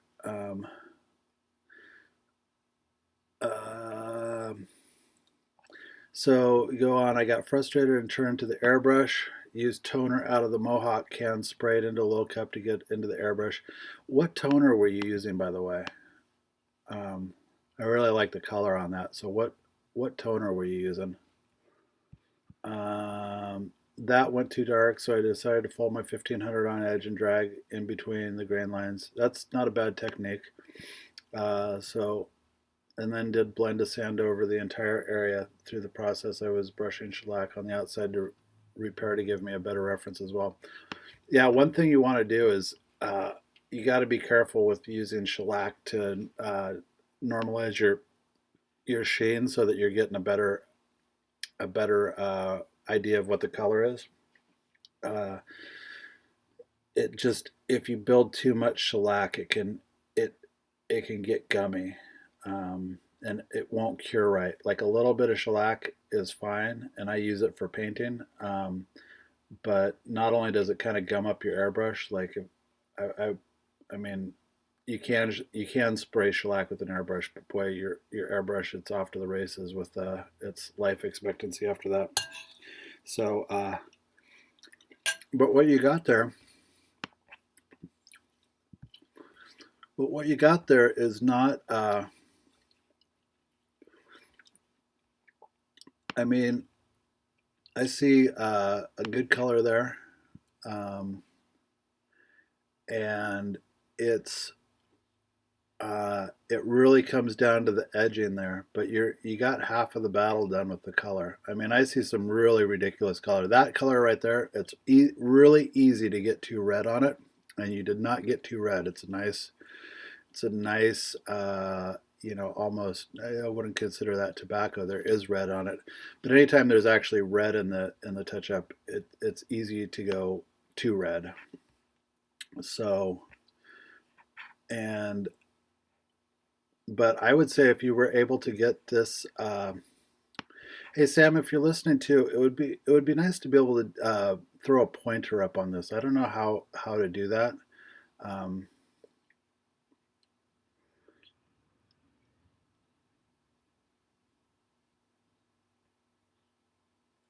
Yeah, James, what you said about shellac, that's been my experience with it too. Like one coat hand rubbed on bare wood is pretty groovy, like anytime it goes over pre-existing finishes, it's got to be used very sparingly. Look at you throwing the green in. You remember what that's called from the class?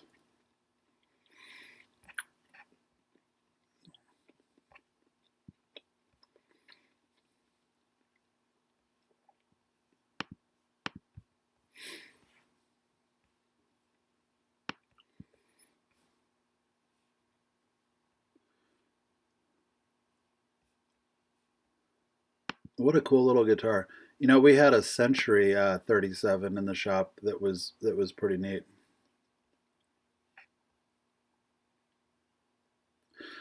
James, so on the question of nitro to normalize the sheen, I mean, I just go over it with naphtha and get a glimpse at it and see where. Yeah, Van Dyke Brown, that's a good toner. I wish I had all those Mohawk toner colors in the rattle can. They're pretty cool. I bet you added some green to that. Did you add green dye, green pigment, or green toner from the rattle can?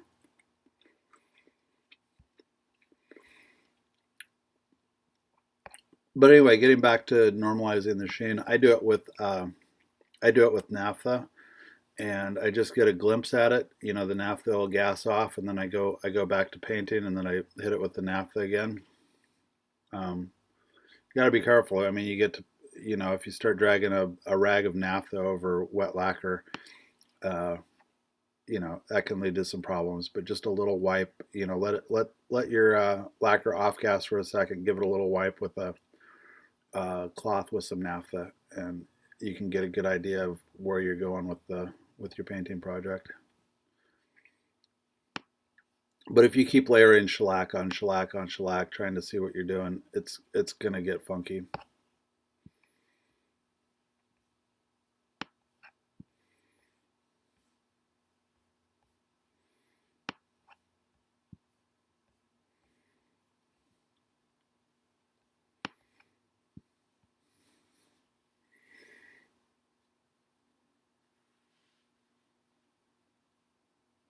So I can mark up and preview. Let me see. Let me see how that would work.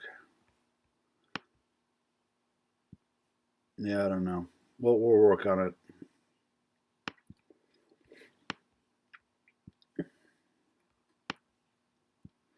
Well, thank you, James. I'm glad you're liking this. I'm certainly liking it.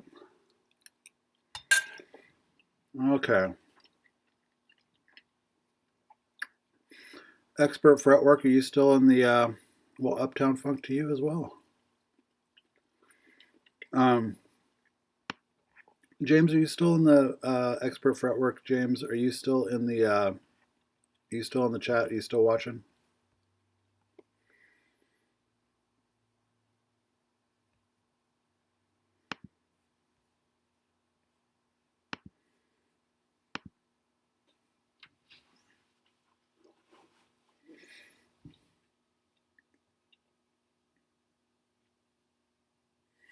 Oh man, I forgot to throw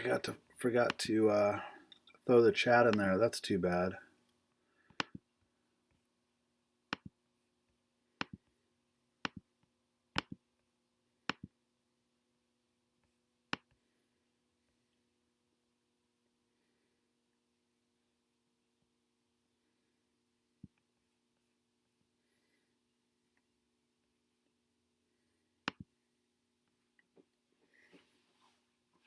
You want to do a little tester? Make sure I'm hooking up Skype right.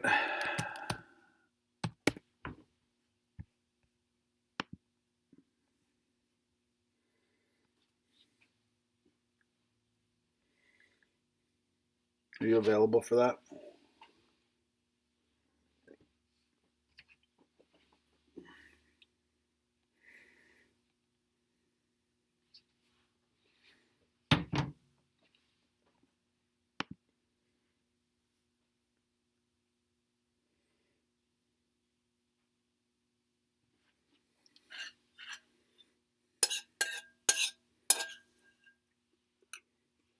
All right. I'm gonna call you on the Skype here.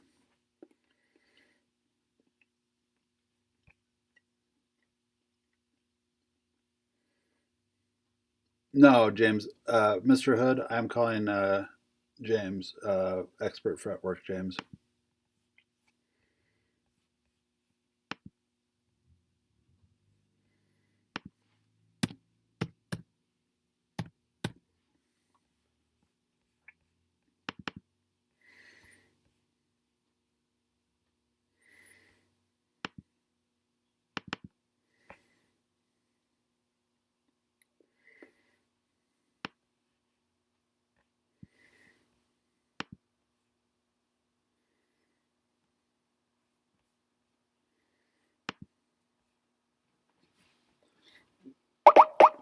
So James, go ahead and find your. Oh, uh-oh. Says you're unavailable, bud. Were you pooping?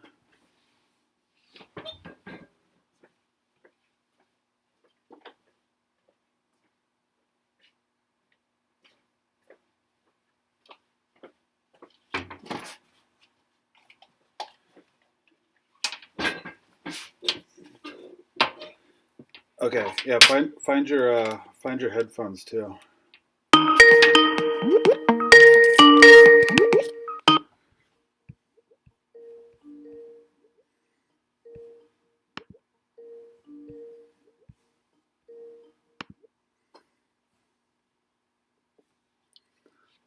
James, how you doing? I'm good. I'm gonna turn my camera off to save bandwidth. And you got your headphones in?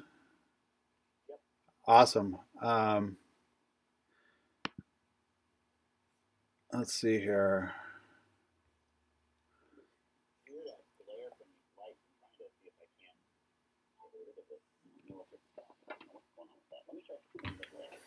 Okay.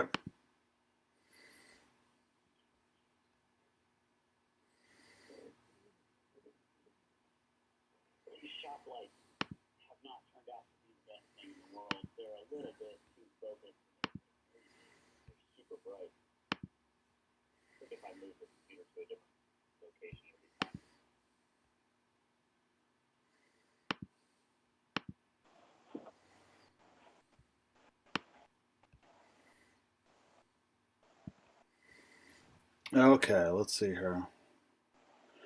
And then we'll go ahead and get that over there. Oh boy, that's some bad frames. Let me see here.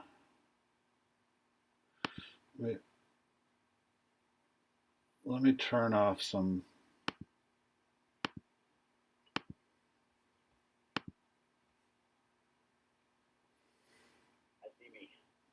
All right.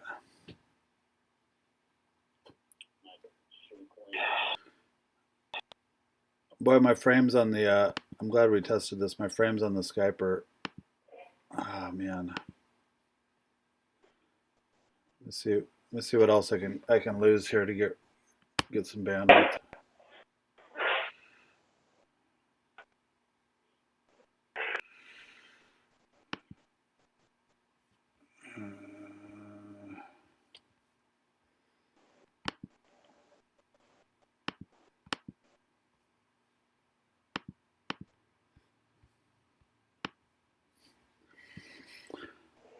All right, let's check out these properties.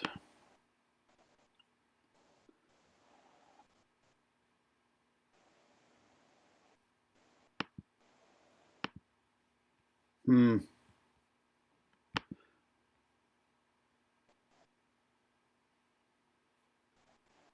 Let me just try reloading this.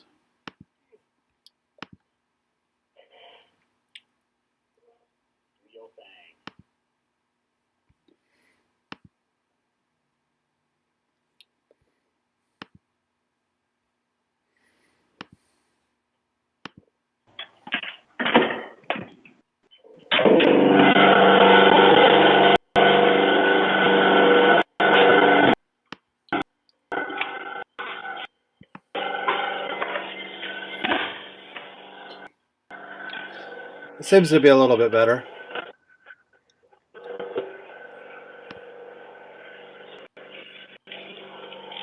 screen regardless. So.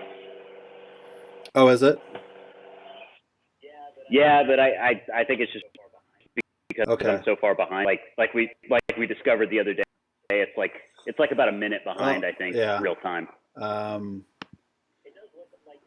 It does look like now that I'm watching it, it does look like it's tracking a little bit better though. I think restarting it helped.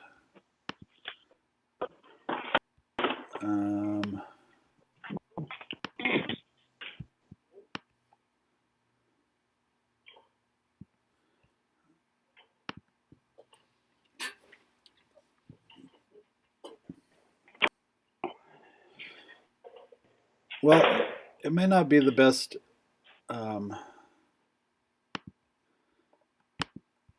frame rates, but it's more about the talking. And if we get some pictures of like the Plek machine and stuff in there, it'll be nice. Yeah, this would be fun. If you want, I could throw a guitar in there and like actually run it through a scan so you can see real time what it does. Yeah, I think that would be useful. Let me figure out where this chat can go.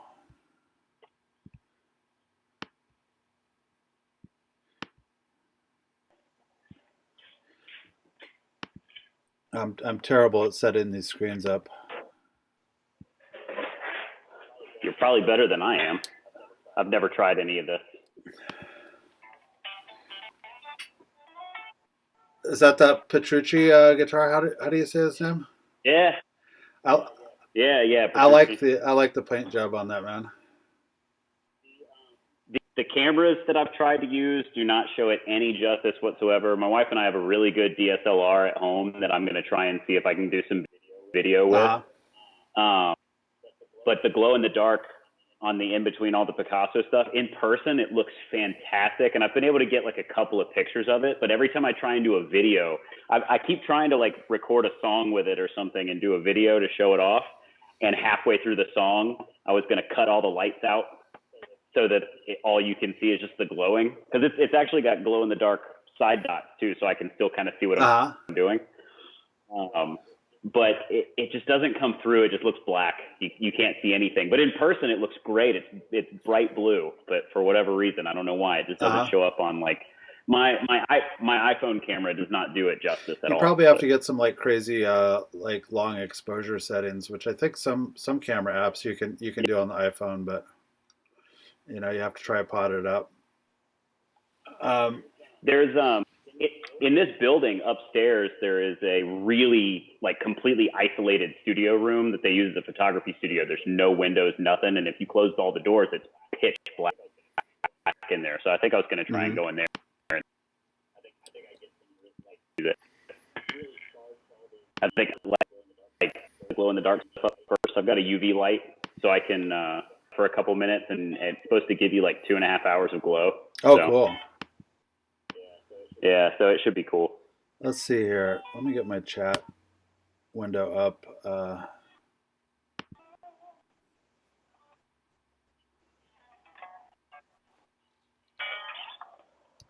All right. Well, we're about a half hour away from our scheduled interview time. I don't know if it's useful to wait that half hour, or if you want to get rolling, or.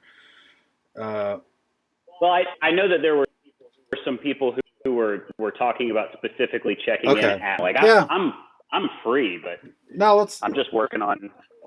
Let's hold off. I'm just finishing up lunch. I'll mess around with this neck jig a little bit more, and then we'll meet back here. I got all the settings set up, so we should be good to go. Cool. All right, man. All right, I'm gonna charge my computer up for a bit so I can take it around the. See you in a bit.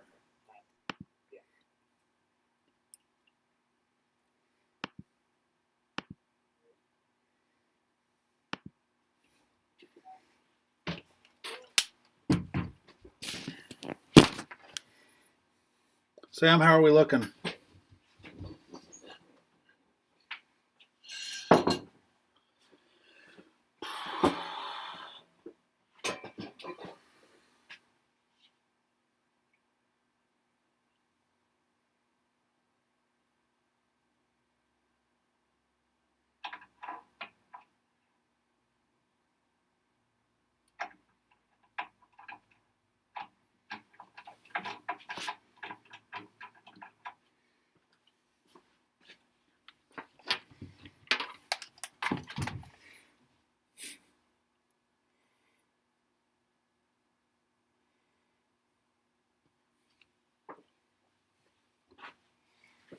Oh man, this. You think it's good? All right. Feel like I need to. I don't have this downloaded or figured out how to do it, but I can do the.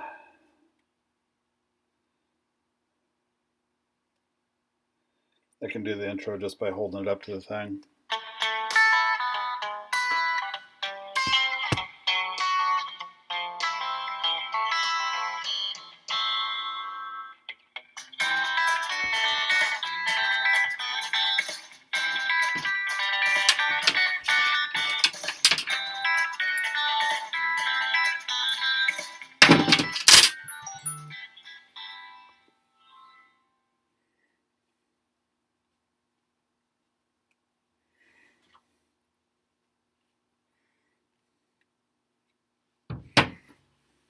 Let's see here.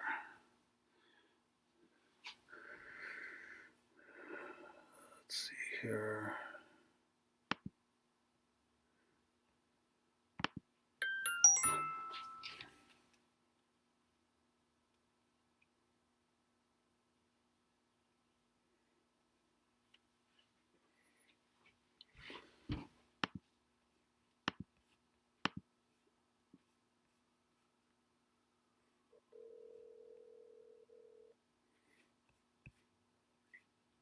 Okay, where do I?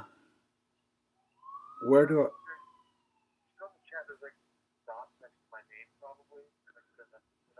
Oh, okay, okay. Hold on. In the chat.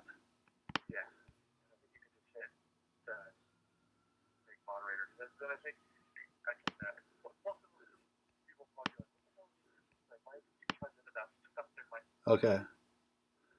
Add moderator. Awesome. You're now a moderator. But don't delete dick pics. We need those. Okay. Okay. Nothing red. Okay. Okay. Bye.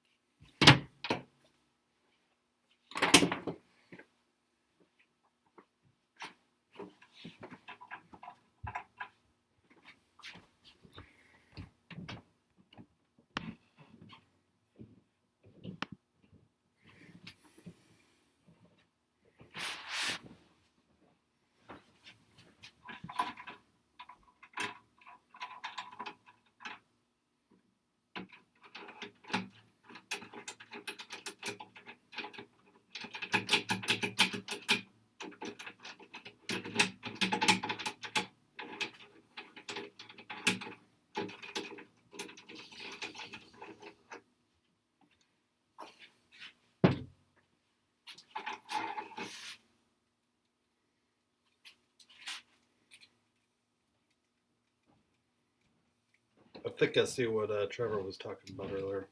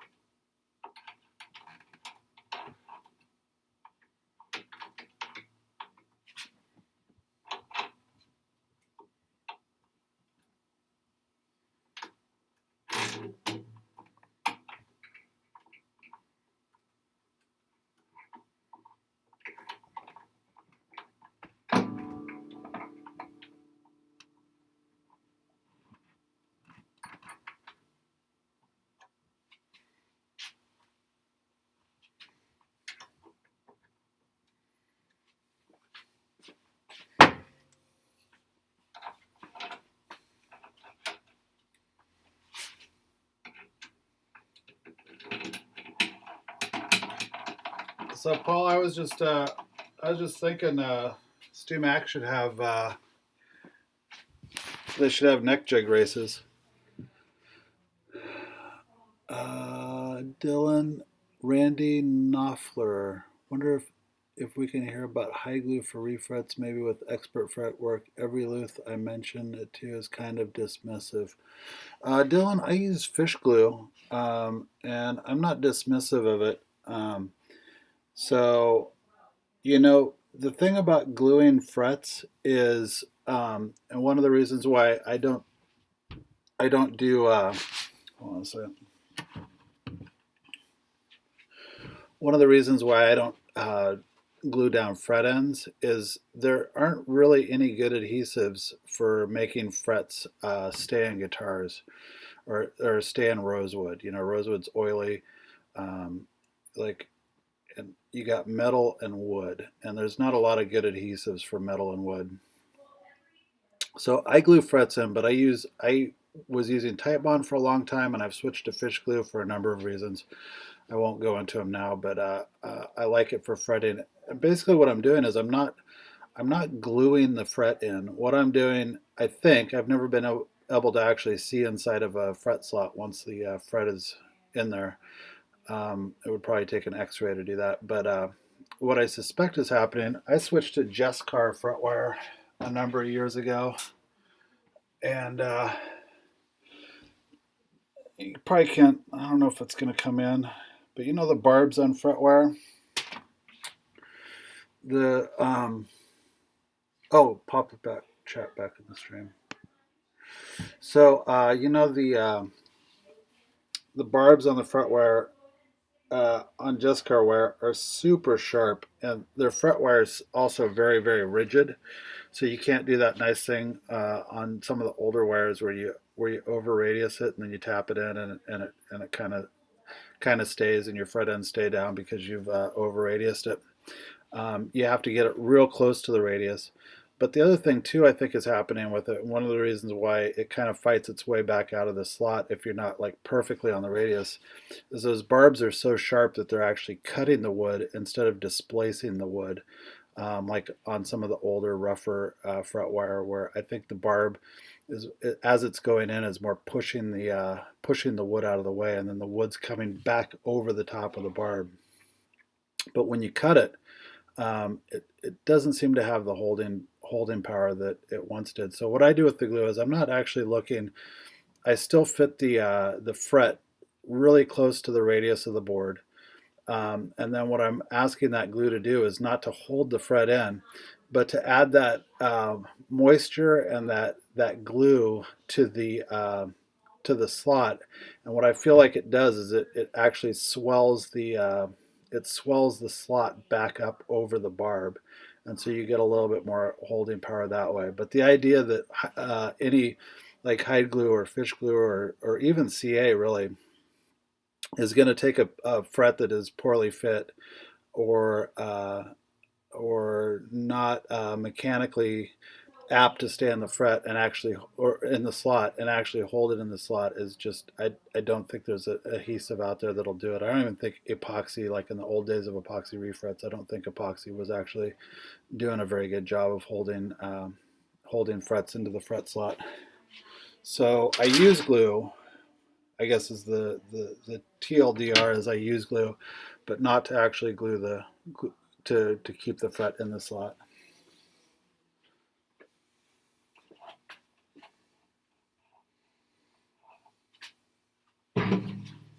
Ah!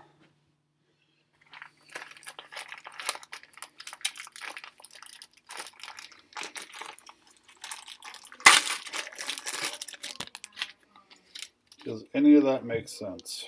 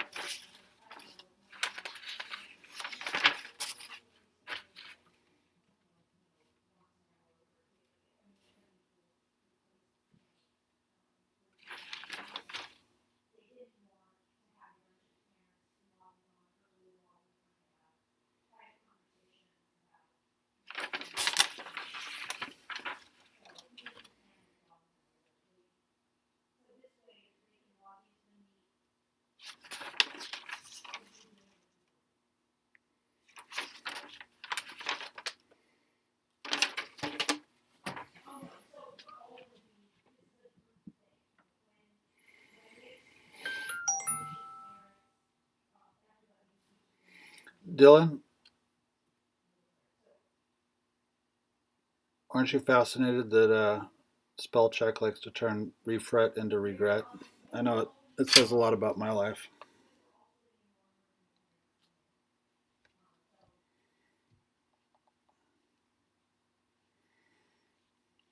Oh shit, I got a customer coming over right in the middle of the interview. James. Oh shit, he's a talker too. God damn it. I can't believe I did that. I thought he was going to come over earlier and I totally spaced him.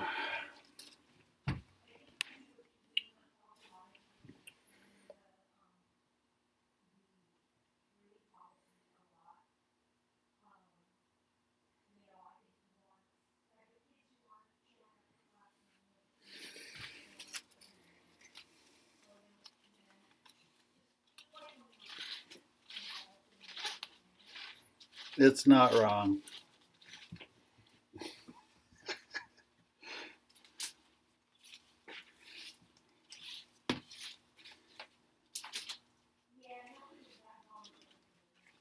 So how does this go on here?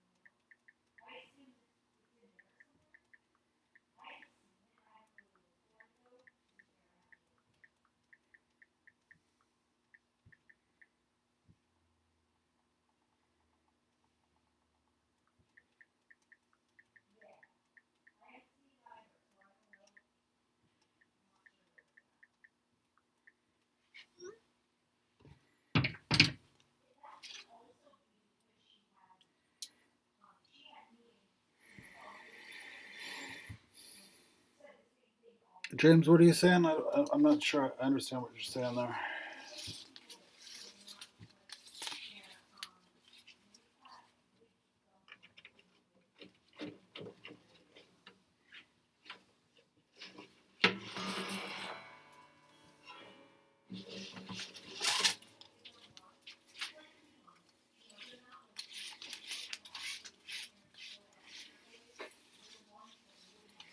Oh, okay, I'll do it. Yeah. Or for the drop off, I get it. God dang, the lag is hard for my old brain to deal with that latency between me talking shit and you guys talking shit back.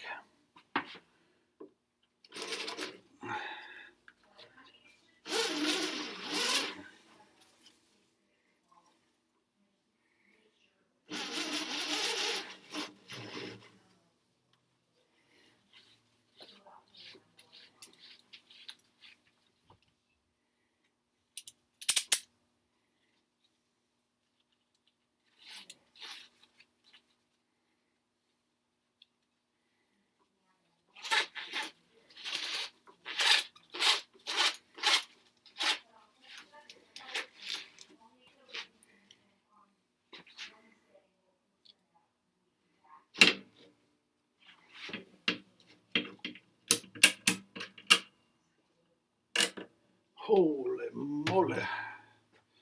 Strapperino.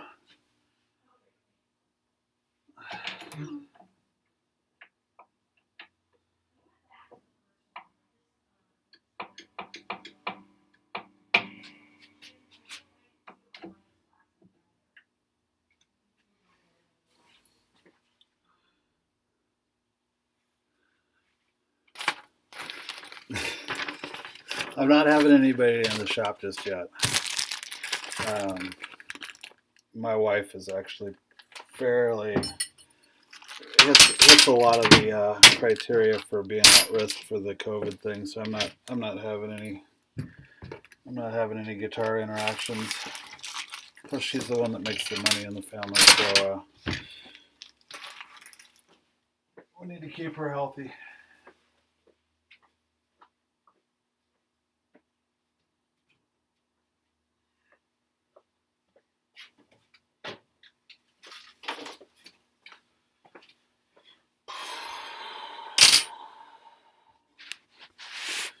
Anybody else got any guitar questions? I should probably check my Instagram really quick and make sure nobody's sending me any queries.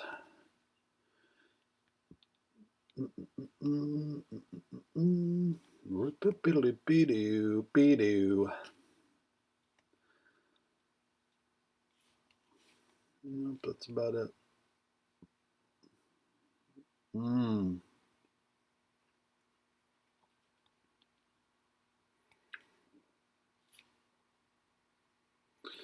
Am I on Facebook? I am. I'm not. What do you mean, like to be Facebook friends? We can be Facebook friends.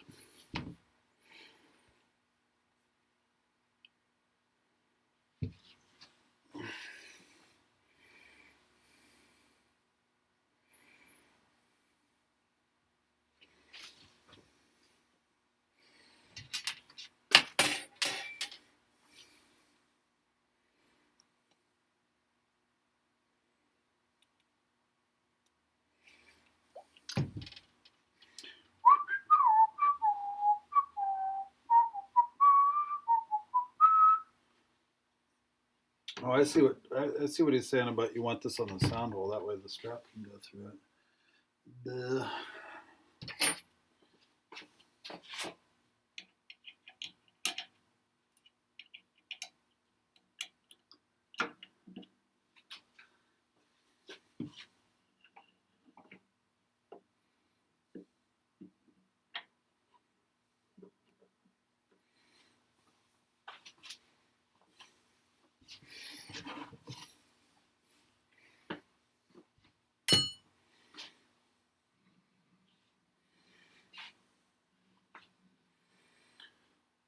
Oh.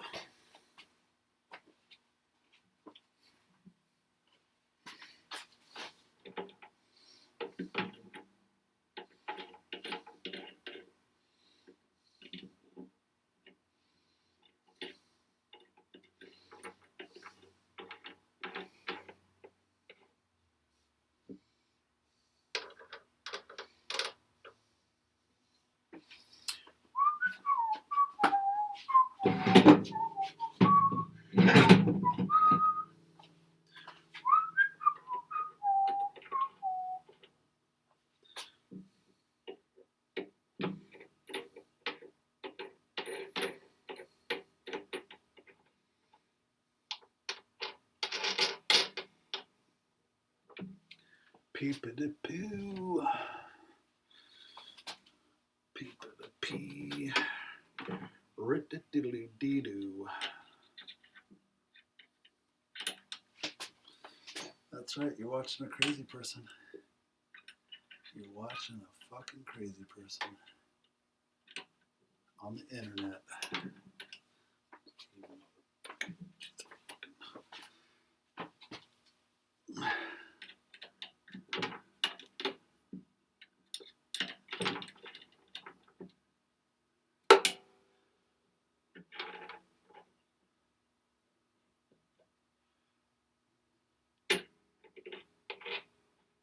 Hey Paul, if you're still in the chat, how long has this iteration of the neck jig been around with the extruded?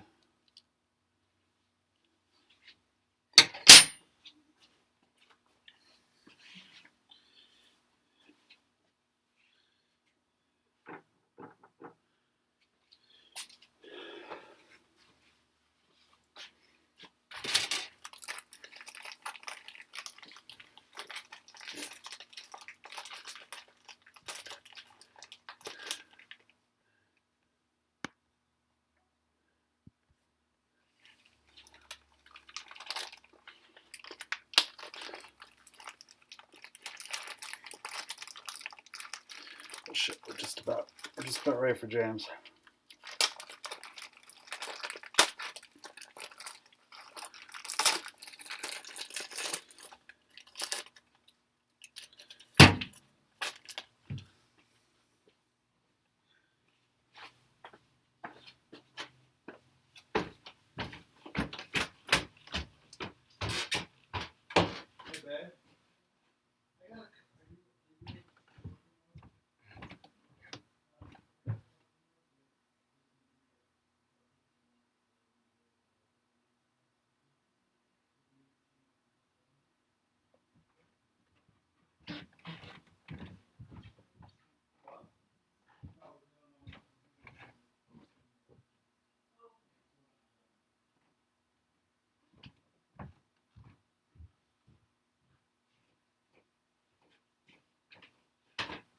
Do you have a respirator?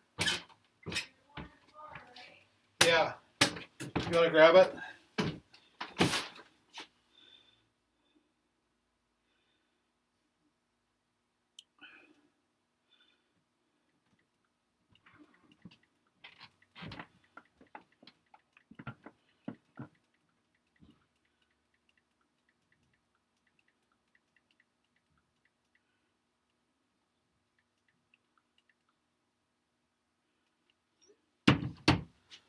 All right.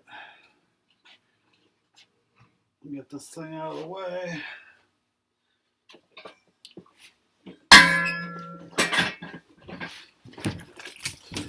Danny.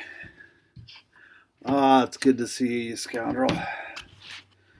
Let's see here. Skype. And then let's make that chat properties. Let's do.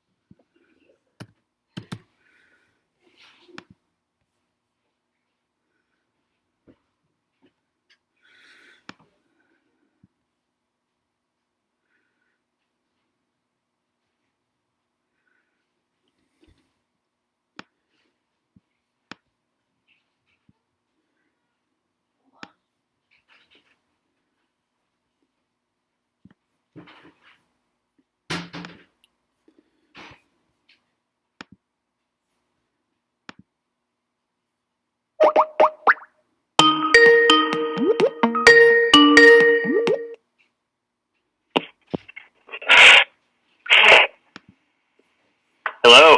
James, how you doing? I'm good. All right. Let's see what we got here. Oh my God.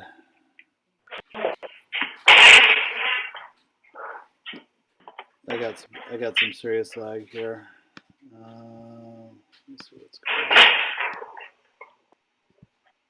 Some resizing issues. I thought I had this all sized up. Hang on a second. I've got the live stream up still. Let me mute that. Okay. Yeah, I'm definitely not a pro. Right. I'm definitely not a pro live streamer now. Let me see. This size. I think we're looking pretty good here. Oh my I think so too. This thing. I'll tell you one thing. OBS it's a little shaky. Okay, I'm gonna need you to put down your phone and pay attention now, James. Yes, sir. I'm making a quick announcement that we're going live. Okay, that seems like it's within both of our interests. So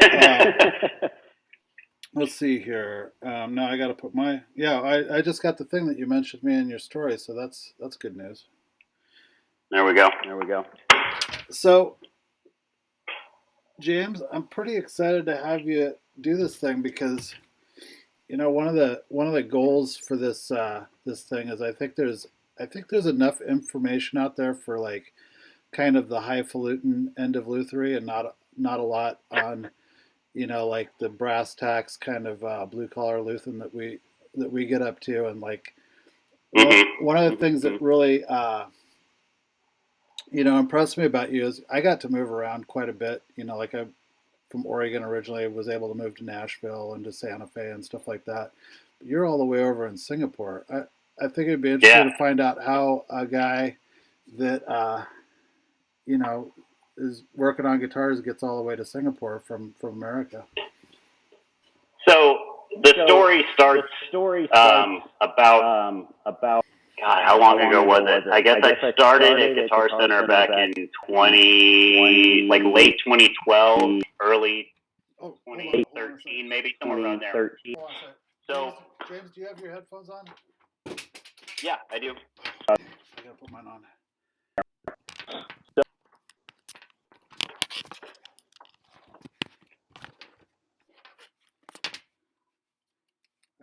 you still hear me? I can hear you. Okay, good. So, like I said, I think in 2012 or 2013, I can't remember when I started at Guitar Center, but I started the Guitar Craft Academy in California.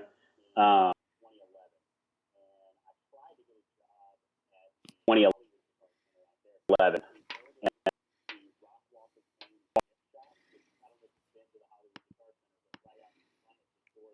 Which I don't know if you've been to Guitar Center.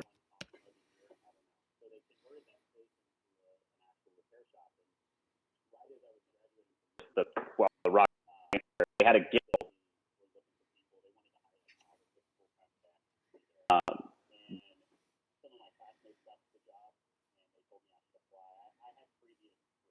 People, they wanted to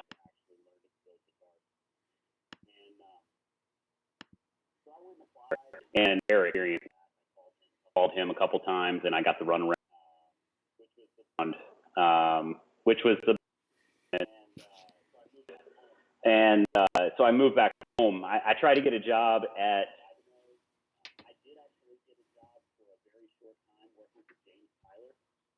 Tyler. I was his assembly guy for a little bit, for literally like a month. It was more like an internship thing. To what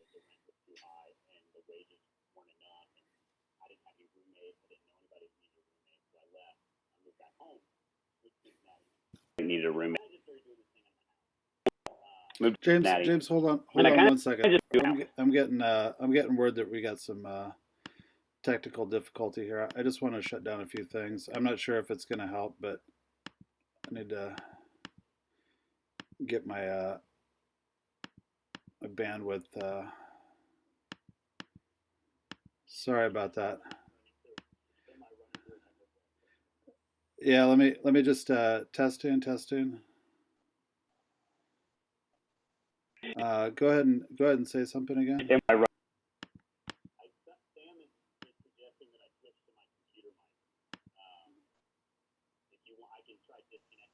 I can try disconnecting from the Bluetooth. Okay, yeah, let's do that.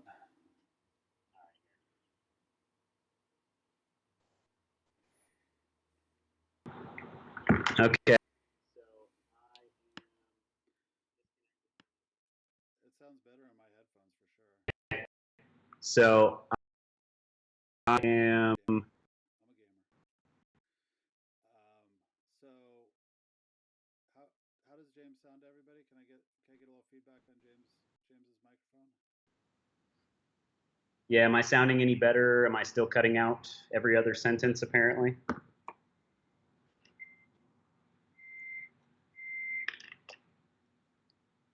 I don't know if you'll get a more live chat feed than I will.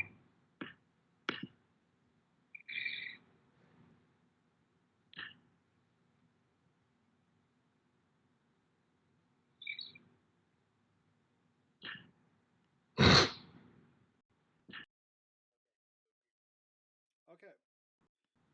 You want to start that over from the beginning? Yeah, I'll start over. So just quickly recap. I went guitar technology, a pro guitar player is pretty hard.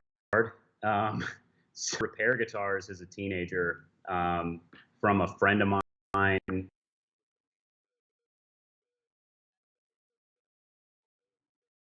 Eventually I got a job working there, and that's kind of where I cut my teeth on some repair stuff, just setup stuff.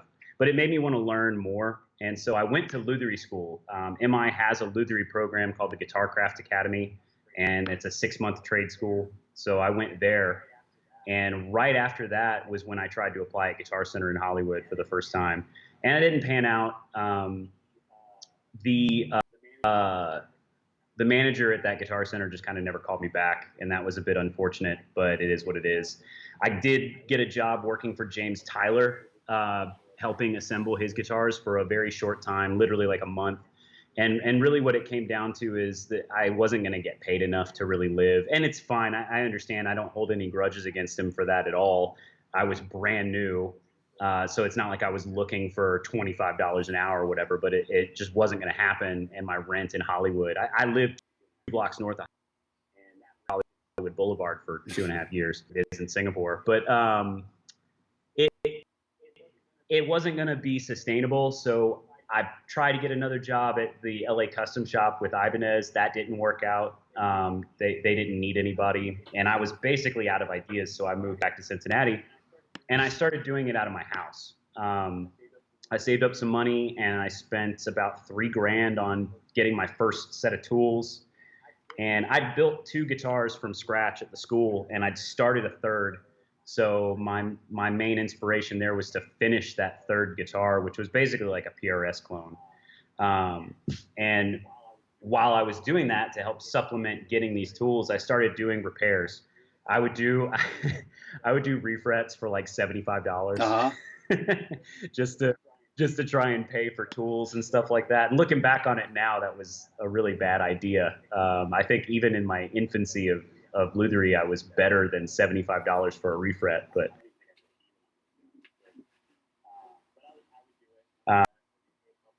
nonetheless, and it helped kind of get me started. And after a couple years of doing that and just working other jobs, just other bullshit jobs, like I was a server at a restaurant and I was tech support for a software company and stuff like that. So eventually I did get a job at the Guitar Center in Cincinnati. And that kind of is where I really started to take off, because doing this every day, like having this be my real job, not just a thing I do on the side, really took it to another level. Like, and like learning, like you're an employee of Guitar Center, but you really kind of ran your own business. You were in charge of your own shop. So like I would go buy my own supplies and the store would pay me back for it. Like I'd save the receipts and stuff like that. But you really kind of learn how to, like, you're your own customer base. You're your own interactions with your customers and stuff. So it helped me learn of that. Not that I necessarily handle from other jobs in the retail industry, but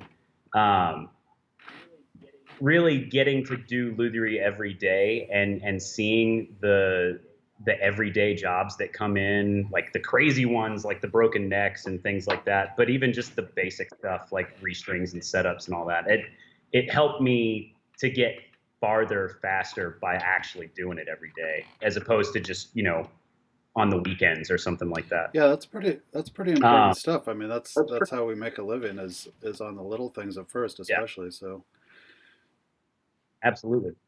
Well, so the way that I got out to Singapore, shortly after, I'd been working at Guitar Center for probably about 4.5, 5 years, and an opportunity came up to move to Nashville. The school that I went to in California opened up a sister school in Nashville. There's a Guitar Craft Academy there. One of my good friends and former teachers is a guy named Steve Mather. He was running that school as the lead instructor, and he asked me to come down and help be a part-time instructor and a teacher's assistant. So I jumped at it, and over a weekend, I hung out in Nashville for like 3 days, and then I drove back and I got the phone call like, hey, so do you want the job? I was expecting to have to interview, and like I was thinking I was like months away from that. And then come to find out I had like 3 weeks to get there. So I left Guitar Center and I moved down there, and the job at the school was only going to be part-time. I needed something.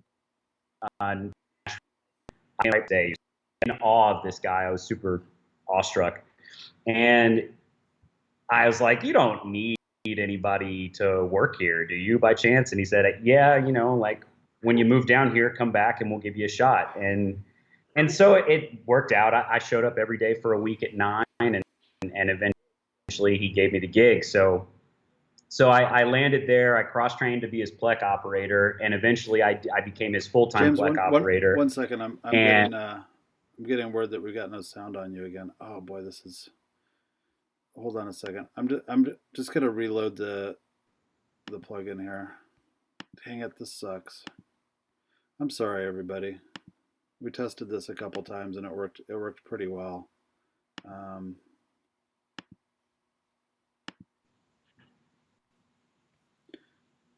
James, can you give me some audio?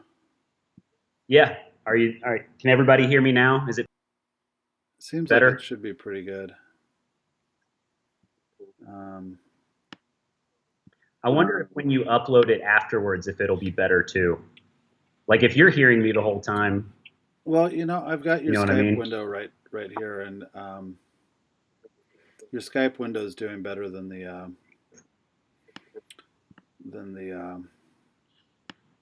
preview and the streaming platform there. So okay, so Glazer said come back and we'll give you a shot. Oh wait, hold on. Yeah, so I got the gig I at believe Glazer. it's your mom says that you need to start over about Glazers. So reel it back. I'm on. Reel it back to you were down interviewing for the school, was it? Basically, I interviewed for the school without realizing I was interviewing. I talked to the guy in charge of the school there. I talked to that guy for, I don't know, like an hour, and didn't realize the whole time. So when I got back to Cincinnati, he called me like 2 days later and basically offered me the job. So that's when I moved down. I had 2 weeks to just pack everything and leave. So I get down to Nashville and I walk into Joe's shop and he shows me around, and I caught him just in time, and basically I ended up getting a gig that way where he tried me out for every day for a week, and it ended up working. So I trained to be his Plek operator, but initially my job was just anything related to electric guitar maintenance and repair. Guitars, I would change pickups, I would do setups. I was the main electric guitar setup guy for a while, and I would spend maybe 2 days a week working on the Plek machine stuff. And then eventually the guy who was in charge of the Plek left, and I was pushed into that role full time. That took about 2 months.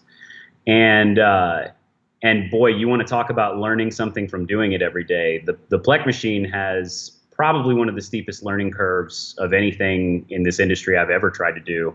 And you're talking about a shop where pretty much every instrument that comes in there goes through that machine. And I had a backlog of about 35 guitars every day, constant for 10 months. Pretty much never went away. Yeah, I've heard the Plek machine is not like you can just like throw anybody on it and you get good results. I guess there's still quite a bit of skill involved in operating it. Me and a lot of the guys that I know that operate them all kind of have the feeling that if you know how to do the old-fashioned way, you need to understand the physics of frets and what makes them work versus what makes them not work and buzz out and things like that before you can really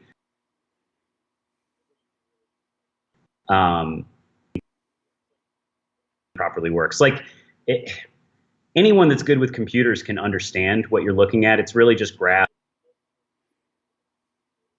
and it's like royally screw up a guitar if you don't know what you're doing with it. So there's that. But finally, getting to what brought me to Singapore, the Plek brought me to Singapore, actually. It's funny, the guy that hired me to work at Guitar Center he had left Guitar Center and was working for this company that I work for now. The parent company is called BandLab Technologies, and they own a music retailer in Singapore. It's based in Singapore, but they're in 8 different countries in Asia, and we do distribution as well. And if I didn't say it, it's Sweely Music is the name of the company. So they needed someone to run their repair program. We have one other tech. His name's Gerald Lee. I don't know if he's watching or not. He might be asleep. It's 1 a.m. here. But they had one other tech here, basically like a setup tech, and he needed to be a real luthier. So we're working on that. I've got him doing headstock brakes and Plek work and all this other stuff, and he's come a long way in the last couple of years. So they needed someone to run all that stuff for us here, and they had a Plek machine right back there. I don't know if you can see it. I'll take the computer over there in a minute, but they needed someone to run that stuff. They were doing promos where they were selling like high-end guitars, got a free Plek, and they sold like 100 of those things and over the course of a couple years, and didn't have anybody to run the machine. So when I got here, there was a backlog of about 85 instruments that needed to be run through the machine, which is fine. You know, you come from a shop like Glazer's where every day I have literally a fully replenishing queue of 35 guitars every single day, and a closet that never seems to get any less full no matter how hard I work the previous day. And we're at backlog in a couple of months, and then I started doing more day-to-day stuff as well. So that's what brought me all the way out here, actually, was the Plek machine and my knowledge of it and stuff like that. That's pretty cool. So did you move much out there? Did you come out with your own tools, or did you just like put together a couple duffel bags and get on a plane? So I kind of did a little bit of both. My dad gave me 2 suitcases. I had a medium sized and this massive large suitcase that they'd had kicking around for years, and we figured out you can go to like Lowe's and Home Depot and you can get these vacuum pack bags to like pack down clothes. So I literally took all of my clothes that I owned and we vacuumed them down, and I got them all into 2 suitcases with I think they were each around 50 pounds. And there was one more thing. Oh, I can't find it. I have back from the Guitar Center days, I have a Phillips head screwdriver that's about this long. I call it my big goddamn screwdriver. And I needed that, so I put that in my suitcase because I knew it wouldn't fit in a box. But all my tools, I did pack up a bunch of hand tools. We've intermittently shipped. I've had my dad ship me stuff over the last 2 years, and they one big box of like most of my, even though I have a Plek, I still will crown by hand sometimes if the job calls for it. So I've got some fretwork stuff, and I brought a bunch of that over here. But we have a StewMac account,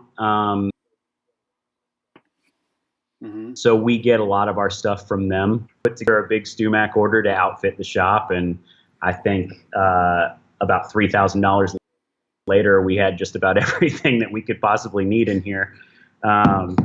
But, you know, I've got the big shop stand with the repair vise. We've got 2 of those. We've got 3 vices and 2 of the shop stands, and there's multiple rooms in this workshop. So I split it with another guy. I split it with another gentleman named Luca. The company that owns Sweely Music also owns Harmony guitars. So we're the guys that are putting out the new Harmonies, if anybody's seen them. All of that stuff gets designed here in Singapore, actually. So they're all made in the USA. They're made in Kalamazoo. Hold on 1 second. I got a customer picking something up. Just 1 second. I'm sorry to do this. Okay. Hey babe, can you go out front and grab that? No.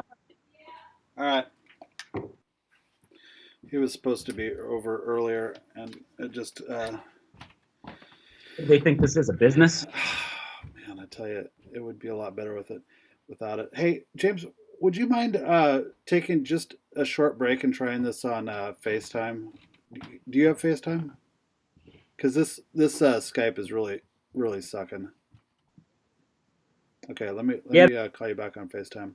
Sorry, everybody. We're gonna take just a second and switch streams here.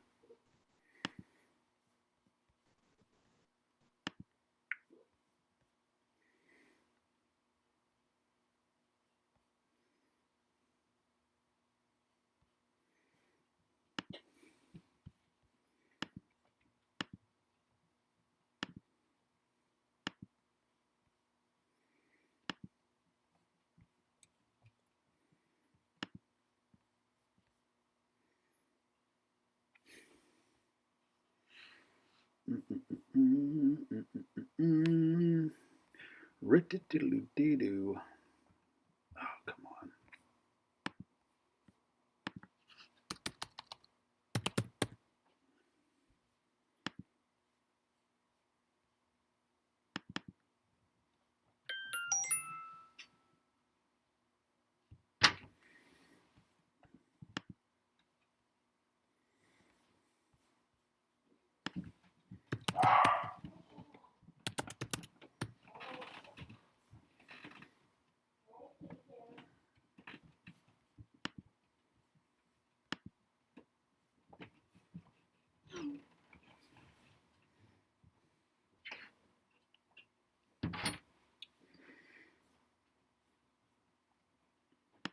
Oh, shit.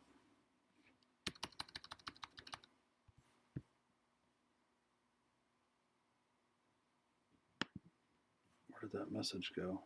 Oh, no. Oh, no.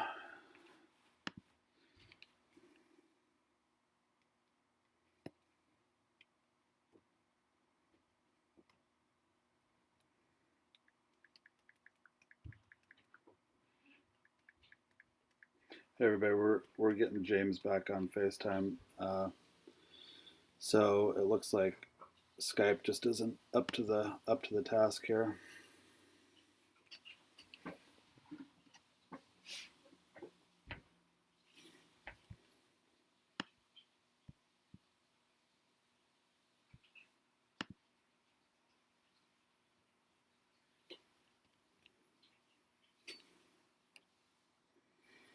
James, if you're watching this, can you send me your whatever I can contact you with Facebook or with FaceTime?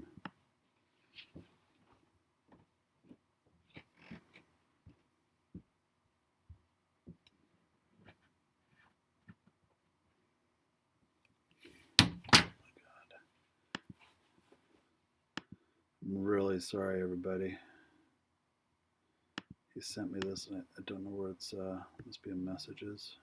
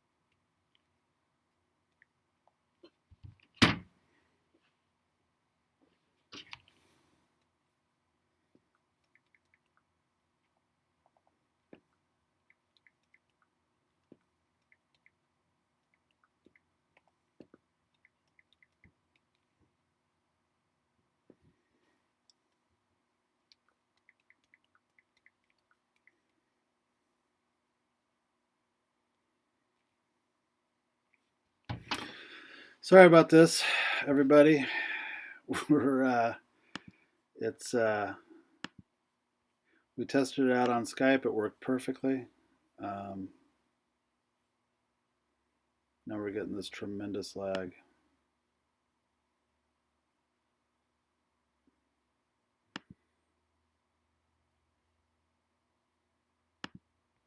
So going back to the no laggy thing. Does anybody have any questions while we're waiting? It's a little bit of lag here, but oh shit! Why isn't it coming up on FaceTime?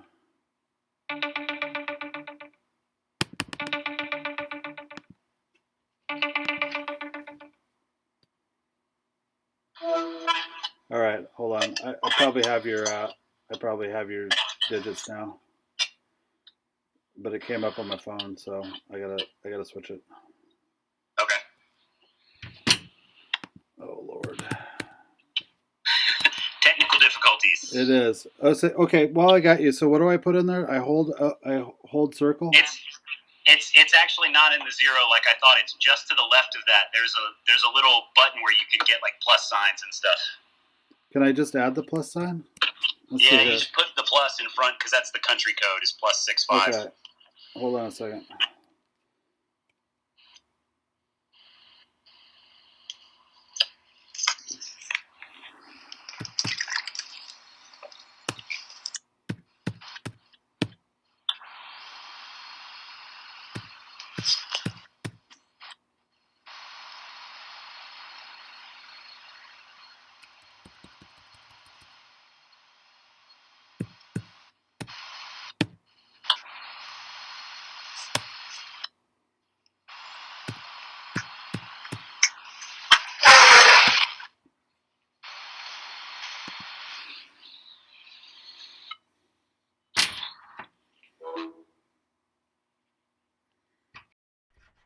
All right.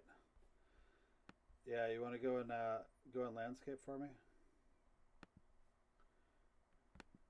Yeah, let me get you on here.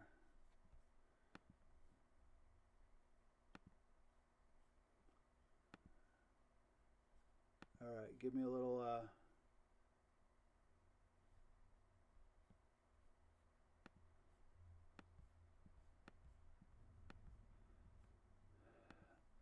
all right, give me a little sound. Sounds good.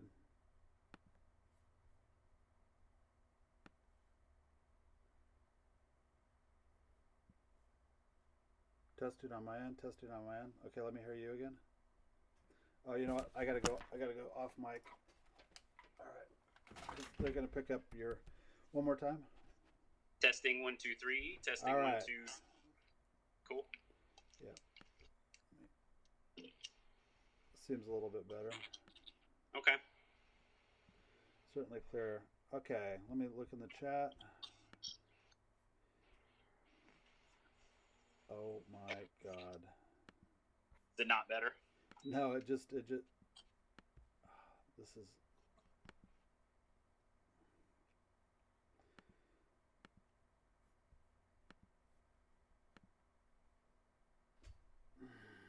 Are you still there, James? I'm here.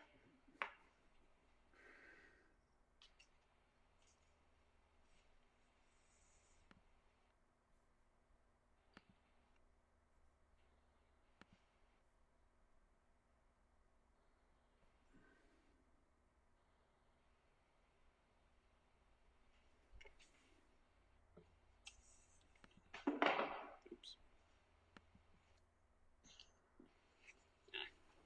Oh man, Hang on, I minimized the window. Yeah, let me get this. Let me get you back on here. Oh Lord.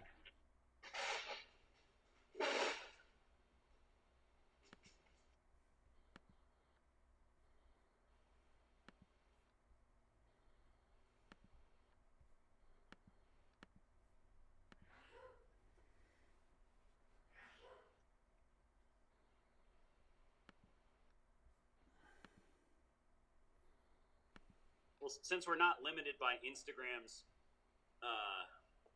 cutoff time, I can hang a little bit longer if we want to make up. Yeah, we can do that.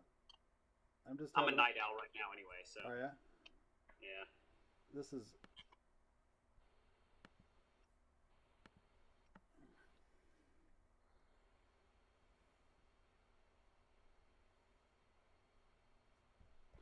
Oh, let me see here.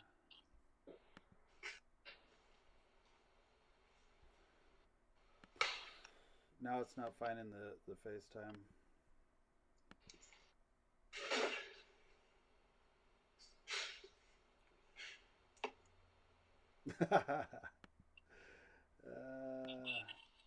I'm glad people are watching, because if I was just doing this by myself and had no shame, I'd be destroying my computer right now.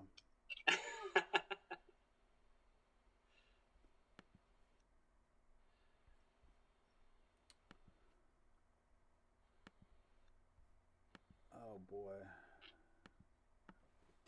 This worked. This was working.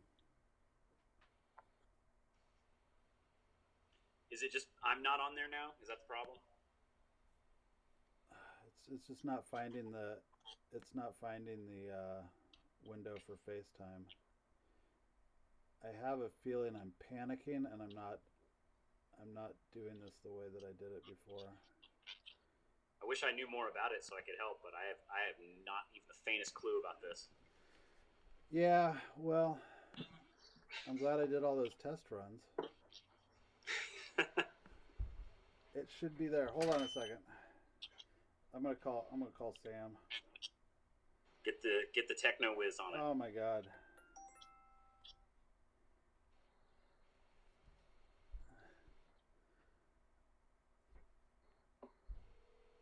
Oh wait, here it is. Now it's back. I got it. Never mind. Yeah. We'll get there eventually. Yeah, we will. All right. So I'm gonna turn my camera off up there. Okay. All right. So let me lock this. Lock that. And we're live with James Gay. You ready? Yeah. Let me throw this up here. Okay, so where were we? Were we going to take a look at the Plek machine, do you think? We can do that. I can walk you through the whole shop if you want. Yeah, let's take a look at the shop. Let's take a look at the kind of the work environment there. Okay. So, like I was saying, I split this with one other gentleman. His name's Luca Quaccarella. He's Italian. He's the chief designer of the Harmony stuff. All of the new Harmony products are actually designed here in Singapore. They're made in the USA in Kalamazoo, Michigan, but they're all designed here. So I get to help out with that a little bit. Although that's not my main responsibility. I help Luca when he needs it with projects here or there, mostly with the fretwork on them because I know the Plek so well. We put all the prototypes through the Plek. They have a Plek at the Kalamazoo factory that they put everything through. So it helps to be able to do those things. If I run into a weird spec thing, we can give the Plek guys in Kalamazoo a heads up. So anyway, this is my side. I've got some guitars hanging on the wall. Let me turn around so you can actually face them because they're kind of going the wrong way. I've got a few of my builds up here, stuff that I brought with me and stuff that I've made here. Other projects like this one, I just put some sealer on tonight. Cool. Where that one's up there. So yeah, I've got a few random projects in here that I have a really small condo here, so I don't want to piss my wife off by putting nothing but guitars in our 350 square foot house. So my gear is here, but on top of that, I've also got space over here for storage. So underneath here, we built this out to specs that I designed. The whole shop we renovated last year while I was on a work trip to Australia. So this right here organizes gig bags. There's not many in there right now because we're officially closed for business as of right now, and we can't reopen and think until June 1st. But I've got gig bag storage. I've got random projects that are in the works. This is a Martin that needs to get the binding fixed. It's come loose, and there's a few other issues. This was an Ovation where the top popped off, and the customer tried to fix it themselves with some super glue, and that didn't work, obviously, so we're going through it. This one right here is a Fender Parts telly, like a thin line telly that I refretted. So behind here, James, one second. So you're in the workspace provided for you by your employer, but you're also doing outside work. Are you doing outside work as a private contractor, or are you doing outside work for your employer? Oh no, so basically I'll build stuff for myself, but that's not really anything related to outside. I don't do any repairs that are outside work. Okay. All the repairs are done for the company. Okay. So for a couple of various things, we run the repairs under a business called Well Played Gear. We also sell used gear under that as well, and everything that gets bought in is used, gets gone over by me. Usually we Plek it because most of them need it.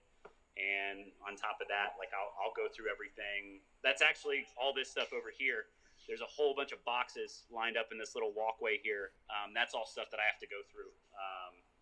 everything that gets bought in under Well Played Gear. Here's the logo for that. We got that hanging right there. Anything that's bought in under Well Played Gear gets gone over. There's also a Well Played Gear entity in the United States as well. There's a Reverb store. There's stuff on there right now. There's a crew in Kalamazoo that goes through everything over there. So there's a guy named Mike Ortiz who's in charge of sales and customer outreach for all that stuff, and he helps out with the maintenance. And there's another guy, Zach. Zach, I'm sorry, forgive me, I cannot remember your last name. He's a former GC guy as well. He's working over there at the Heritage Factory. God, his last name blanks. His name's Zach. He's great. He's a great repair guy. So anyway, he goes over everything over there for us, according to a spec sheet or a work list that I put together over here, like a little checklist that make sure that we're looking at all the same stuff. And then back here in the back of my workspace, I've got a little dirty table that I have a couple of blue pots and stuff. I love these things, by the way. I don't know if you have any. I don't have any. I don't have any yet, but I got to fondle them out at Dan's when I was doing a course out there.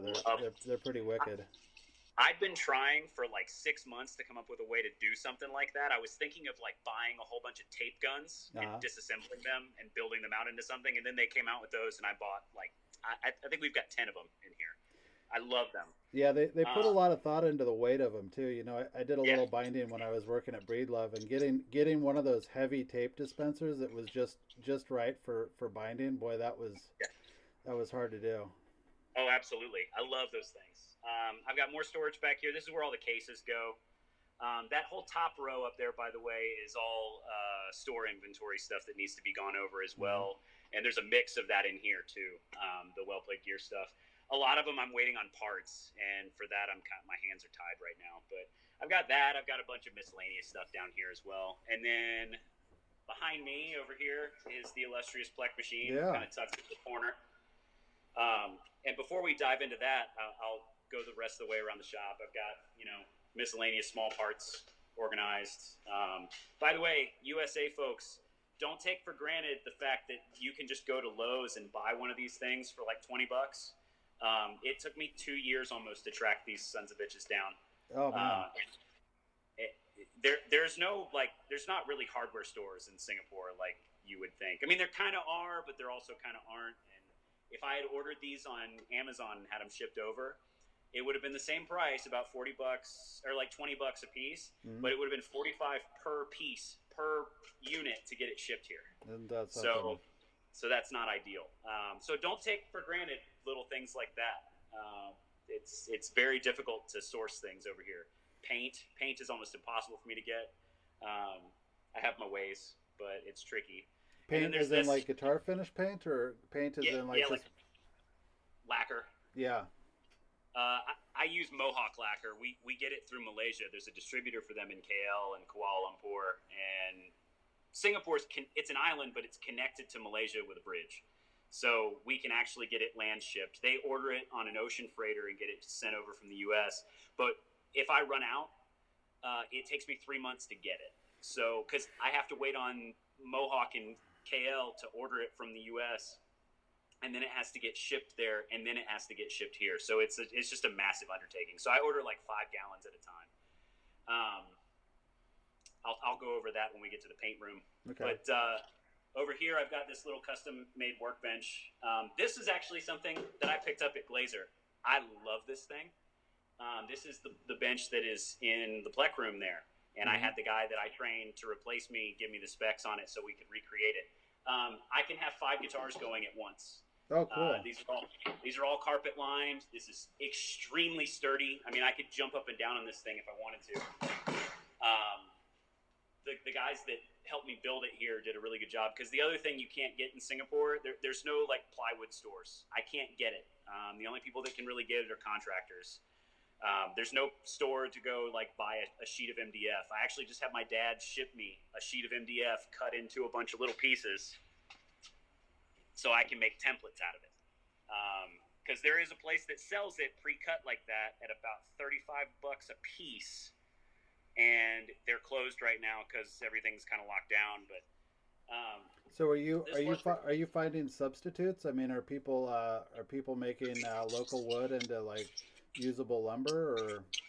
I'm sure there probably is. There's another guy that I'm friends with here named Wayne Lim. He went to the same school I did a couple years after me. He's local. He's from here, and so I'm sure he, if he watches this, he's gonna tell me, "Oh, dude, there's a place you can get that stuff." There probably is, but I just don't know where. And on top of that, I don't have a car, so like getting it transported would be really difficult. Yeah. There's a lot of headaches. So we had this actually built out. I spec'd it all out. I gave them the measurements, and they built it all out for me. And you've got the surface level where you can be working on a guitar, but like if a customer comes in, or if I've got one in the Plek and it's coming out and I need to make bench space for it, I can just easily take that and slot it into one of these little drawers right here. They're all padded. They all have carpet on them. And they're long enough that I can actually fit other stuff on there with the guitar too. So like I've got pickups and strings, bass strings. I've got that Taylor fretbuck. I've got vices over there, extra pads and stuff. So, I can still fit guitars in there too with all that stuff. And I loved that feature at Joe's shop because there's so much stuff to do. You kind of constantly have to be moving things in and out.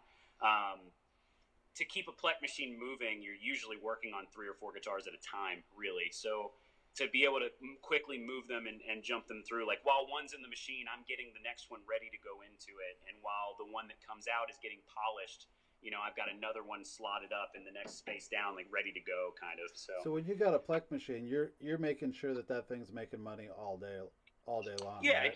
if you keep it moving, it's a great addition. I mean, it's a luthier that doesn't get tired, that doesn't have elbow issues from crowning files too much and stuff. Yeah. So Crowning files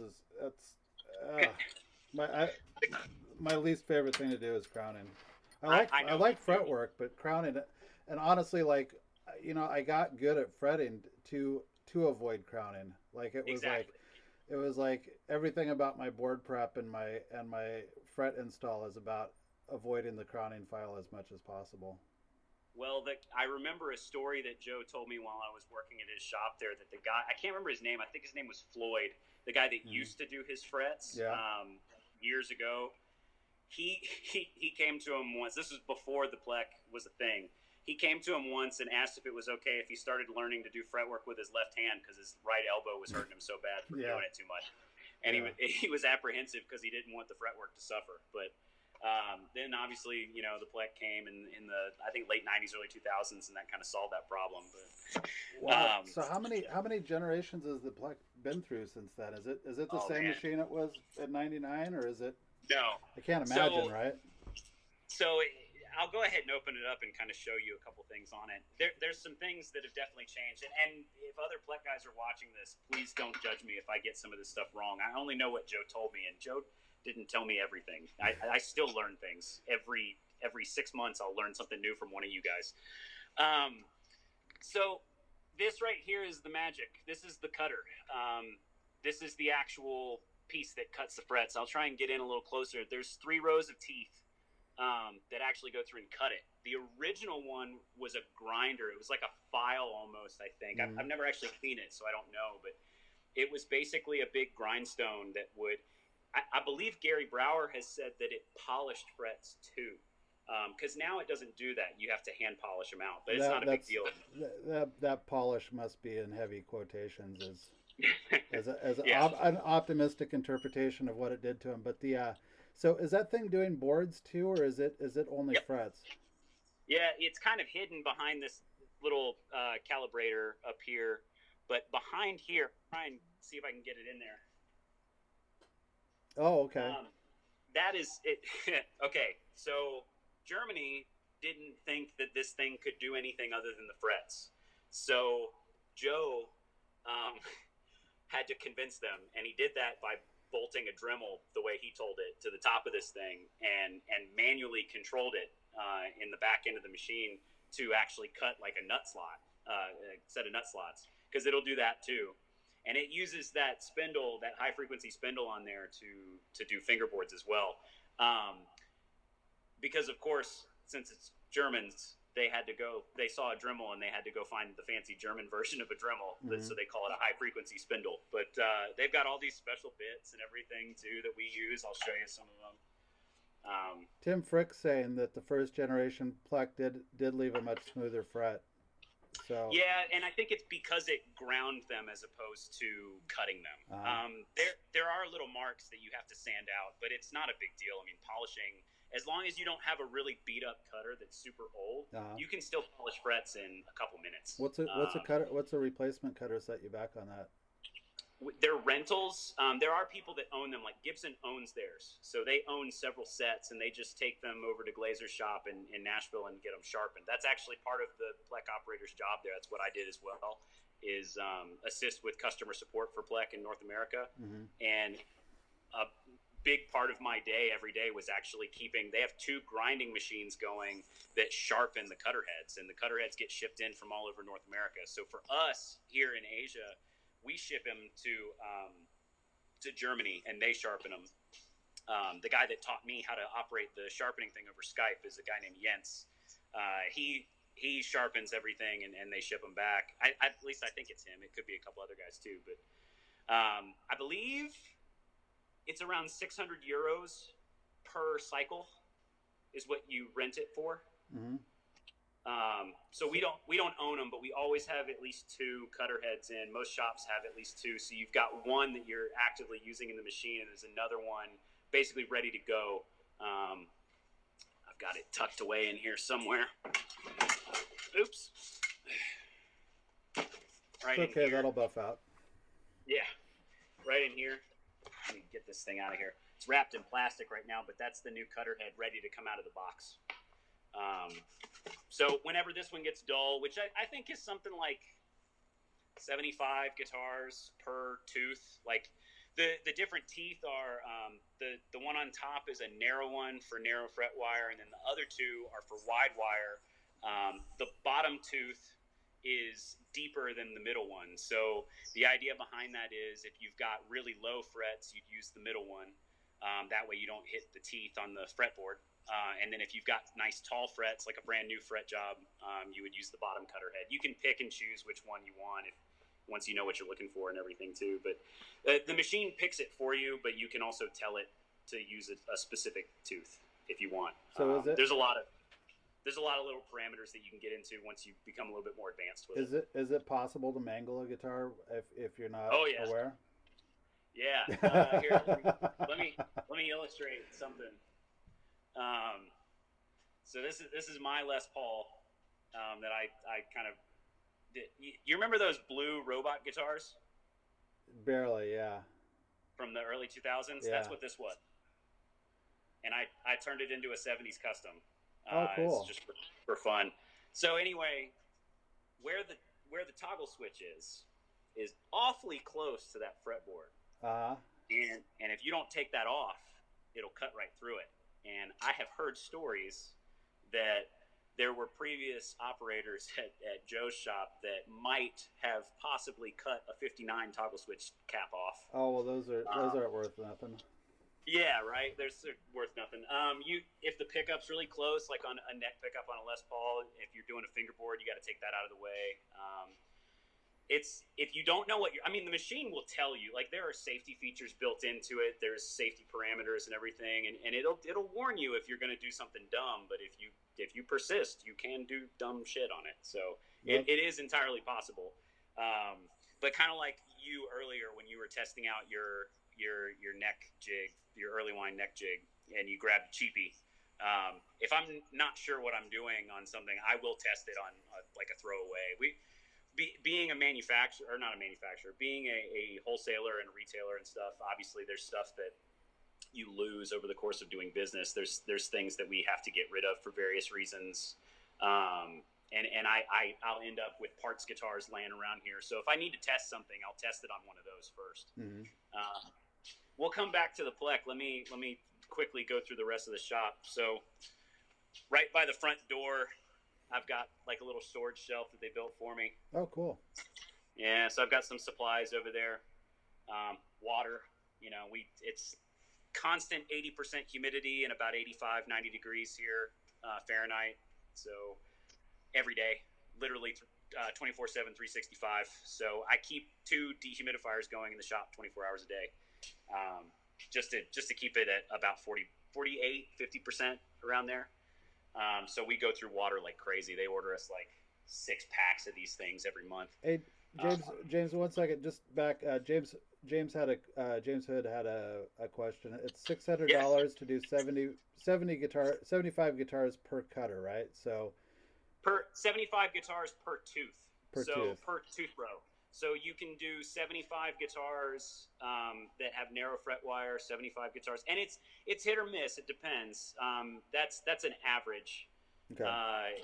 If you do a lot of repair guitars, like if you're doing a lot of fret dresses instead of new fretwork, new frets tend to cut a little bit easier than old frets. Old frets, because they're burnished from guys playing them like over and over again, whether they're stainless steel or they're nickel, they're harder from guys moving strings on them. So if you're only doing fret dresses and not refrets, it'll eat up the cutter head a little bit more. Really all that happens is you'll start to notice some strange sounds, like it'll start squealing a little bit more.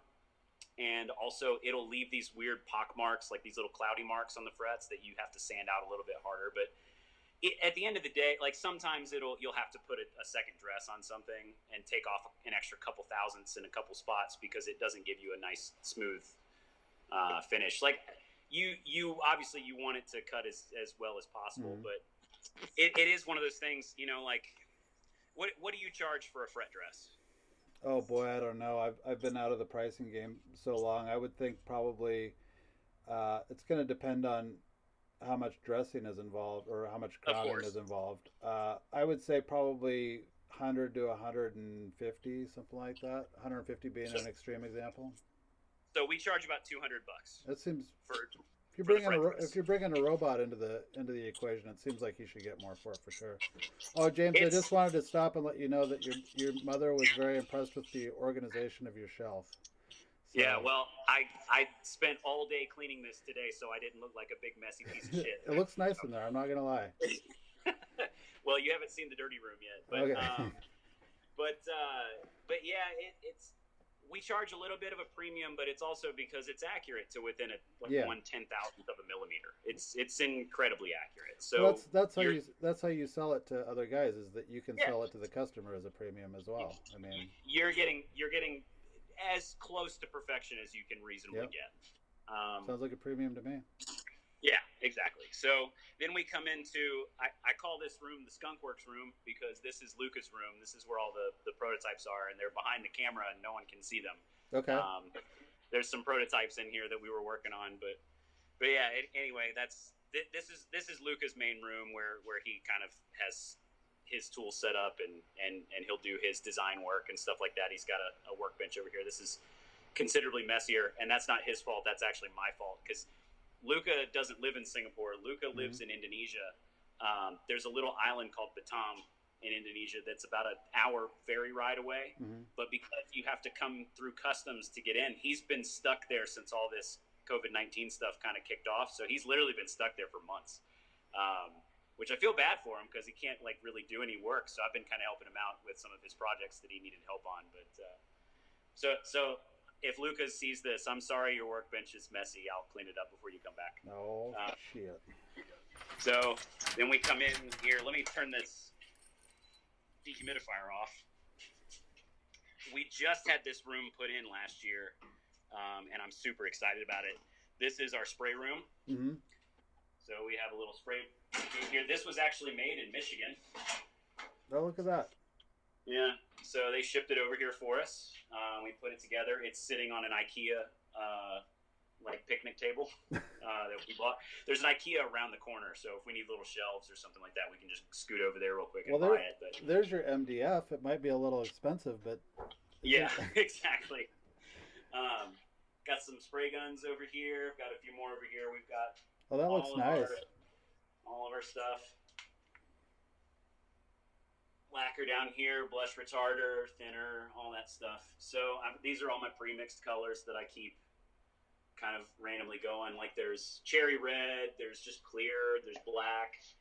This one specifically is a color that I found that kind of approximates an aged Martin top because I've had to do a couple of refins on a couple of those when we've done some touch-ups. And And then there's just random, like just aged lacquer. Like we literally took regular lacquer. We mixed a little bit of amber in with this, but we stuck this in a window for like a year. So it's nice and amber now. I've got some of that stuff. I use this stuff a lot too. These are incredible, and I can't say enough good things about these for repair. This pre-catalyzed lacquer. Tell me about that. These will cure fully. It's got a catalyst mixed into it, but it's got a shelf life of about a year. So they have 6 different sheens. I primarily use gloss, satin, and dead flat. And for repair purposes, the guys at Taylor, when I stopped by the factory earlier this year to do some training, turned me on to another product that Mohawk makes as well. But I've got more experience with this, and this is what I've got, so I'm going to work through it. But this stuff cures in 24 hours, but you can sand it in like 2.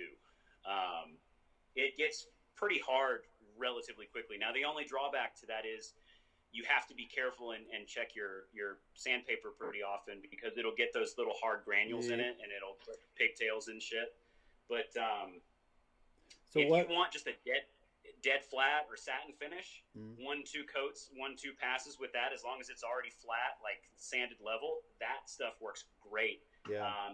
For like headstock touch-ups and stuff. I took a ding out of a Taylor headstock with that in an hour, and I reassembled the guitar before the end of the day, and it's good to go. No, that's high praise on a repair like that. Satin Love that stuff. Satin's always difficult to repair. Yeah, exactly. So you almost have to touch up over the whole thing instead of trying to patch it. You know what I mean? Exactly. So what about clear? There's going to be, like, if I did a clear of that over like another kind of catalyzed finish, you're going to have like a little bit of a layer line, right? So you're not getting away from that, but still, still working. The only stuff I've ever used that you can get away with that is the UV stuff, the Simtech stuff that Taylor's using. They trained me up on that when I was there, and it only really works over itself. Like you can't put UV over. You can't patch UV over lacquer or something like that and have it not blend. But the cool thing about that UV stuff is it's done in minutes. Yeah. So you can clear coat over the whole guitar, and it's cured and ready to sand in literally a minute or 2. What's going on with lights for those? I mean, have the lights come a long way? I got an old light that Breedlove had, and it was unwieldy and felt dangerous. Taylor has these awesome setups. I wish that I had one so I could show you. Maybe Ian Weston. Do you know who Ian Weston is? I'm friends with him on Instagram, I think, or maybe on Facebook. I don't know. That dude's nuts. He's so talented. He's so crazy good. He's the smartest guy I've ever met. But he's probably got one of these setups. They've got Taylor has this thing where the light is mounted to a frame that is about this tall, so it's about chest height, and it's encased in a shroud, so the light doesn't just go everywhere. It's like only focused down, so you can put the guitar underneath it. And it's got a little foot pedal, so like you step with your foot, and the shield opens on the light. And it stays open for a pre-timed amount. It's like 30 seconds or 45 seconds or whatever it is. And so you do like 2 or 3 passes with that, just kind of keeping the piece moving underneath it, and it cures. It's ready to go. You spray it off with an air hose to cool it, and then you're ready to go to work with, I think we started with 1,000 grit on a DA sander, and no water, nothing, just go to town, blend it out. It's crazy. They had me write a message underneath the finish that I sprayed, and we sprayed 1 coat, and I blended it, and I was done with the whole repair in an hour. And I actually, the second time that we did it twice, the second time I made a mistake, and I was still done in an hour. That's high praise, man. Yeah, it was crazy cool stuff. It's a high price tag to use it, and you also, one of the things, there's another guy. Have you seen 8T guitars? So the letter E number, or letter E, letter T guitars. He's in Australia. He's in Melbourne. Sounds familiar. He's a good friend of mine. He's our warranty guy for Heritage and stuff down in Melbourne. His name's Simon Cotter. He's fantastic guitar tech and amp tech. He used to work for Bellman Guitars. He was one of the guys that started that, if you've ever heard of them. They were based in Melbourne. He uses that stuff, and he said that if you let it sit, like if you only use it every once in a while, it's not a good product to just sit around, because 1, it's expensive, and 2, it doesn't really store well. So you kind of have to be constantly using it. So for the repair guys at Taylor, it works really well. But for like a normal repair shop, it might, unless you're doing a lot of that stuff, it might not work very well. So that's the only side from what I've seen. That's good information. The last room is the dirty room, and it's living up to its name right now because I've got about 5 builds in the last couple weeks in here, so it's ready for a cleaning. Yeah. But yeah, we've got clamp storage, drill press. I've got a buffer underneath some covers over there. Another one of these guys, bandsaw back there, and then this little porter. I use these in the U.S. This is a staple in my shop at GC. This little porter cable combo sander. I love that thing. I bought one of those on Amazon and had it shipped over specifically to use it. And it's a sanding table right now, but I've got a little spindle sander that I'll take the spindle out of, and I put a pad down, and I'll use that as like a sanding pad. It's like perfect height. So. Is that the Jet? No, I had one of those at home. I missed that thing so much. I sold it to a buddy of mine who runs another shop called Bridge Builder Guitars in Cincinnati. His name's Justin Kennedy. If you're in Cincinnati, he is the guy to go to. He's hands down the best tech there. We were shopmates, and we took all our tools and combined them. And there was a high school that closed down because they built a new one. So they took all the stuff out of the old one, they auctioned it off. And I got one of those, they were worth like $1,000. The big, massive Jet that weighed like 200 pounds, all cast iron. And the spindles on it were like 8 inches long. They were huge. I got one of those for $150 from that auction. Awesome. It was ready. It was in great shape. It was just dusty, and I replaced all the sanding sleeves on it. But I mean, I love that thing. I sold it to him because what am I going to do? Throw it on the plane? I missed that. I got such a cheap spindle sander right now, and I hate it. I wish I had room for a proper one, but it's just not in the cards. But I'll tell you what, some of those little ones can actually work pretty well. Yeah. That one's from just something from China. It doesn't have a brand name on it actually. I don't even know what brand it is. Hey James, hold on 1 second. I just wanted to say we're at 2:00. And I wanted to open it up to anybody that happens to be watching right now. If you got something, I got my chat open. I don't have the chat in the scroll there because I think it was messing with our reception of James. But go ahead if you have a question for James in the chat. Yeah, please. I can't see it, by the way. It's just in case people, because I know when we did the Dan thing, people were wondering if he could actually read it. I can't from where I am right now. So. Okay. But yeah, just type away in the chat. And so actually, can you pop the door on that place and let me see what it looks like outside? Yeah, I want to see what the lay of the land of Singapore looks like while I got you on the phone here. Well, it's all dark, so you're not gonna be able to see much. Oh yeah, it's late there, huh? Yeah, I'm 12 hours ahead of you. What's the creepy crawly situation there?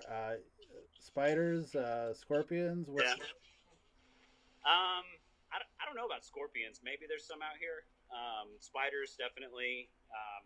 Ants, cockroaches, all the usual stuff. We have a big problem with cockroaches in the house. It's very frustrating. Yeah. They've been there since day one, and I can't get them to go away. And when I first moved in, I messaged the landlord and said, hey, there's cockroaches in here. And he said, oh, that's because you have too much food out. Yeah. And I was like, dude, it's day one. I haven't even gone to the grocery store. Yeah. You just gave me the keys. So what do you think about Singapore long term? Are you there as a kind of a lark as a young man, or do you think there's a chance that it's going to be home for a while, or? It's very open-ended right now. Like basically, the employment contracts are for expats like me. It's 2 years at a time is how long your visa is valid for.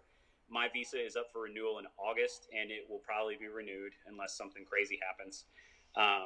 So as of right now, there is no end kind of in sight.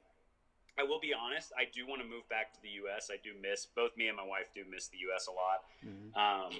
But we're taking advantage of the time that we're here. Except right now, obviously, things are a little weird, but normally we travel a lot. I mean, we've been to, I think, like 9 or 10 countries in the last 2 years. Just constantly traveling. We got into scuba diving really big over here. We learned up in Malaysia. There's a really cool island off the coast of Malaysia called Tioman Island. and we went up there and learned to scuba dive, and it's been a blast. We've done scuba diving in like 5 different countries now, I think 4 or 5. Okay, we got a couple questions in here. Okay. Eric Collier says, "Do you miss the constant abuse from Ricky Bacher?" Yeah. Hi, Eric.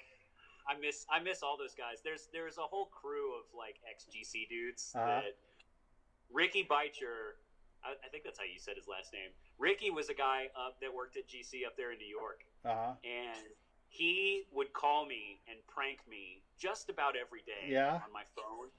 And he would call and put on an accent or a voice, so you could like kind of think that it was him, but you also weren't 100% sure, so you didn't want to like. That's terrifying. You didn't want to be like, "Oh, screw you, Ricky," and then have him be like, "Oh, who's Ricky?" You know what I mean? Classic. And yes, Eric, I believe that way, Grace, I think we were talking about Ian Weston from Weston Instruments. Yep.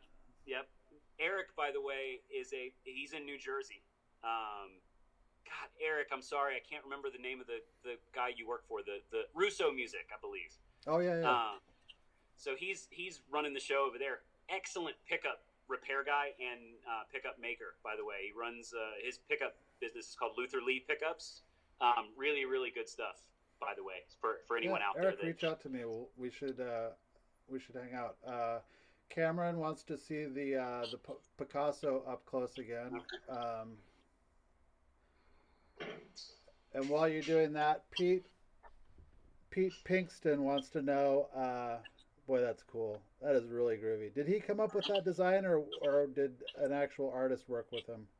Yeah, I think John came up with it with Ibanez, and the original ones were like Paisley Tellies. It was a vinyl graphic that they rolled on the guitar, and then they just painted black around the sides.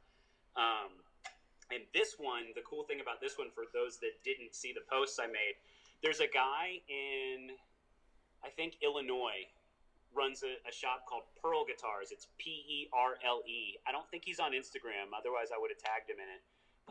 He makes these bodies for like replacement for people that have Ibanez guitars. He'll make replacement bodies and necks. CNC'd it out, routed everything out for me. The Picasso graphic is engraved into the wood. So what I did was, and I would show it on this stream for those that haven't seen it, or even those that have, but it's not going to show up on my phone camera. But I took all the grooves and I filled them in with epoxy with glow-in-the-dark powder. If you look on my Instagram at expert_fretwork, you'll see a post for it. But all the lines that separate the Picasso pattern glow bright blue in the dark. So it turned out way better than I could have ever hoped. It's still like there's some parts of it that I wish I did a little bit better, like anything. But yeah, it's definitely one of the guitars I've wanted forever. I kind of do this thing where I like building replicas of guitars that are like my Guitar Hero guitars growing up to kind of challenge myself. So I've made several Randy Rhoads guitars. That's what that Les Paul was. I tried my hand at the Steve Vai Universe, the swirl one. I don't have that one here. What else? Oh, the Van Halen one. So I've made 4 or 5 different Van Halen ones. This is my 5150 build, and this is made to be like a replica, like his. So I did the Frankenstrat. I also did the Bumblebee one. I gave the Bumblebee one to a really good friend of mine named Corey Willard. He was at the Guitar Center in Cincinnati. Corey was our rentals manager, so he was the guy in charge of the rental gear. And our stations were like literally 5 feet away from each other. We hung out all day. He's a bass player. He plays guitar too, but like we were in a band together. He was my bass player. We Van Halen'd out a while, and he told me that black and yellow one was his favorite. And so while I was in Nashville, I built a replica one, and I gave it to him for his birthday / happy having a kid / happy you got married / Christmas. So it was a big gift. But, I've seen you shredding around on Instagram. You know your way around that fingerboard. I told you I went to GIT. I was a lot better of a guitar player 10 years ago than I am now. But. Yeah, it's too bad nobody cares about that stuff anymore. It's good for YouTube videos, but man, right? It doesn't it doesn't put the asses in the seats quite like it used to. No, Um, I feel like I was born about 10 years too late, yeah, honestly. So thanks, mom and dad. like I was talking to somebody the other day though. Like after kind of after all was said and done, like it still comes down to Eddie. Like he's the only one from the shred that I really like when I want to listen to some shred. Like it's all I want to You know listen what's to is funny? him for some reason. You know what's really funny? When I was growing up as a guitar player, Randy Rhoads was my guy. Yeah, Um, for years, that was like what got me into guitar playing, and those first two Ozzy albums and the tribute album were all I listened to. yeah, And I never listened to Van Halen. I didn't care about Van Halen. And then like 10 years, not even 10 years ago, like less than that, probably, I don't know, maybe 6, 7 years ago, I started really paying more attention. And it's not even the lead guitar playing; it's yeah, his songwriting and his rhythm guitar playing that hooks me in. He's just such a good all-around musician that it drew yeah. me in. There's a lot of joy in his playing, and the other thing too is you can tell that he had a drummer for a brother. Yeah, yeah. Like it's all about like everything's locked in. There isn't any of that like kind of extra room, extra wiggle room, but still not like so precise that it sounds like it's metronomic or something. Yeah. Benny Burrows wants you to plug it in and give us a little taste of Benny! the 5150. Oh, Benny. Benny. I don't know if it would sound very good, but I can try and plug it in if you want. My phone mic might clip it off. Benny was. Why don't we do it as an outro? Like Okay, we'll give it another 15 minutes. We'll do that as an outro. that's fine. Pete Pinkston wants to know your email load at where you're working now versus your days at GC. I was kind of the undisputed email champion at Guitar Center for all you GC guys that are in there. What does that mean? To explain that to Ian, so Guitar Center, we had a thread in the company email where all the repair techs and all like it's something crazy like 270 stores or whatever. I don't remember what it was 5 years ago, but there was roughly like 350 technicians spread out over the country, and we could all email each other if we had problems or anything like that, if we were trying to bounce ideas off each other. And I don't know why, because it's not that I wasn't busy. I kept that business going pretty well.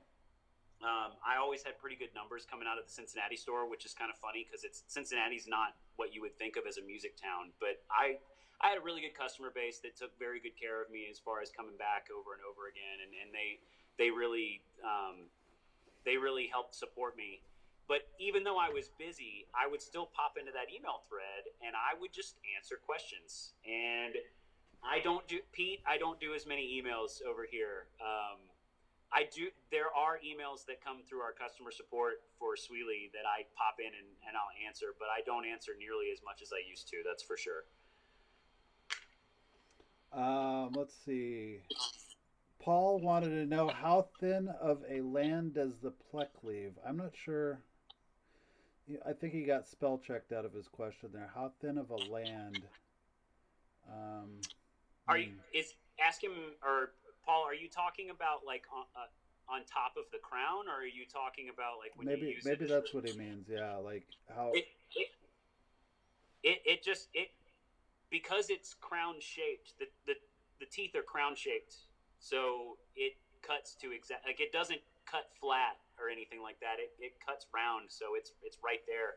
The only thing that you see on there when you have a brand new cutter and a good like fairly consistent fret area to cut, like if Mhm. you're not like really hitting one or two frets a lot, like sometimes that happens, but if you're hitting like each fret like a couple passes, you end up with almost a polished surface that really you just have to get little lines out of. It, we called them scallop marks. That's what Joe always calls them, but I don't even know how to describe them. It's just like little squiggly lines that are on the fret Yeah, where like it's shiny. it's just tooling. Yeah, it's shiny, but it's not even as bad as like chatter marks. Like if you're using a crowning Hmm. file that's not a diamond file, if it's an old school one that only cuts one way, Yeah. if you drag back against the teeth, it'll bounce and it'll give you those little chatter marks. It's not even as bad as that. It's basically just like little ghost lines that you just have to polish out. I use everybody kind of does this differently. at Glazer, I did it even differently than I do now. But now I use, hang on. This is the way I learned in school. These are little 3M sanding sponges. Mm-hmm. They come in like 4 grits. And I just step through the grits with these and polish them out. But at Joe's, what we did is 800 grit paper running with the grain of fingerboard, then 1,000 grit paper, then 1,500 grit paper, and then 2,000. And once you switched to 2,000, you actually went with like a rubber sanding block, and you switched it up and you went with the grain of the fret. Yeah. And then once you did that, it kind of reoriented all the scratches. Yep. And then we metal polished. So I don't even remember what it was. It looked like a can that he'd owned since like 1974. Yeah. I honestly don't know what that stuff was, but it was metal polish, and you put it on a rag and you buffed it out. I bet I'd recognize it if I saw it. I think that's been kicking around every guitar repair guy's shop since that time. Like if anybody that, like, I bet Dan can name that stuff right now. Joe also has a can of grease in his metal workshop that I swear to God is older than he is. Yeah, well, it's possible. A lot of that stuff gets passed down through the years. Eric is wondering if Harmony has any basses coming in the future. Is there any basses? We may or may not be working on some of that stuff. I can't say any more than that, unfortunately, but there are some things probably coming down the pike. Now, whether or not that happens quickly, I honestly don't know. There's no telling how long. Like, I know that for the first 3 prototypes that they put out, I did all the fretwork on the very first 9 guitars. They brought them into Joe's shop while I was working there. That was right after I'd been hired, and I was training my replacement. Mm-hmm. I did the fretwork on the first 9 prototypes that we showed at NAMM 3 years ago, the Monday before NAMM. So, and from what I've been told by the guys that are working on everything, it took them probably 2 or 3 years to get to that point. So realistically, like, while they want to do a lot of different stuff with Harmony, it takes a while for those wheels to move, but to get to full on production, like from prototypes. There's prototypes kicking around of a lot of different stuff, but whether or not they actually see the light of day, who knows? That's up to the guys above me that sign the paychecks. That's up to their decisions. Oh, I was going to go back to the fret polishing regime. So you don't buff the frets. You're not a big fan of taking the frets to the buffing wheel? I did that at school. We had, like, when I was teaching at the school in Nashville, we had 2 really nice high-speed buffers, and one of them was just for metalwork. Yeah. And so I would buff on the frets on that. We only have the Stumac buffer here, and I feel like it's too underpowered. I don't know what you feel, but well, it takes a hard wheel, but I've always felt I don't know what it was. I'll do like a buffing wheel on a drill now, but I felt like those high speed buffers, I don't know if they got the fingerboard warm or if they got the fret warm or if they were just super aggressive, but I always felt like my frets weren't quite as level doing a high speed buff as when I started. That's what I was worried about too. I was always worried about that too. So I'd always try and make it as quick as possible. But I don't really want to change out these wheels very often. It took me forever to get them burned in, so I just don't want to take them off. And I would love to just say, hey, buy me another buffer so I can buff metal with it. But I don't. Boy, like working in the guitar factory, you want to talk about guys getting fussy with each other, like guys that were all in the finish department together arguing over how to treat a buff on a buffing wheel. Oh my God. There was almost like parking lot activity based on somebody trimming a wheel down, or or God forbid, like I think somebody took some metal to one of our finish buffers, and oh boy, it just the buffs.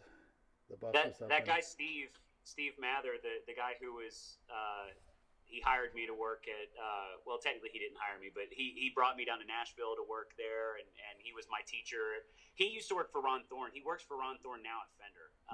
But he worked for Ron Thorne for years while he was a teacher's assistant at the school in Hollywood. So he used to work for Collings for a little bit. Like, they're in the middle between LA and Nashville. He landed in Austin, Texas, and he was working in the electric guitar department there. he told me stories about like when they needed to destroy something, they would take it into the buff room where there's like 20 dudes all buffing at the same time. Yeah. And you know, when you're buffing and that's your job, like you're so focused You're on that. focused, yeah. So they would just like get one guy to move out of the way, and they wouldn't tell anybody else, and they would just hold a guitar into the wheel and let it go. And he said like everybody's buttholes just puckered at the same time. Jesus. They would all turn around like just because someone dropped a guitar, and they did it on purpose. But he said they were just as finicky and anal about all that stuff in there too. Rob McGargle down at Taylor said the same thing when I was down there in January. He was like, he was super. He doesn't even really work in the repair department anymore, and he was still, when he was teaching me down there, he was super anal about. He saw a little bit of black on their wheel, and he was like, oh man. He went to the repair shop, and he's like, oh, which one of you assholes started putting metal on this thing? Yeah, it gets me fussy too. Like even different compounds, like, you know, like I've got a Rouge wheel that's just for that, but oh man, I mean, yeah. So you know what? It's 2:30 here. I feel like you wanna play us out. We'll wrap things up. You wanna plug in and give us a little shred? We'll try it. We'll see what it sounds like. It may cut out real bad, but we'll see.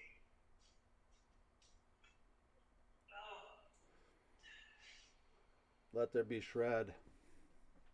I'll keep it kind of turned down so maybe the mic won't just like clip it out, but.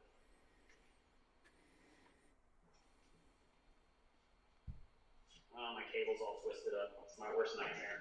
Oh, geez.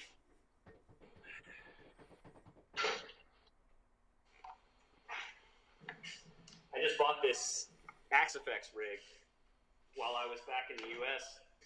Oh, and unplugged the cable. For the NAMM show, I went home and I bought this Axe-Fx rig off a buddy of mine who was selling one. So I've been spending this lockdown time while I've been getting caught up on repairs. I've been spending a little bit of extra time figuring out how to make this thing work. And I gotta say, I am impressed with it so far. Danny says Bill Collins dangled a dead snake while a guy was buffing an $8,000 mandolin, and the guy dropped it. Oh man, that's a bummer. Oh my God, as this cable is hopelessly tangled. Jesus. Well, this is fun to watch too. Yeah, me fiddling with a cable forever. All right, let's see. It's probably got to be louder than that. That sounds good. You hear that? Yep. All right. Here, let me see if I can't get it so you can actually see the guitar. Let's get some finger wiggling.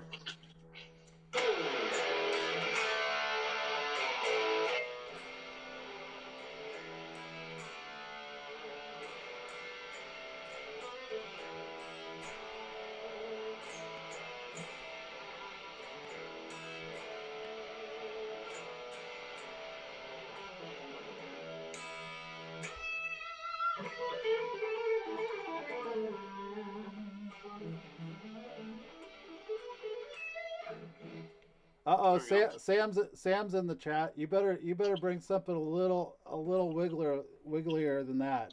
Okay. Come on. You got it. I'm not all wheedly like I used to be. Uh-huh. Here we go. Now we're getting somewhere.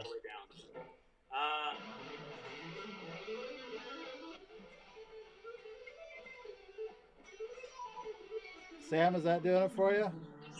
I'm going to assume that does it for Sam. Hey, James. Sam says, oof, that's the sauce. But James, I want to thank you for hanging out. I want to thank everybody that was part of the live stream today. Yeah. Man, this was a lot of fun. Technical difficulties. Yeah, we're gonna do this again. We'll get that ironed out. I don't know if it has something to do with the foreign internet or whatever. But everybody, thanks for stopping by. It's been fun, but I gotta go get some real Luthen done. So I'll talk to y'all later.